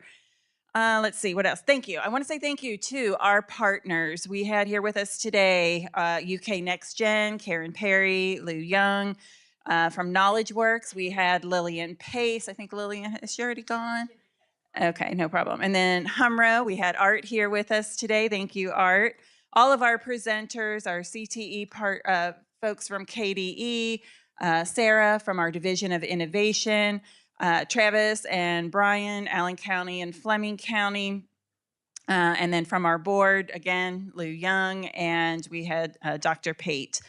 And then, of course, thank you to our new chair and vice chair, Brandy and Adam. We really appreciate you guys stepping up and doing this. Coming up, let's see, CGSA. So we did mention the CGSA grant this morning. We are still hoping that we will get a continuation of that grant to continue this work. But either way, the council is going to live on. And we are hoping with the grant that we will meet 4 times a year, 2 in person and 2 virtual. So I don't think we'll know for sure if we get that until September. But we will let you know the plans as soon as we know the plans.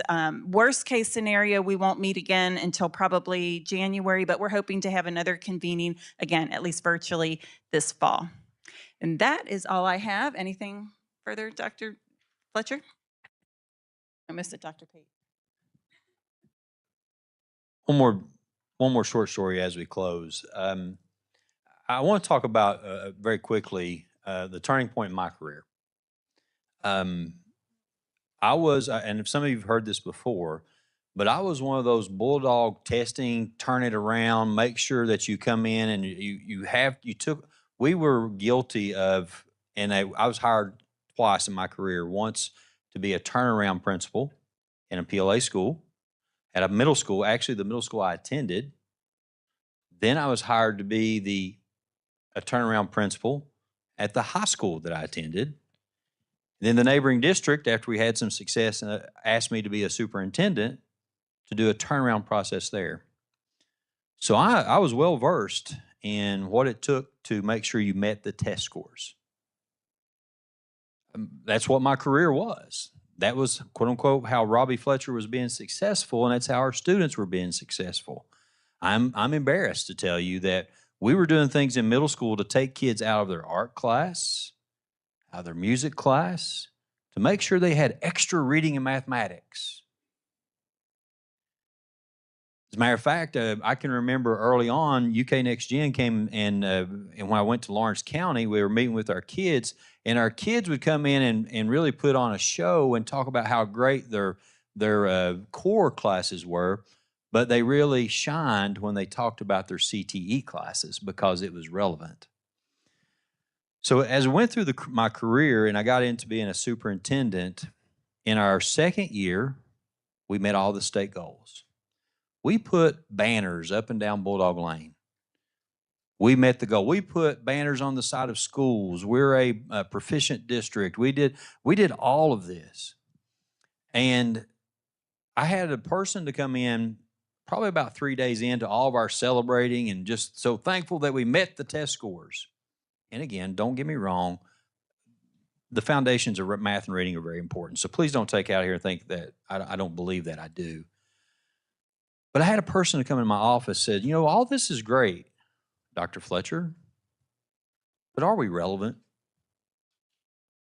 I said, you're fired. But I was mad. You know, think about a decade of trying to meet test goals. And someone came in and was basically raining on my parade all of a sudden. Seriously, we had a parade up and down Bulldog Lane of meeting test scores. It was less than 3 weeks later, I had a young man by the name of KUWL Ross came in. He was a senior, good kid, just, you know, never got in any trouble, just went about his business. He said, I need you to sign out the dropout form.